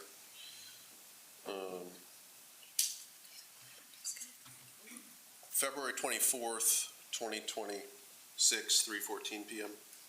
Notice of state's intent to introduce business record pursuant to 24-9-902. A business record that's got a certification, the reason that defeats a hearsay objection. So that's my first, I guess, point of contention is that it could be hearsay. It might ordinarily could be hearsay, but the state has actually literally removed it from the ambit of hearsay by filing a business record notice in 10 days advance of trial, as the code section permits, for only certain business records to be admissible without the necessity. Doesn't that go to foundation of not having to have someone from Hall County 911 come in and say, yeah, this is the 911 call? I think it's twofold when they file the notice. I think it's twofold. I don't think it's merely a foundational hurdle that it clears, because a business record is reliable. That means it defeats a hearsay objection because it is reliable, because it is kept in the ordinary course, et cetera, et cetera. That's what they chose to file under. I'm not even getting into whether or not that was correct for them to do it. Okay? That's a totally separate question. When they did that, we said, okay, I guess we don't need 911 dispatch here. This whole file is coming in, which is what we did. We relied on it. They tendered it. Well, exactly. We're getting into the business record as it relates to the 911 custodian coming in and talking about, yeah, this is our record. Correct. That would also defeat the necessity of that. To have a business record certification also avoids a foundation problem. But it is also a hearsay tool to avoid a hearsay objection. Business records are admissible over a hearsay objection because they are business records. That's what the state filed and said, this is a business record. They gave us the notice. We relied on it. Then they tendered the file that has this call on it from the date that they outlined in their notice and said, hey, this is a March 8th call, which was to dispatch. It's been tendered. They didn't limit when they tendered the item. They didn't say, we mean this audio and that, and not the later audio. They tendered the entirety of it. Here it is. We're just playing the evidence that's already been admitted. State. Yes, Judge. Let's say, for example, the victim made a 911 call and I did a business record notice. That simply would just authenticate the call, but I would still have to come up with a hearsay exception to be able to play the victim's 911 call because it's still hearsay. Hearsay still applies. The same goes for this. The business record notice simply just authenticates the foundation for its authenticity as far as, like you said, not having someone from dispatch come in and testify to its authenticity. That doesn't mean that we just ignore hearsay. And so I completely agree. I filed a Can I see, Brett, do you have it on your phone, the I business do. record notice? Can Yeah, I just see I it do. really quickly? Sorry, I was trying to find it and I just couldn't. So I'm certainly subject to being wrong. Way we are right now, I believe that the business record would alleviate the necessity of bringing in a kind of a perfunctory witness to basically say, yeah, this is a 911 call. I don't think that notice, and I'm subject to being wrong, just lets everything in. Sort of the issue that I see here, and maybe I'm wrong, issue I see, and I've not done the case law research on this, but as a judge, 10 years ago, editing software was very expensive. Now, not so much. And so instead of editing beforehand, lawyers tend to do it in front of me, which is fine when you get it right. It's not fine when it's wrong. So, on some level, I understand the defense's argument of, well, they tendered the whole thing. And again, I'm not getting into what case law says about this. It'd be preferable just to edit out exactly what and inform the court, Judge, I'm tendering this flash drive that says, minutes, 00 through 2 minutes, 35 seconds. There's additional stuff, but that's edited out pursuant to whatever. So, on some level, when you're dealing with a document, if the state tenders a 5-page document and they don't like what's on page 3, well, tough luck. The whole page, it's all in there. With an audio, I think it's a little bit different because the whole thing's not the exact same. So a 911 call from one person, from a foundational standpoint of, yeah, these are all 911 calls, that's fine, but different calls from different people are not a uniform ruling. So, if someone wants to tell me I'm wrong, and I'll hear from you a little bit further, I'm not, at this point, I'm not super inclined to go past the initial calls, and I do appreciate Mr. Van Rossum stopping that on objection. I do appreciate that. There's a button up here somewhere that I couldn't quite find, so I appreciate his professionalism in that regard. So my inclination is, I understand the defense argument, well, it's on a flash drive, we should be able to get into everything on that flash drive. I get that, and it's a compelling argument. That being said, these are not multiple 911 phone calls from the same person. They're intermixed and delivered that way from what I've been led to believe.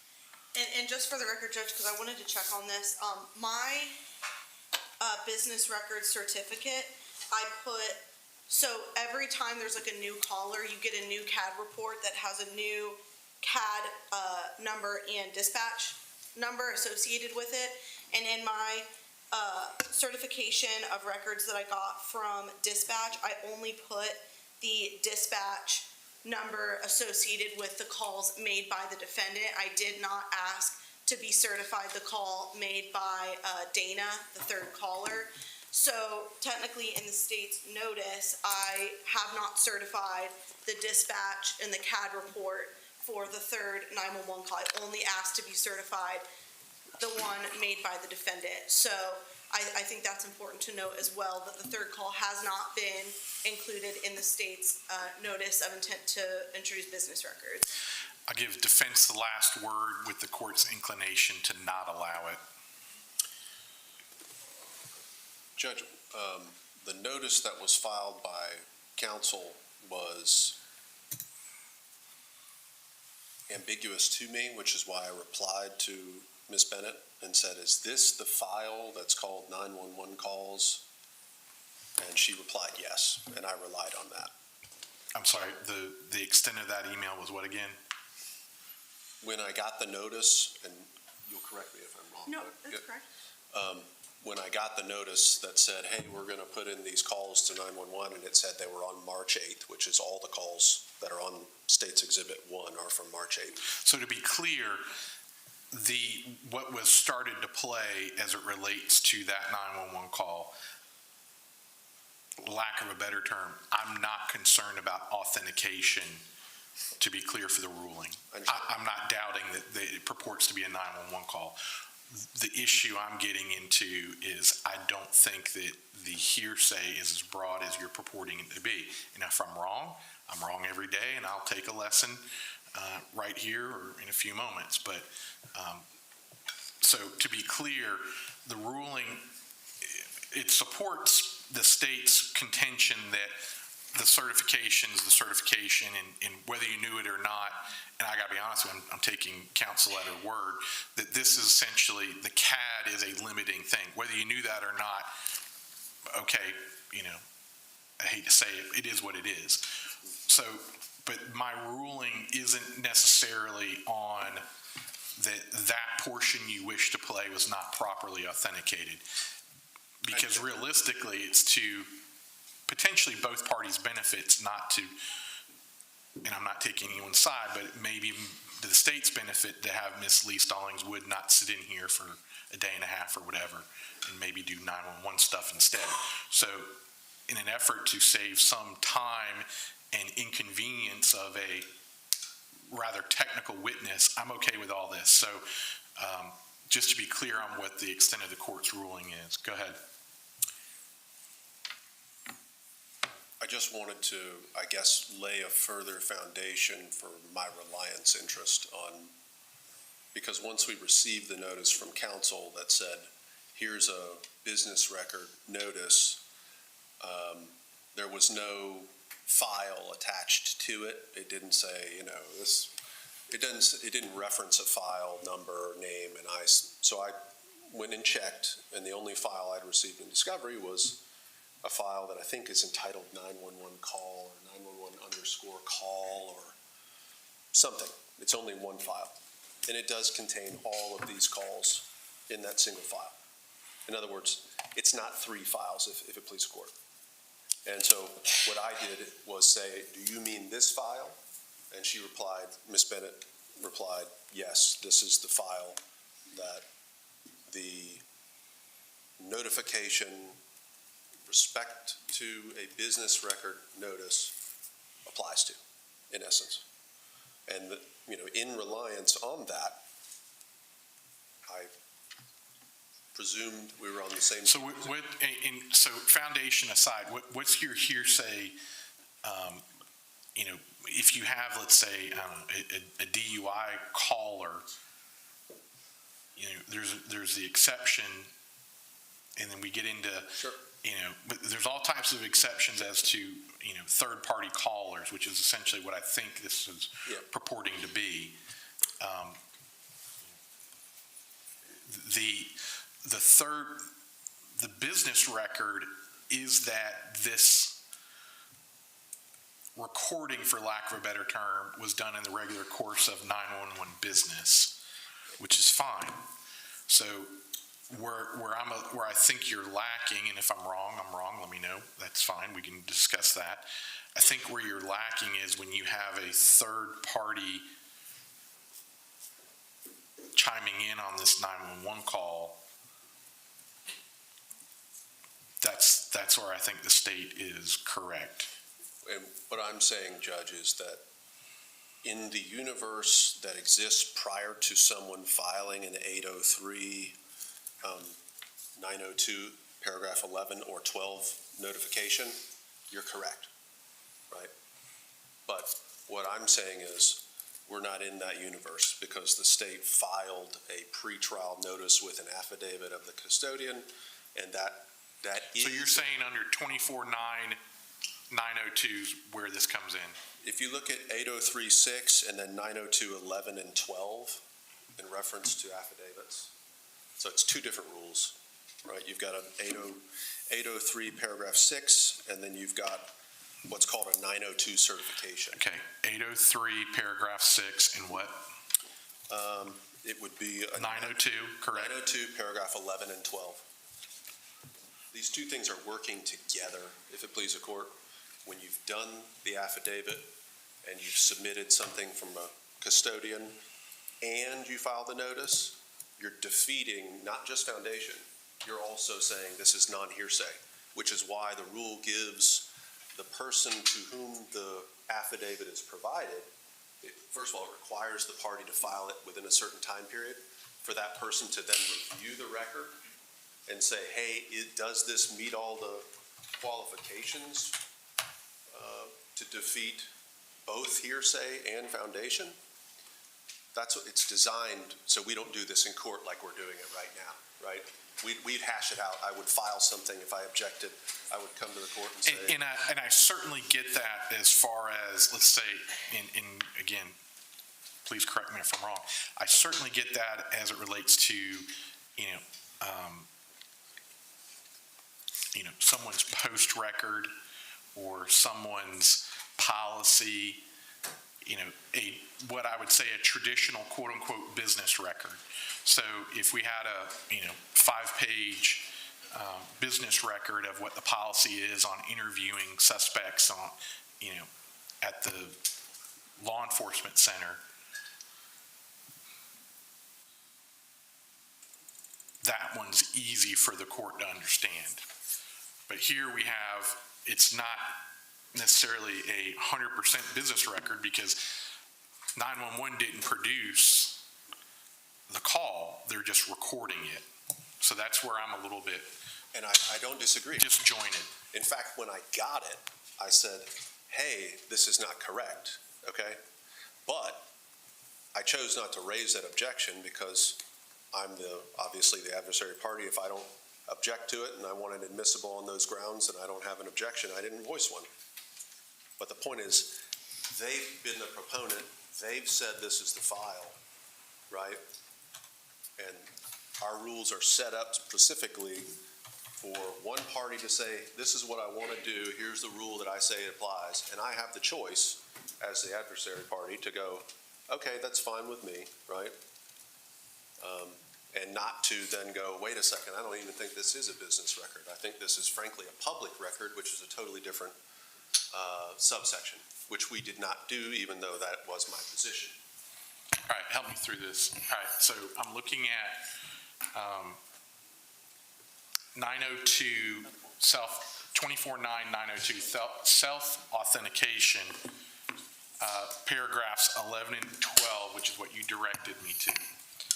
The original or a duplicate of a domestic record, meaning a Georgia record, of regularly conducted activity.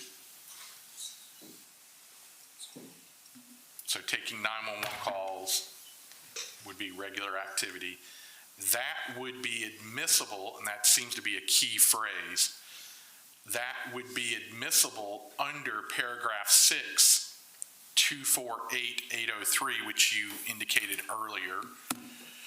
If accompanied by a written declaration, so we'll need to visit 803 in a moment. If accompanied by a written declaration of its custodian or other qualified personnel certifying that the record A, was made at or near the time of the occurrence of the matter set forth, or from information transmitted by a person with knowledge of such matters. B, was kept in the course of the regular conducted activity, and C, was made by regularly conducted activity as a regular practice. Pretty basic stuff there. A party intending to offer a record into evidence under this paragraph shall provide written notice of such intention to all adverse parties and shall make the record and declaration available for inspection sufficiently in advance of their offer into evidence to provide an adverse party with fair opportunity to challenge such record or declaration. And that was filed February 24th, 26. Okay, hold on a second.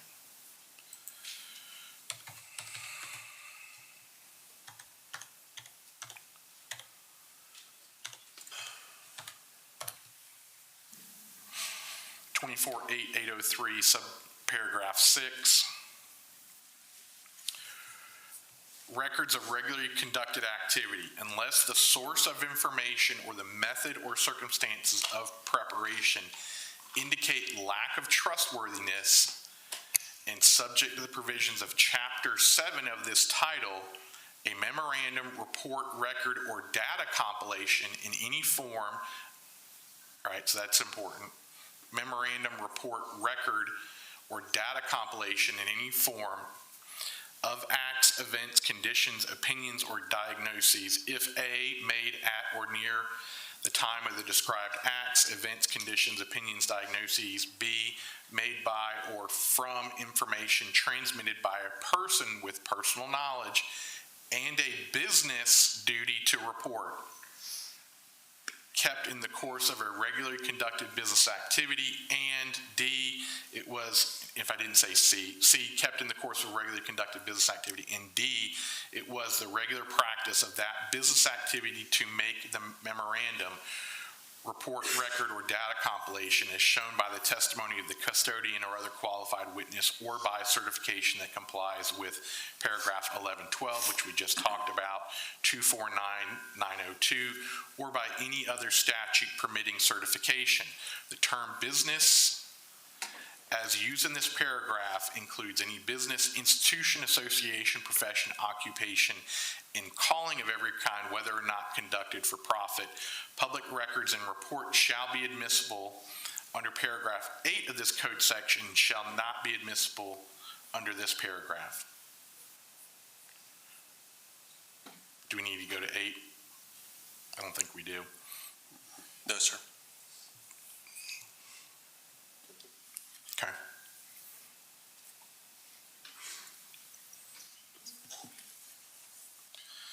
I think B is pretty important. Made by or from information transmitted by a person with knowledge, so arguably the sister has knowledge, and a business duty to report. I think that's where it's problematic. This is in reference to, they're talking about the creator of the record, not the speaker. Okay. So it's in reference to, in this case, it'd be 911. Fair point. Right.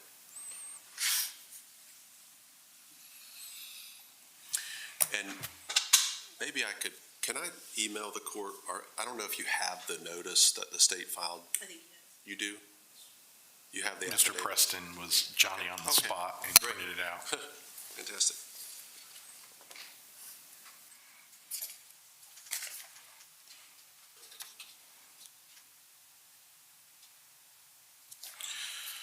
All right. I'm going to take a few minutes on this. What else? Nothing else, Judge? Nothing else.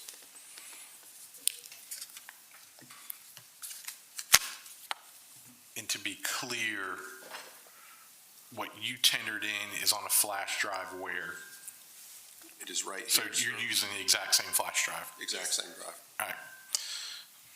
I'm going to say 5 minutes, could be more, could be less. Thank you. Hey, Brett, Yes. I don't know why I can't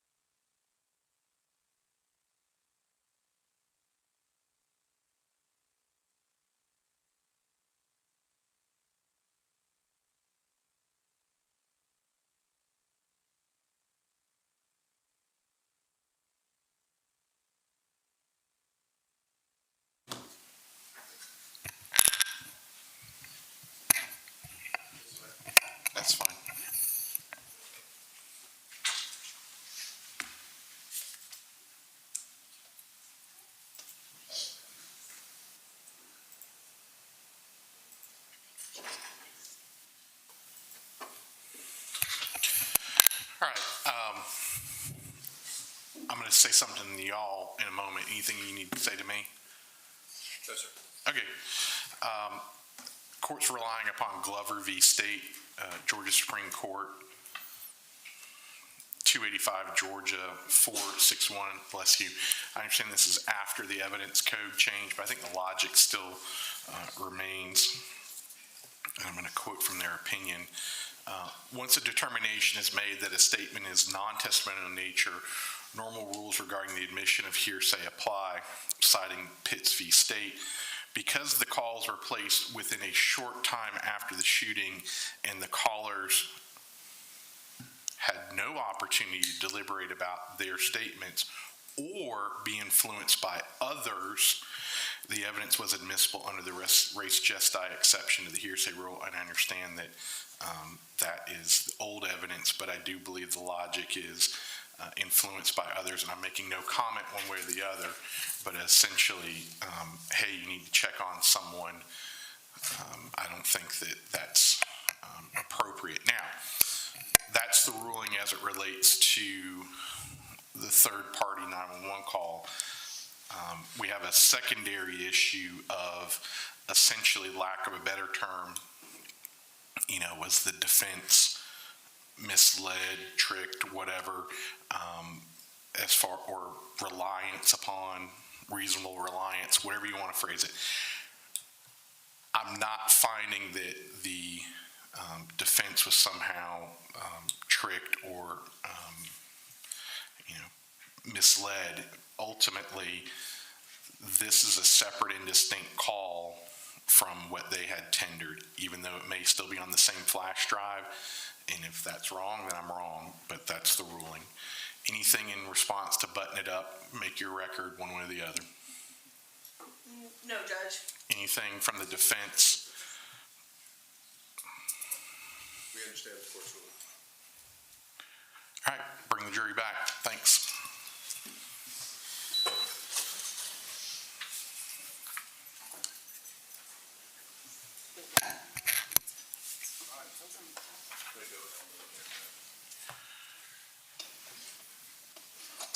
And I assume the court reporter talked to you all about your mic. Welcome back. Oh, we did. If you're going to use it, great. If not, I don't have a problem with you all unplugging it, but if you're going to stand there and talk, make sure it's operable. Welcome back. Thank you for your patience. Thank you so much. Again, reminding you that the lawyers are doing their jobs. No one's done anything wrong, and I appreciate everyone's professionalism. Thank you.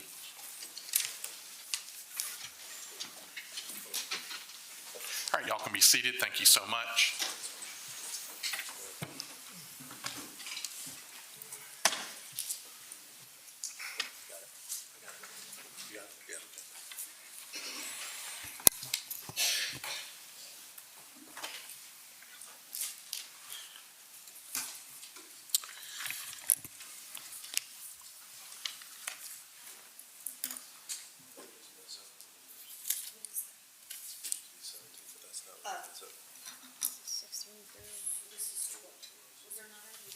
You already had a trial. You have D16.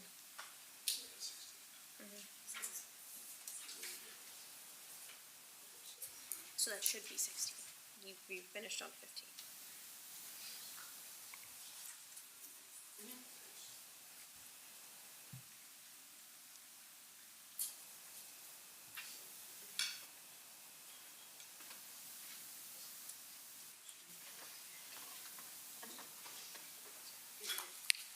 First witness, Judge. Showing you what's been marked as defendants 16 through 20. Take a look at those. So you have this is 16 through 20. where is the?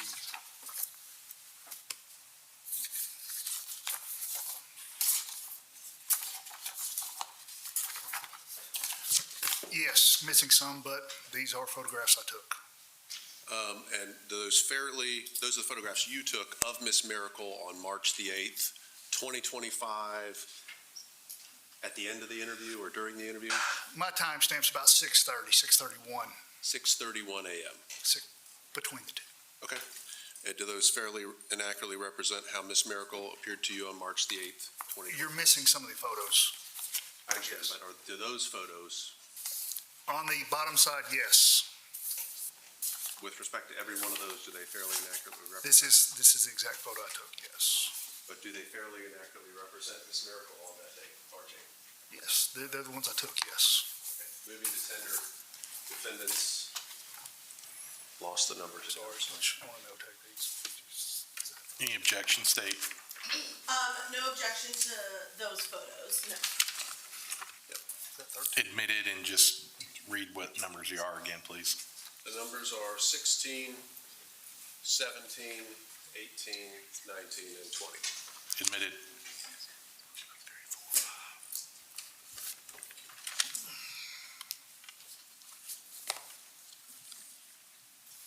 I'll show you on the Elmo, I want to show you defendant 16, okay?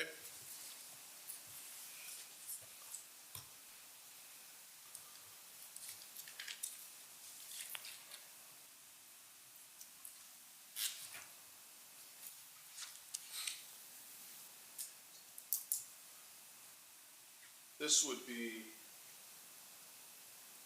the right-hand side here.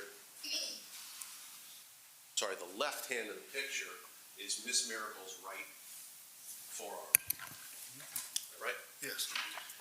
In other words, she's like this. She's got her right arm on the right. She's got her left arm on the left. That is correct. And we can see what I'm going to call a reddish, dark red mark on that upper right arm, correct? Yes. And looking at defendant's 18, looks awful like 16, doesn't it? Looking at defendant's 17, we can see that same upper arm mark, slightly different angle, right? Yes.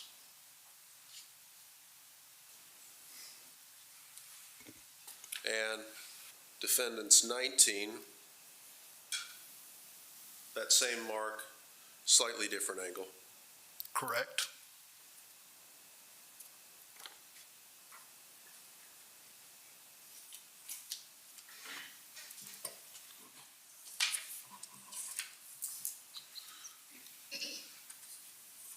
Show you what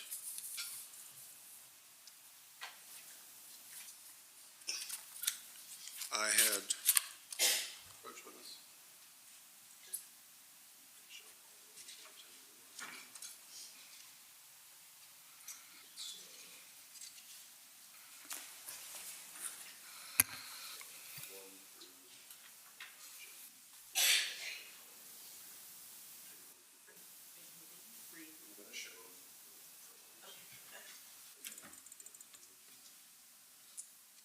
Approach witness. I'm going to show you what had been previously marked as JD1, JD2, Yes. JD3, Yes. and JD4. Yes. You've shown me those before. And I showed you these before in this courtroom when you testified. Yes, yes. And I asked you if those fairly and accurately represented how Ms. Mericle appeared on March the 8th, and you said yes. Under the limited information with a few photographs I've had, I was able to look at photographs from other angles, and I do think I misspoke on a photograph or two. Say that last part again. You think you... I was ill-informed and I made a mistake and I misspoke. I don't think that there was some of the photographs that I took that don't depict some of the bruising further up the arm. Okay. What you mean is you testified previously that these certain photographs did depict how Ms. Mericle appeared on March 8th, but subsequent to that, you don't believe that they do? No, you showed me a few photographs, and it didn't sit well with me. I felt on the spot. And then I went back and looked at the totality, which is why I'm asking for the totality of the photographs I took, so we can talk about that. Do you disagree that you previously testified that JD1, JD2, JD3, and JD4 did fairly and accurately represent how Ms. Mericle appeared on March the 8th? I do agree that I did say that, and I was hesitant at that point, and I do regret that. You regret it now? Yes. I'm going to tender defendants JD1, JD2, JD3, and JD4. And Judge, may we approach? Hold on. For what purpose? I'm not asking the approach. I mean, I guess. No, I'm asking you, what are you're tendering it for what purpose? And don't display them to the jury. Thank you. Fairly and accurately represent how Ms. Mericle appeared on March the 8th, 2025. Okay. Which the witness has testified that he previously affirmed. Okay, y'all come up.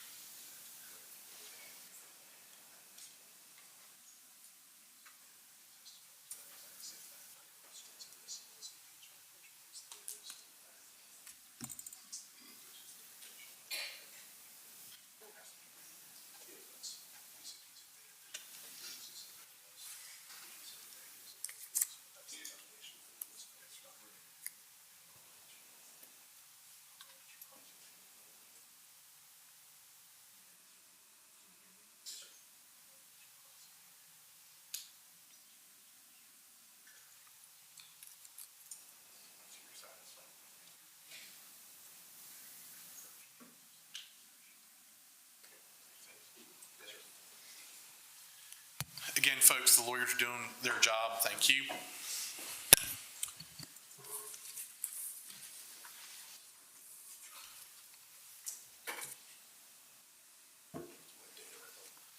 On February the 18th of 2026, you appeared in this courtroom as a witness. Yes.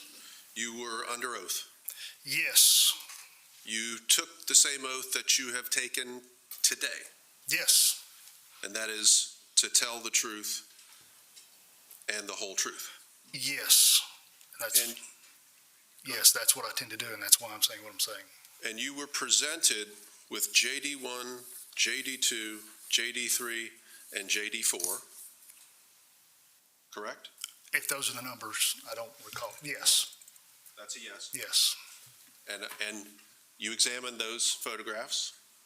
Briefly looked at them, yes. Sure. I said, would you take a look at these? I'm going to show you some pictures, okay? Yes, And then I said, defendants 1, defendants 2, defendants 3, defendants 4, defendants 7, defendant 6, right? yes.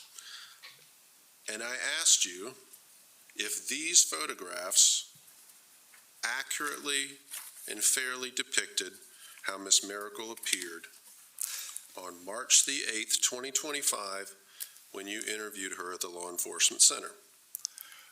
I was very hesitant, and I didn't have all the photographs that I took to be able to make a comparison. They weren't the same angles. But that wasn't my question. What I said to you was, quote, just to be clear, defendants 1 through 7, that shows how Mr. Mericle appeared. They may have been taken by you or somebody else, but the point is, this is the way she appeared on March the 8th, 2025, when you interviewed her at the Law Enforcement Center. And then there was objection, and yes, I shouldn't have answered that question, but I guess I felt on the spot, and I thought there are consistencies between the photos, but that is not how she looked when I interviewed her. That's not my question. My question was, when I said to you, the point is, this is the way she appeared on March 8th, 2025, when you interviewed her at the Law Enforcement Center, your reply, sir, was yes. Just to be clear, are we talking about the photos that are up now or the other photos The photos including Yes, okay. JD1, JD2, JD3, and JD4. Like I said, Without displaying to the jury, please hand them to the witness. yes, Just hand them to the witness. These are the photos, yes, right? yes.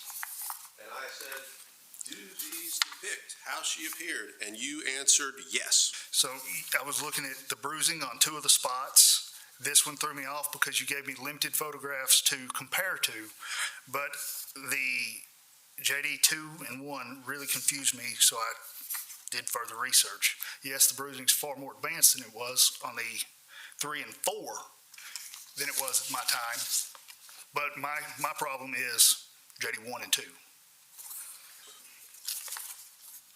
Was my question, do these relate? Do they actually show how she looked on March 8th? And was your answer yes? Unfortunately, at the time, yes. And today, you're saying your answer to that exact same question under oath is no. I was not prepared for that. This is the first time I've seen the photos. I made a hash statement, and I didn't have time to actually go through and evaluate them with the other evidence at hand. It's nice to have all the information before you get asked questions, isn't it? It would be yes. It absolutely would be. If you don't have all the information, you can make a mistake. Yes.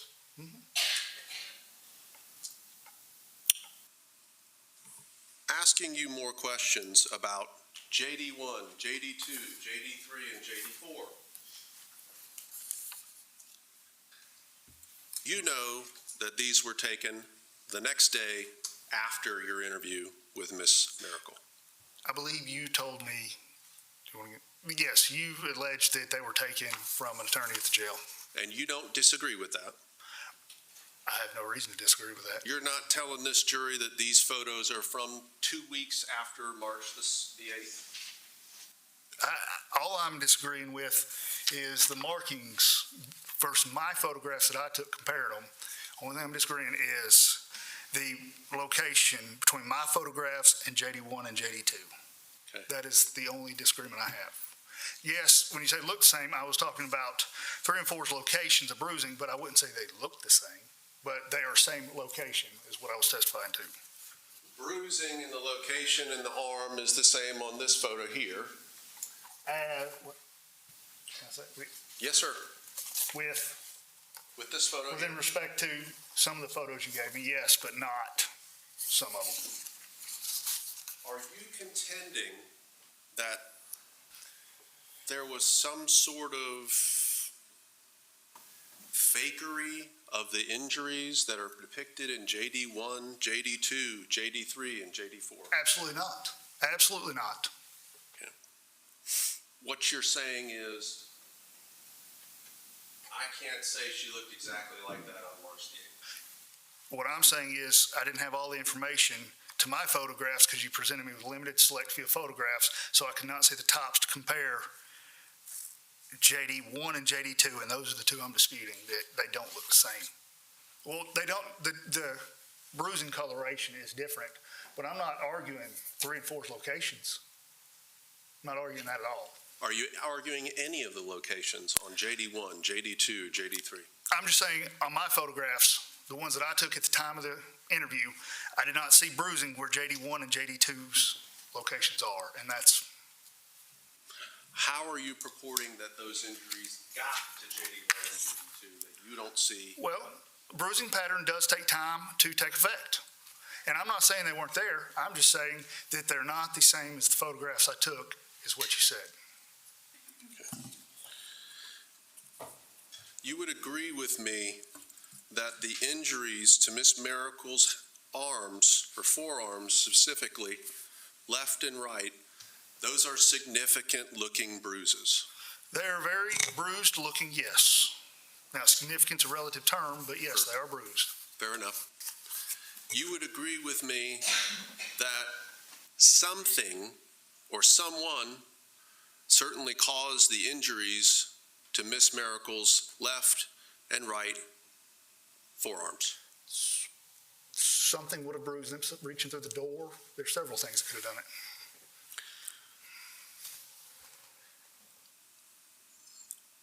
Is it your contention that the injuries to Miss Miracle's left and right forearms were caused by her striking the door with her forearms?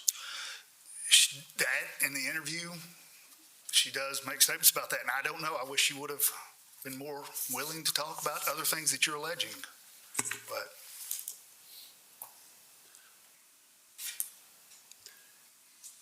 Well, we know from the text messages between Miss Mericle and Mr. Barron that Miss Mericle arrived on Thursday, March the 6th, and that this event was early morning hours of March the 8th, right? Yes. Did you undertake any investigation to talk to anyone who may have seen Miss Mericle on March the 6th before she came to Hall County, and whether she appeared bruised or injured? I believe everybody was so far away that, no, I did not go to St. Simon's. Fair enough.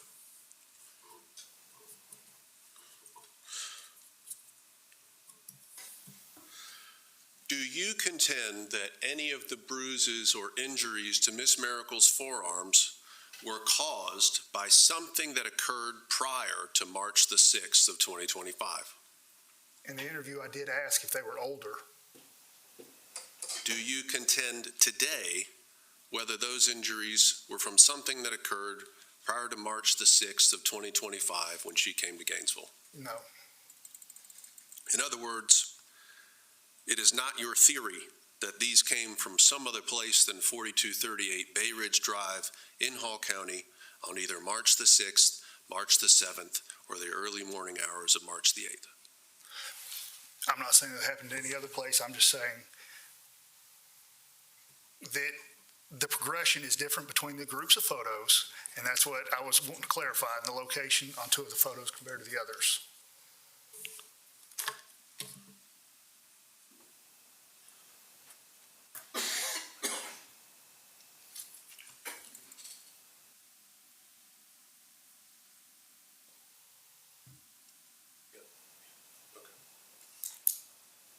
Judge, I will move at this time to offer defendants JD1 through 4. For what purpose? For offering it as evidence of how Miss Mericle appeared on March the 8th of 2025, and the foundation for that would be the statements of the witness admitting that he previously testified under oath that they were in fact representative and fairly and accurately represented Ms. Mericle on March 8th, 2025. I know he's saying something different today, but of course it would be admissible as substantive evidence as impeachment, and we'd ask the court. Well, there's two different steps then. So as not commenting on the evidence and not commenting on testimony, you've not laid the prototypical foundation for those photos. So that's prior objection is sustained. As far as impeachment issues, then I'll hear from you on that. Again, making no comment one way or the other. The witness has testified, he previously testified under oath that they did. In other words, that they were fairly and accurately represented Ms. Mericle on March 8th, 2025. That is impeachment. It's a prior and consistent statement. It's admissible as substantive evidence. It's admissible as foundational evidence as well. In fact, it's not even a weighing situation, respectfully. It's just, has the statement been made in an admissible fashion, and it has. So it goes to weight. That's what cross-examination's for, or direct. So Judge, there's no need for any sort of extrinsic evidence. The witness has not denied his prior statement. These photographs are not a prior inconsistent statement. They're photographs. They're not a statement. He's already questioned, cross-examined the witness about his previous statement. The witness has admitted to the prior statement and is explaining why that statement was made and why his answer might be different today. So there's no reason to put in photographs to prove a prior inconsistent statement that the witness has already admitted to. So again, there's been no foundation laid for these photographs, and I would object to them being admitted for any reason. Defense has the last word. Stand on our previous argument that we asked you to note. All right. Again, not commenting on the evidence for purposes of the photographs. They will not be taken into evidence by the court nor displayed to the jury through this witness. Those are all my questions. Thank you. Any redirect from the state? Yes, Your Honor. Are these the ones that, these are, okay. Okay, thank you. Investigator Mefford,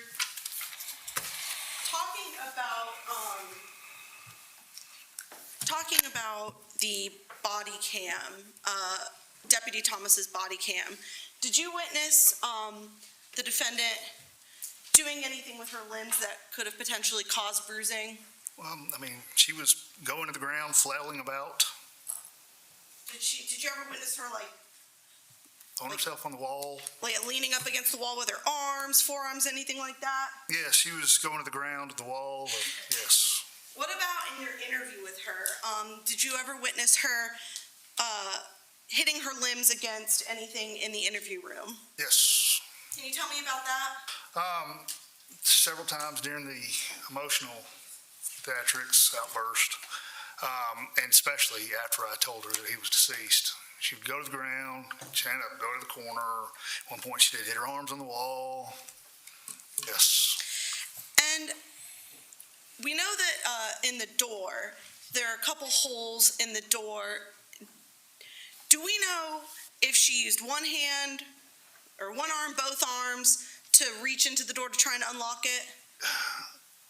Trying to clarify, I know she stuck an arm through the door.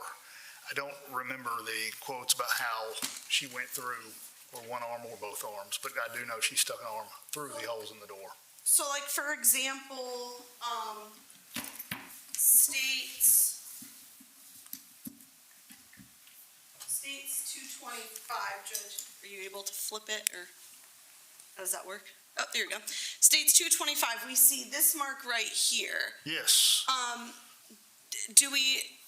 Do you know how she potentially got that mark right there on her wrist? I believe in the interview, she did say it was through the door.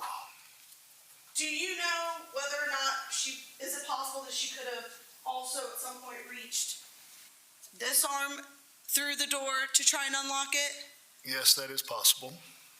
And so I'm going to show you states 224.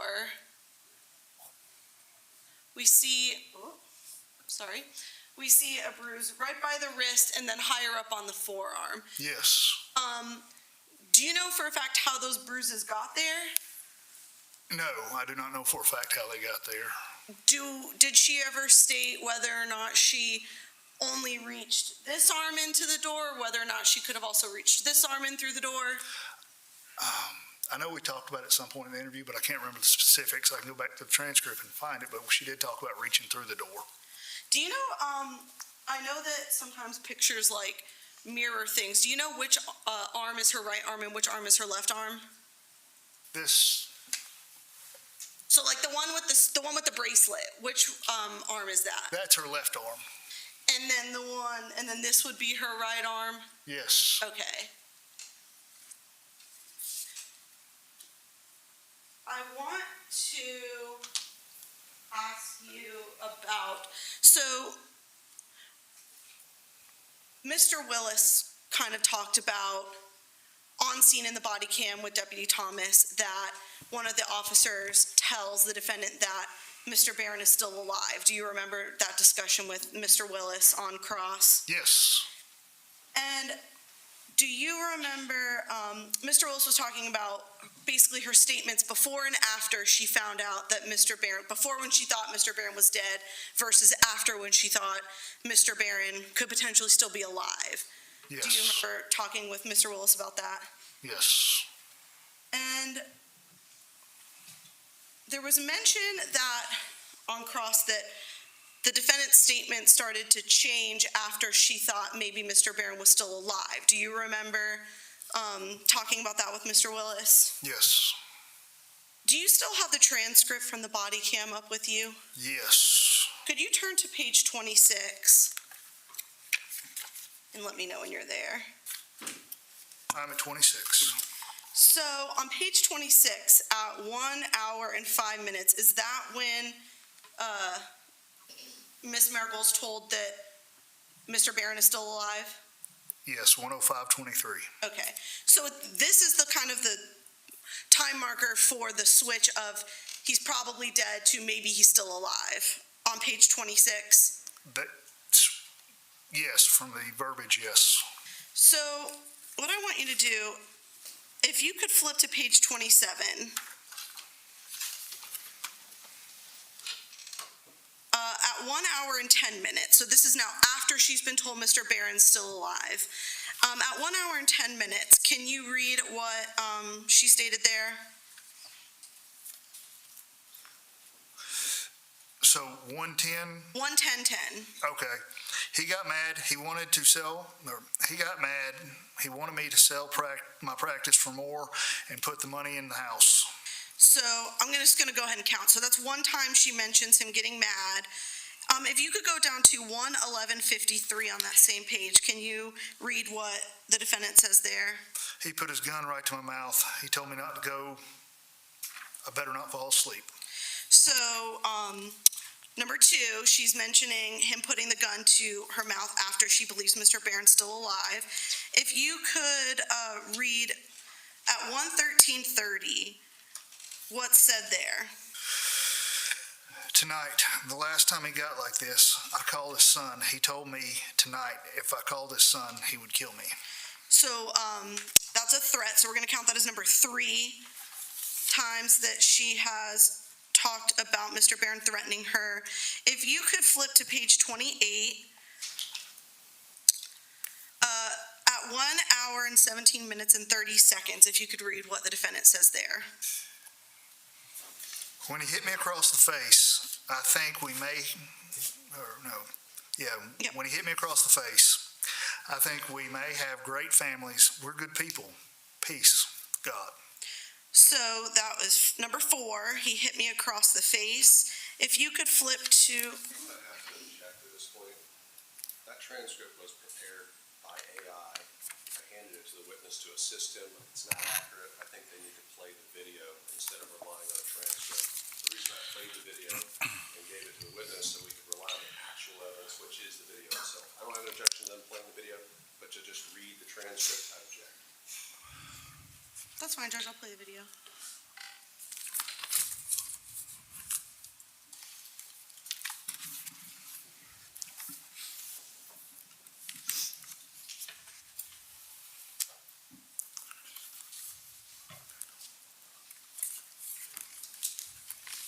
You ready? It is loading. Now I am ready. Yes, Judge.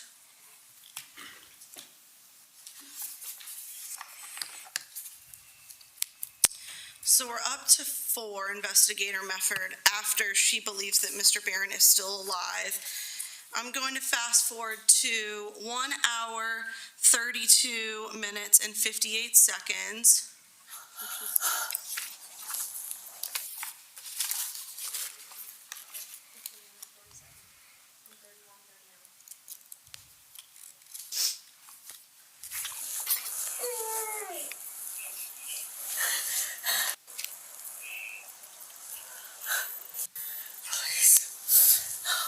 He was gonna do something to him.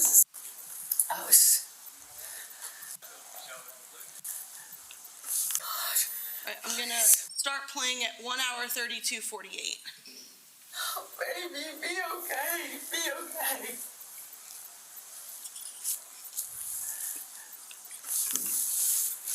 I should have told him that I was breaking it off.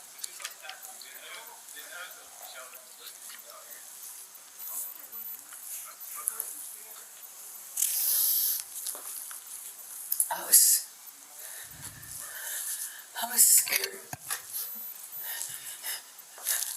that he was going to do something to himself in there.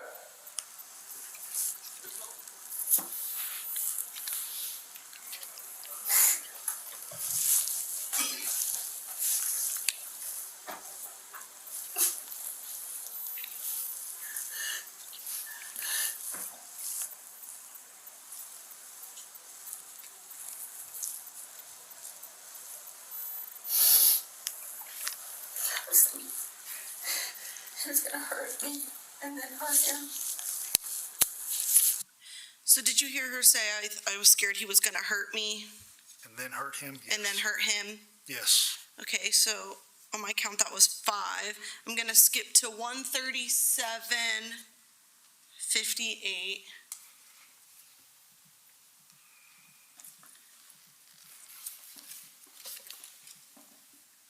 I'm going to hit play at 1:37:55.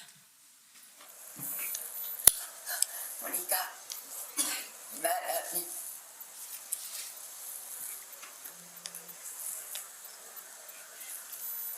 I should have just left, but I was scared because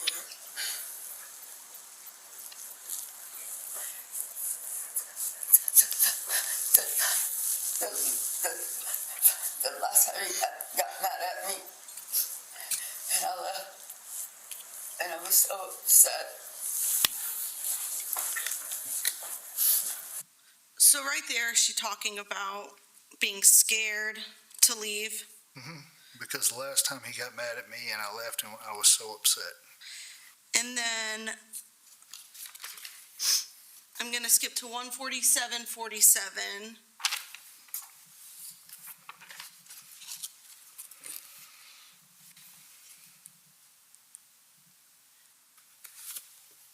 I'll start it at 1:47:30.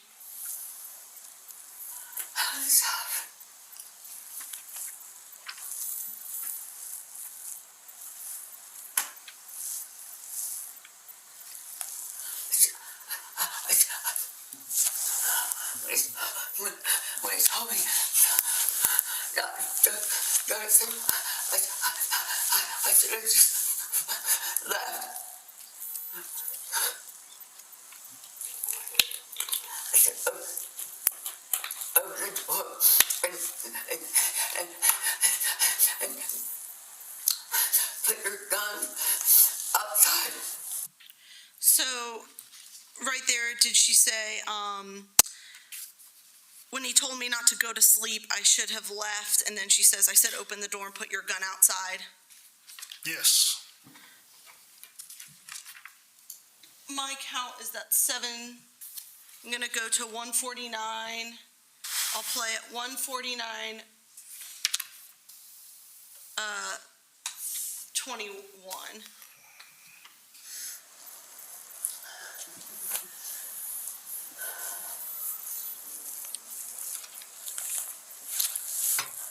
I should just went down downstairs and just left. I was scared to leave. I said, like, we've gotten so many fights because of this.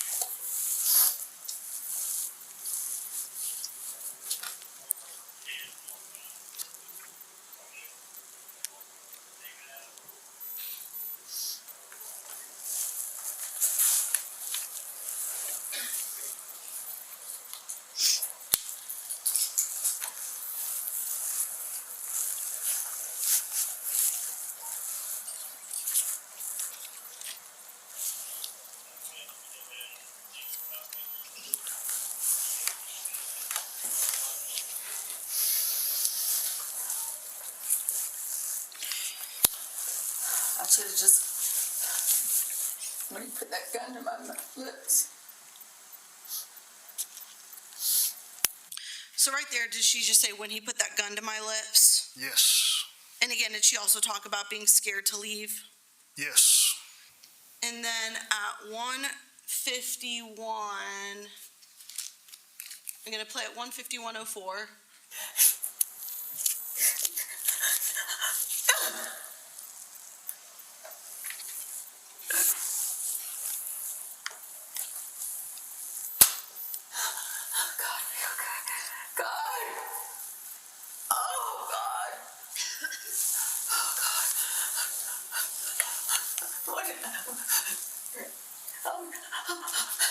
I was scared to go to bed.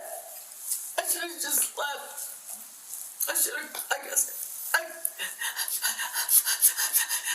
So right there, did she say I was scared to go to bed? That is correct. And again, are all these statements made after she believes Mr. Barron is still alive? Yes. I'm gonna skip ahead to 2 hours and 16 minutes.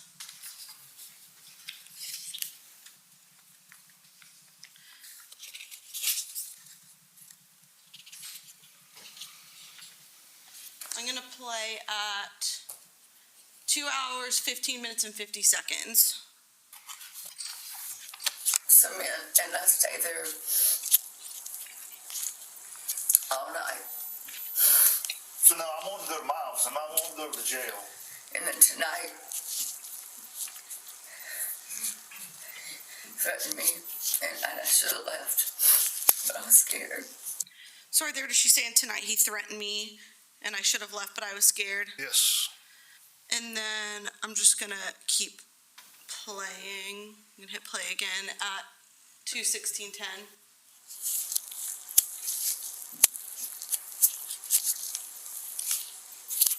And I want you to be able to tell me all about that.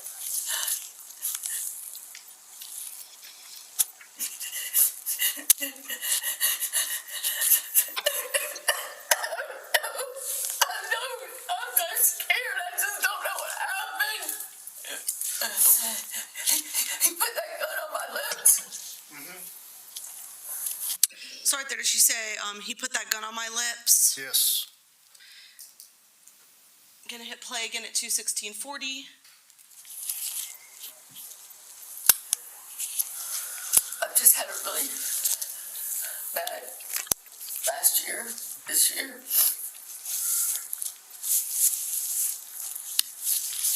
Okay. So like I said, I want to talk about every bit of that. So I don't want to talk about it. Everything was fine.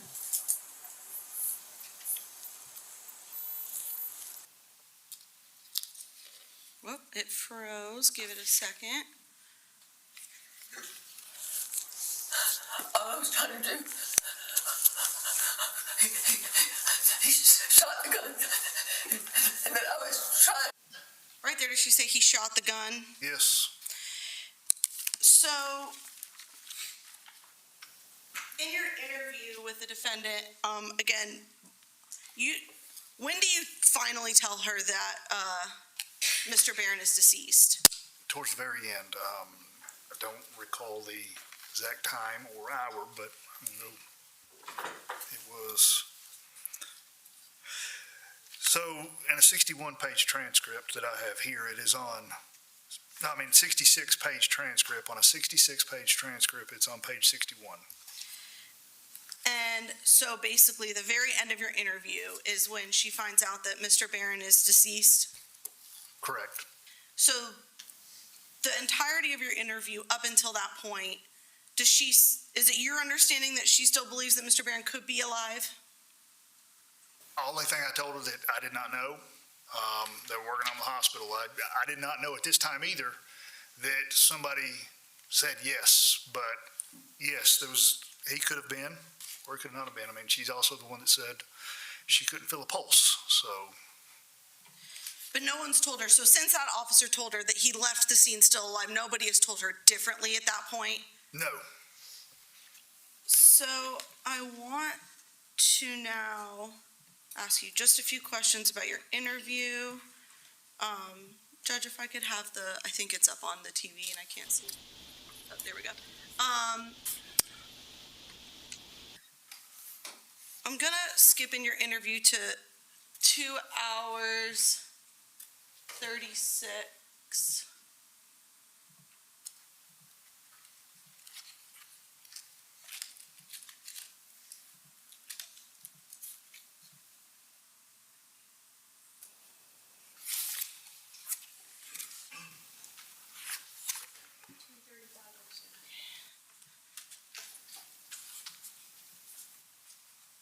$2:36. We'll start here. I'll go back 10 seconds.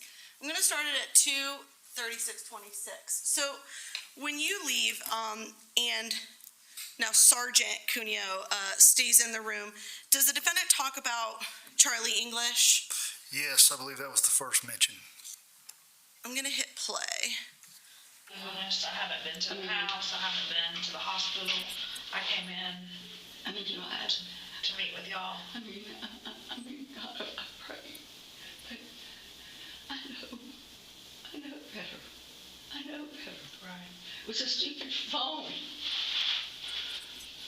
And there's nothing on that phone that you don't want him to see. I mean, this guy was texting me, but nothing, I told him about the guy texting me. Nobody like you're seeing. So, if you can, what does the defendant say in response to there was this guy texting me? What does she say after that? I told him about this guy texting me. So does Ms. Mericle ever say that he saw the texts or he found out about him and got really mad, anything like that? Not that I recall, no. So she tells him, Sergeant Cuneo, I told him about Charlie English. Yes. Is there ever any mention by the defendant at all that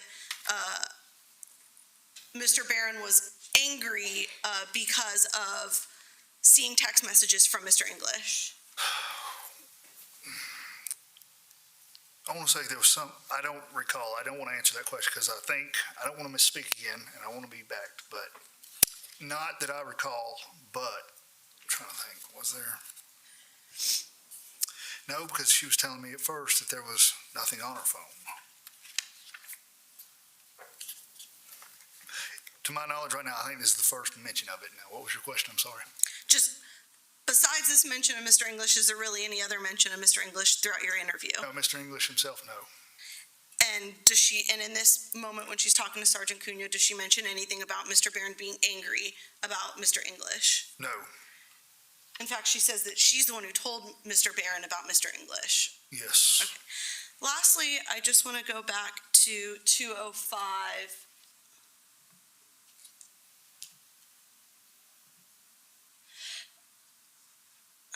Is it normal for individuals to be nervous when they're being interviewed by investigators?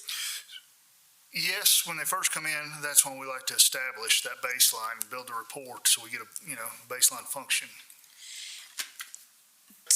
Have you ever, when you're interviewing someone in a setting like this, seen someone kind of like shaking out of nerves? Yes. I'm going to go ahead and hit play at 2:05:07. Like, say that's the door lock. I walk right up to the door. I think I put it up here. I can't remember if I stopped here, but then I shot it right above the door. I know that. Okay. I don't know if I... So, right there, can you describe what the defendant's doing? She's making a handgun, a gun with her fingers, and pointing towards the little outlet cover in the interview room. Is she demonstrating how she fired the gun at the door? Yes.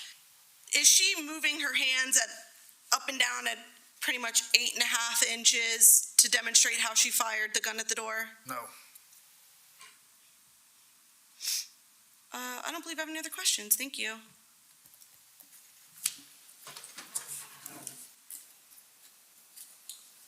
I don't have any further follow-up questions for Ms. Goodman. Thank you for your testimony. You can return to council table.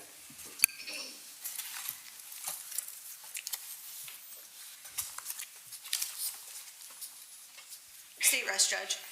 State rest.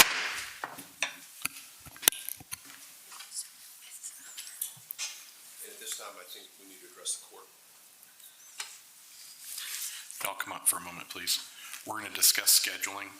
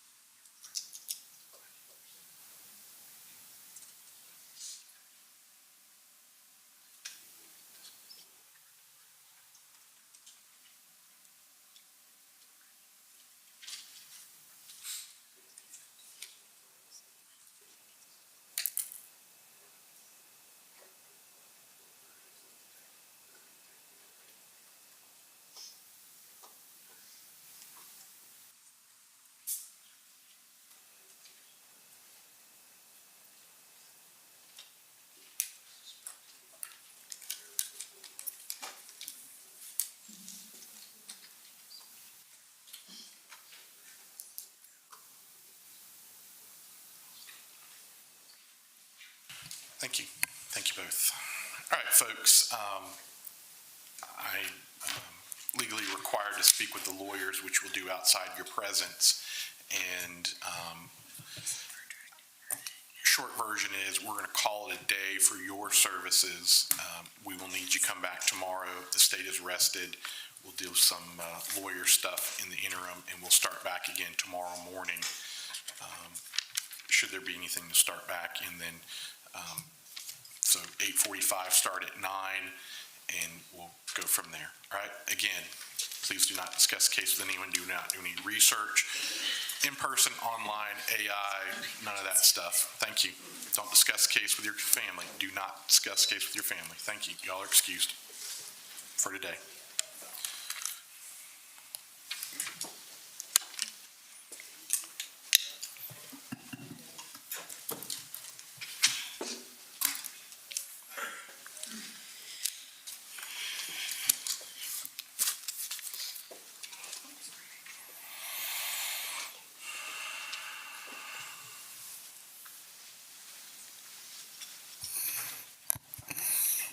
Y'all need a moment, or are you ready to roll? We're ready, Judge. Mr. Willis? All right. Y'all can be seated. We'll potentially be a while. Floor is yours, defense.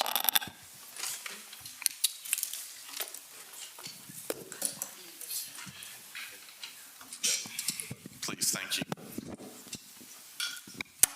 Judge, we're moving for a directed verdict on all counts of the indictment. Can't quite hear you. I'm sorry. We're moving for a directed verdict on all counts of the indictment at this time.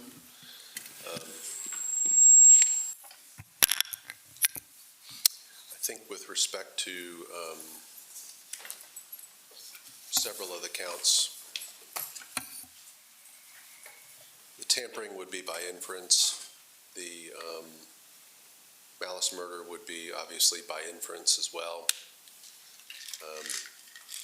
Behind a closed door, which is opaque, the testimony's been that no person could see inside. There's evidence about hearing. That'd be by inference. The aggravated assault counts, we believe, has not been met as well, beyond a reasonable doubt. We'll say the same with respect to the criminal damage first. I think I have all the counts. There's also the possession of firearm during commission of a felony, which, Your counts are malice, murder, felony, murder times 2, aggravated assault, criminal damage to property in the first degree, felony grade, possession of a firearm during commission of a felony, and then tampering with evidence, misdemeanor grade. and the tampering charge, I think, is the strongest charge. Respectfully, we'll move for direct verdict on the remaining counts.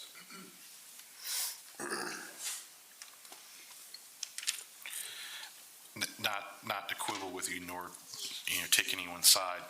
On count 7, you said you believe that might be the strongest one. Walk me through that. Well, it's still by inference, but there's the only person who could have flushed shells, spent shell casings, it would be Miss Mericle, it would seem.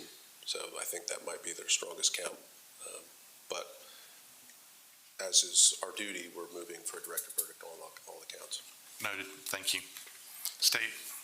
Yeah, sure, just that Your Honor knows that the burden for directed verdict is just that there's some evidence as to each count, all the elements in each count, and state's position is that there's been more than enough evidence presented to reach that burden as to each count.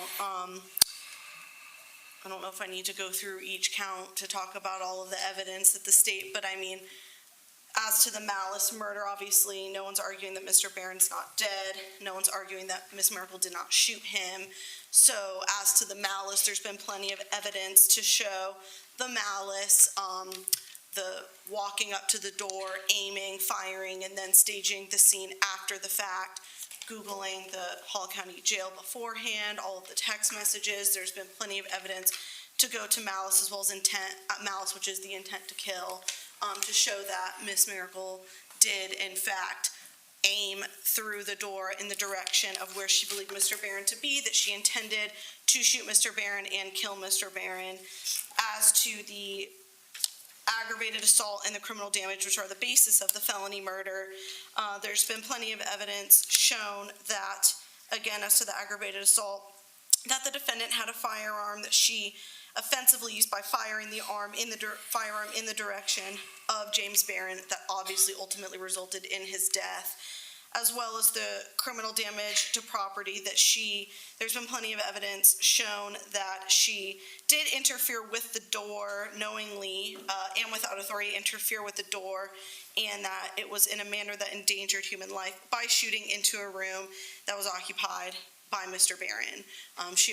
There's been no evidence to say otherwise, other than she knowingly fired that firearm through that door, and that it had endangered Mr. Barron, as well as ultimately killing him, as well as the possession of the firearm during the commission of that aggravated assault. And then, as Mr. Willis said, the tampering with evidence, there's been plenty of evidence to show that Miss Mericle did walk over to the toilet and flush the casings and the bullets. So, as to all counts in the indictment, Judge, I would ask that you deny the directed verdict. Last word, defense. Anything? Nothing further from us, Judge. Thank you. All right. Court's going to deny defendant's motion on all counts. The state's met its burden as far as this stage of the proceedings go. Certainly reasonable jurors may agree or disagree, and certainly that's why we have the beyond a reasonable doubt standard, and also their deliberations. But the state has put forth sufficient evidence to get past the defendant's request, and therefore defendant's motion is denied as to all counts. We will pick up tomorrow, same time. Dr. Mericle, you have the right to testify or not testify as you so choose. Silence cannot be used against you. If you wish to testify, great. If you don't wish to testify, great as well. Please understand you should certainly consult with your lawyers regarding this potential decision, but ultimately it's your decision and your decision alone, regardless of what your attorneys say or do not say, and that's none of my business. I'm not getting into that, but ultimately it's your decision to make. I don't need a response from you at this point, but I did want to make sure that I again advised you of that. Anything from the state? No, Your Honor. Anything from the defense? No, sir. Thank you. See y'all tomorrow.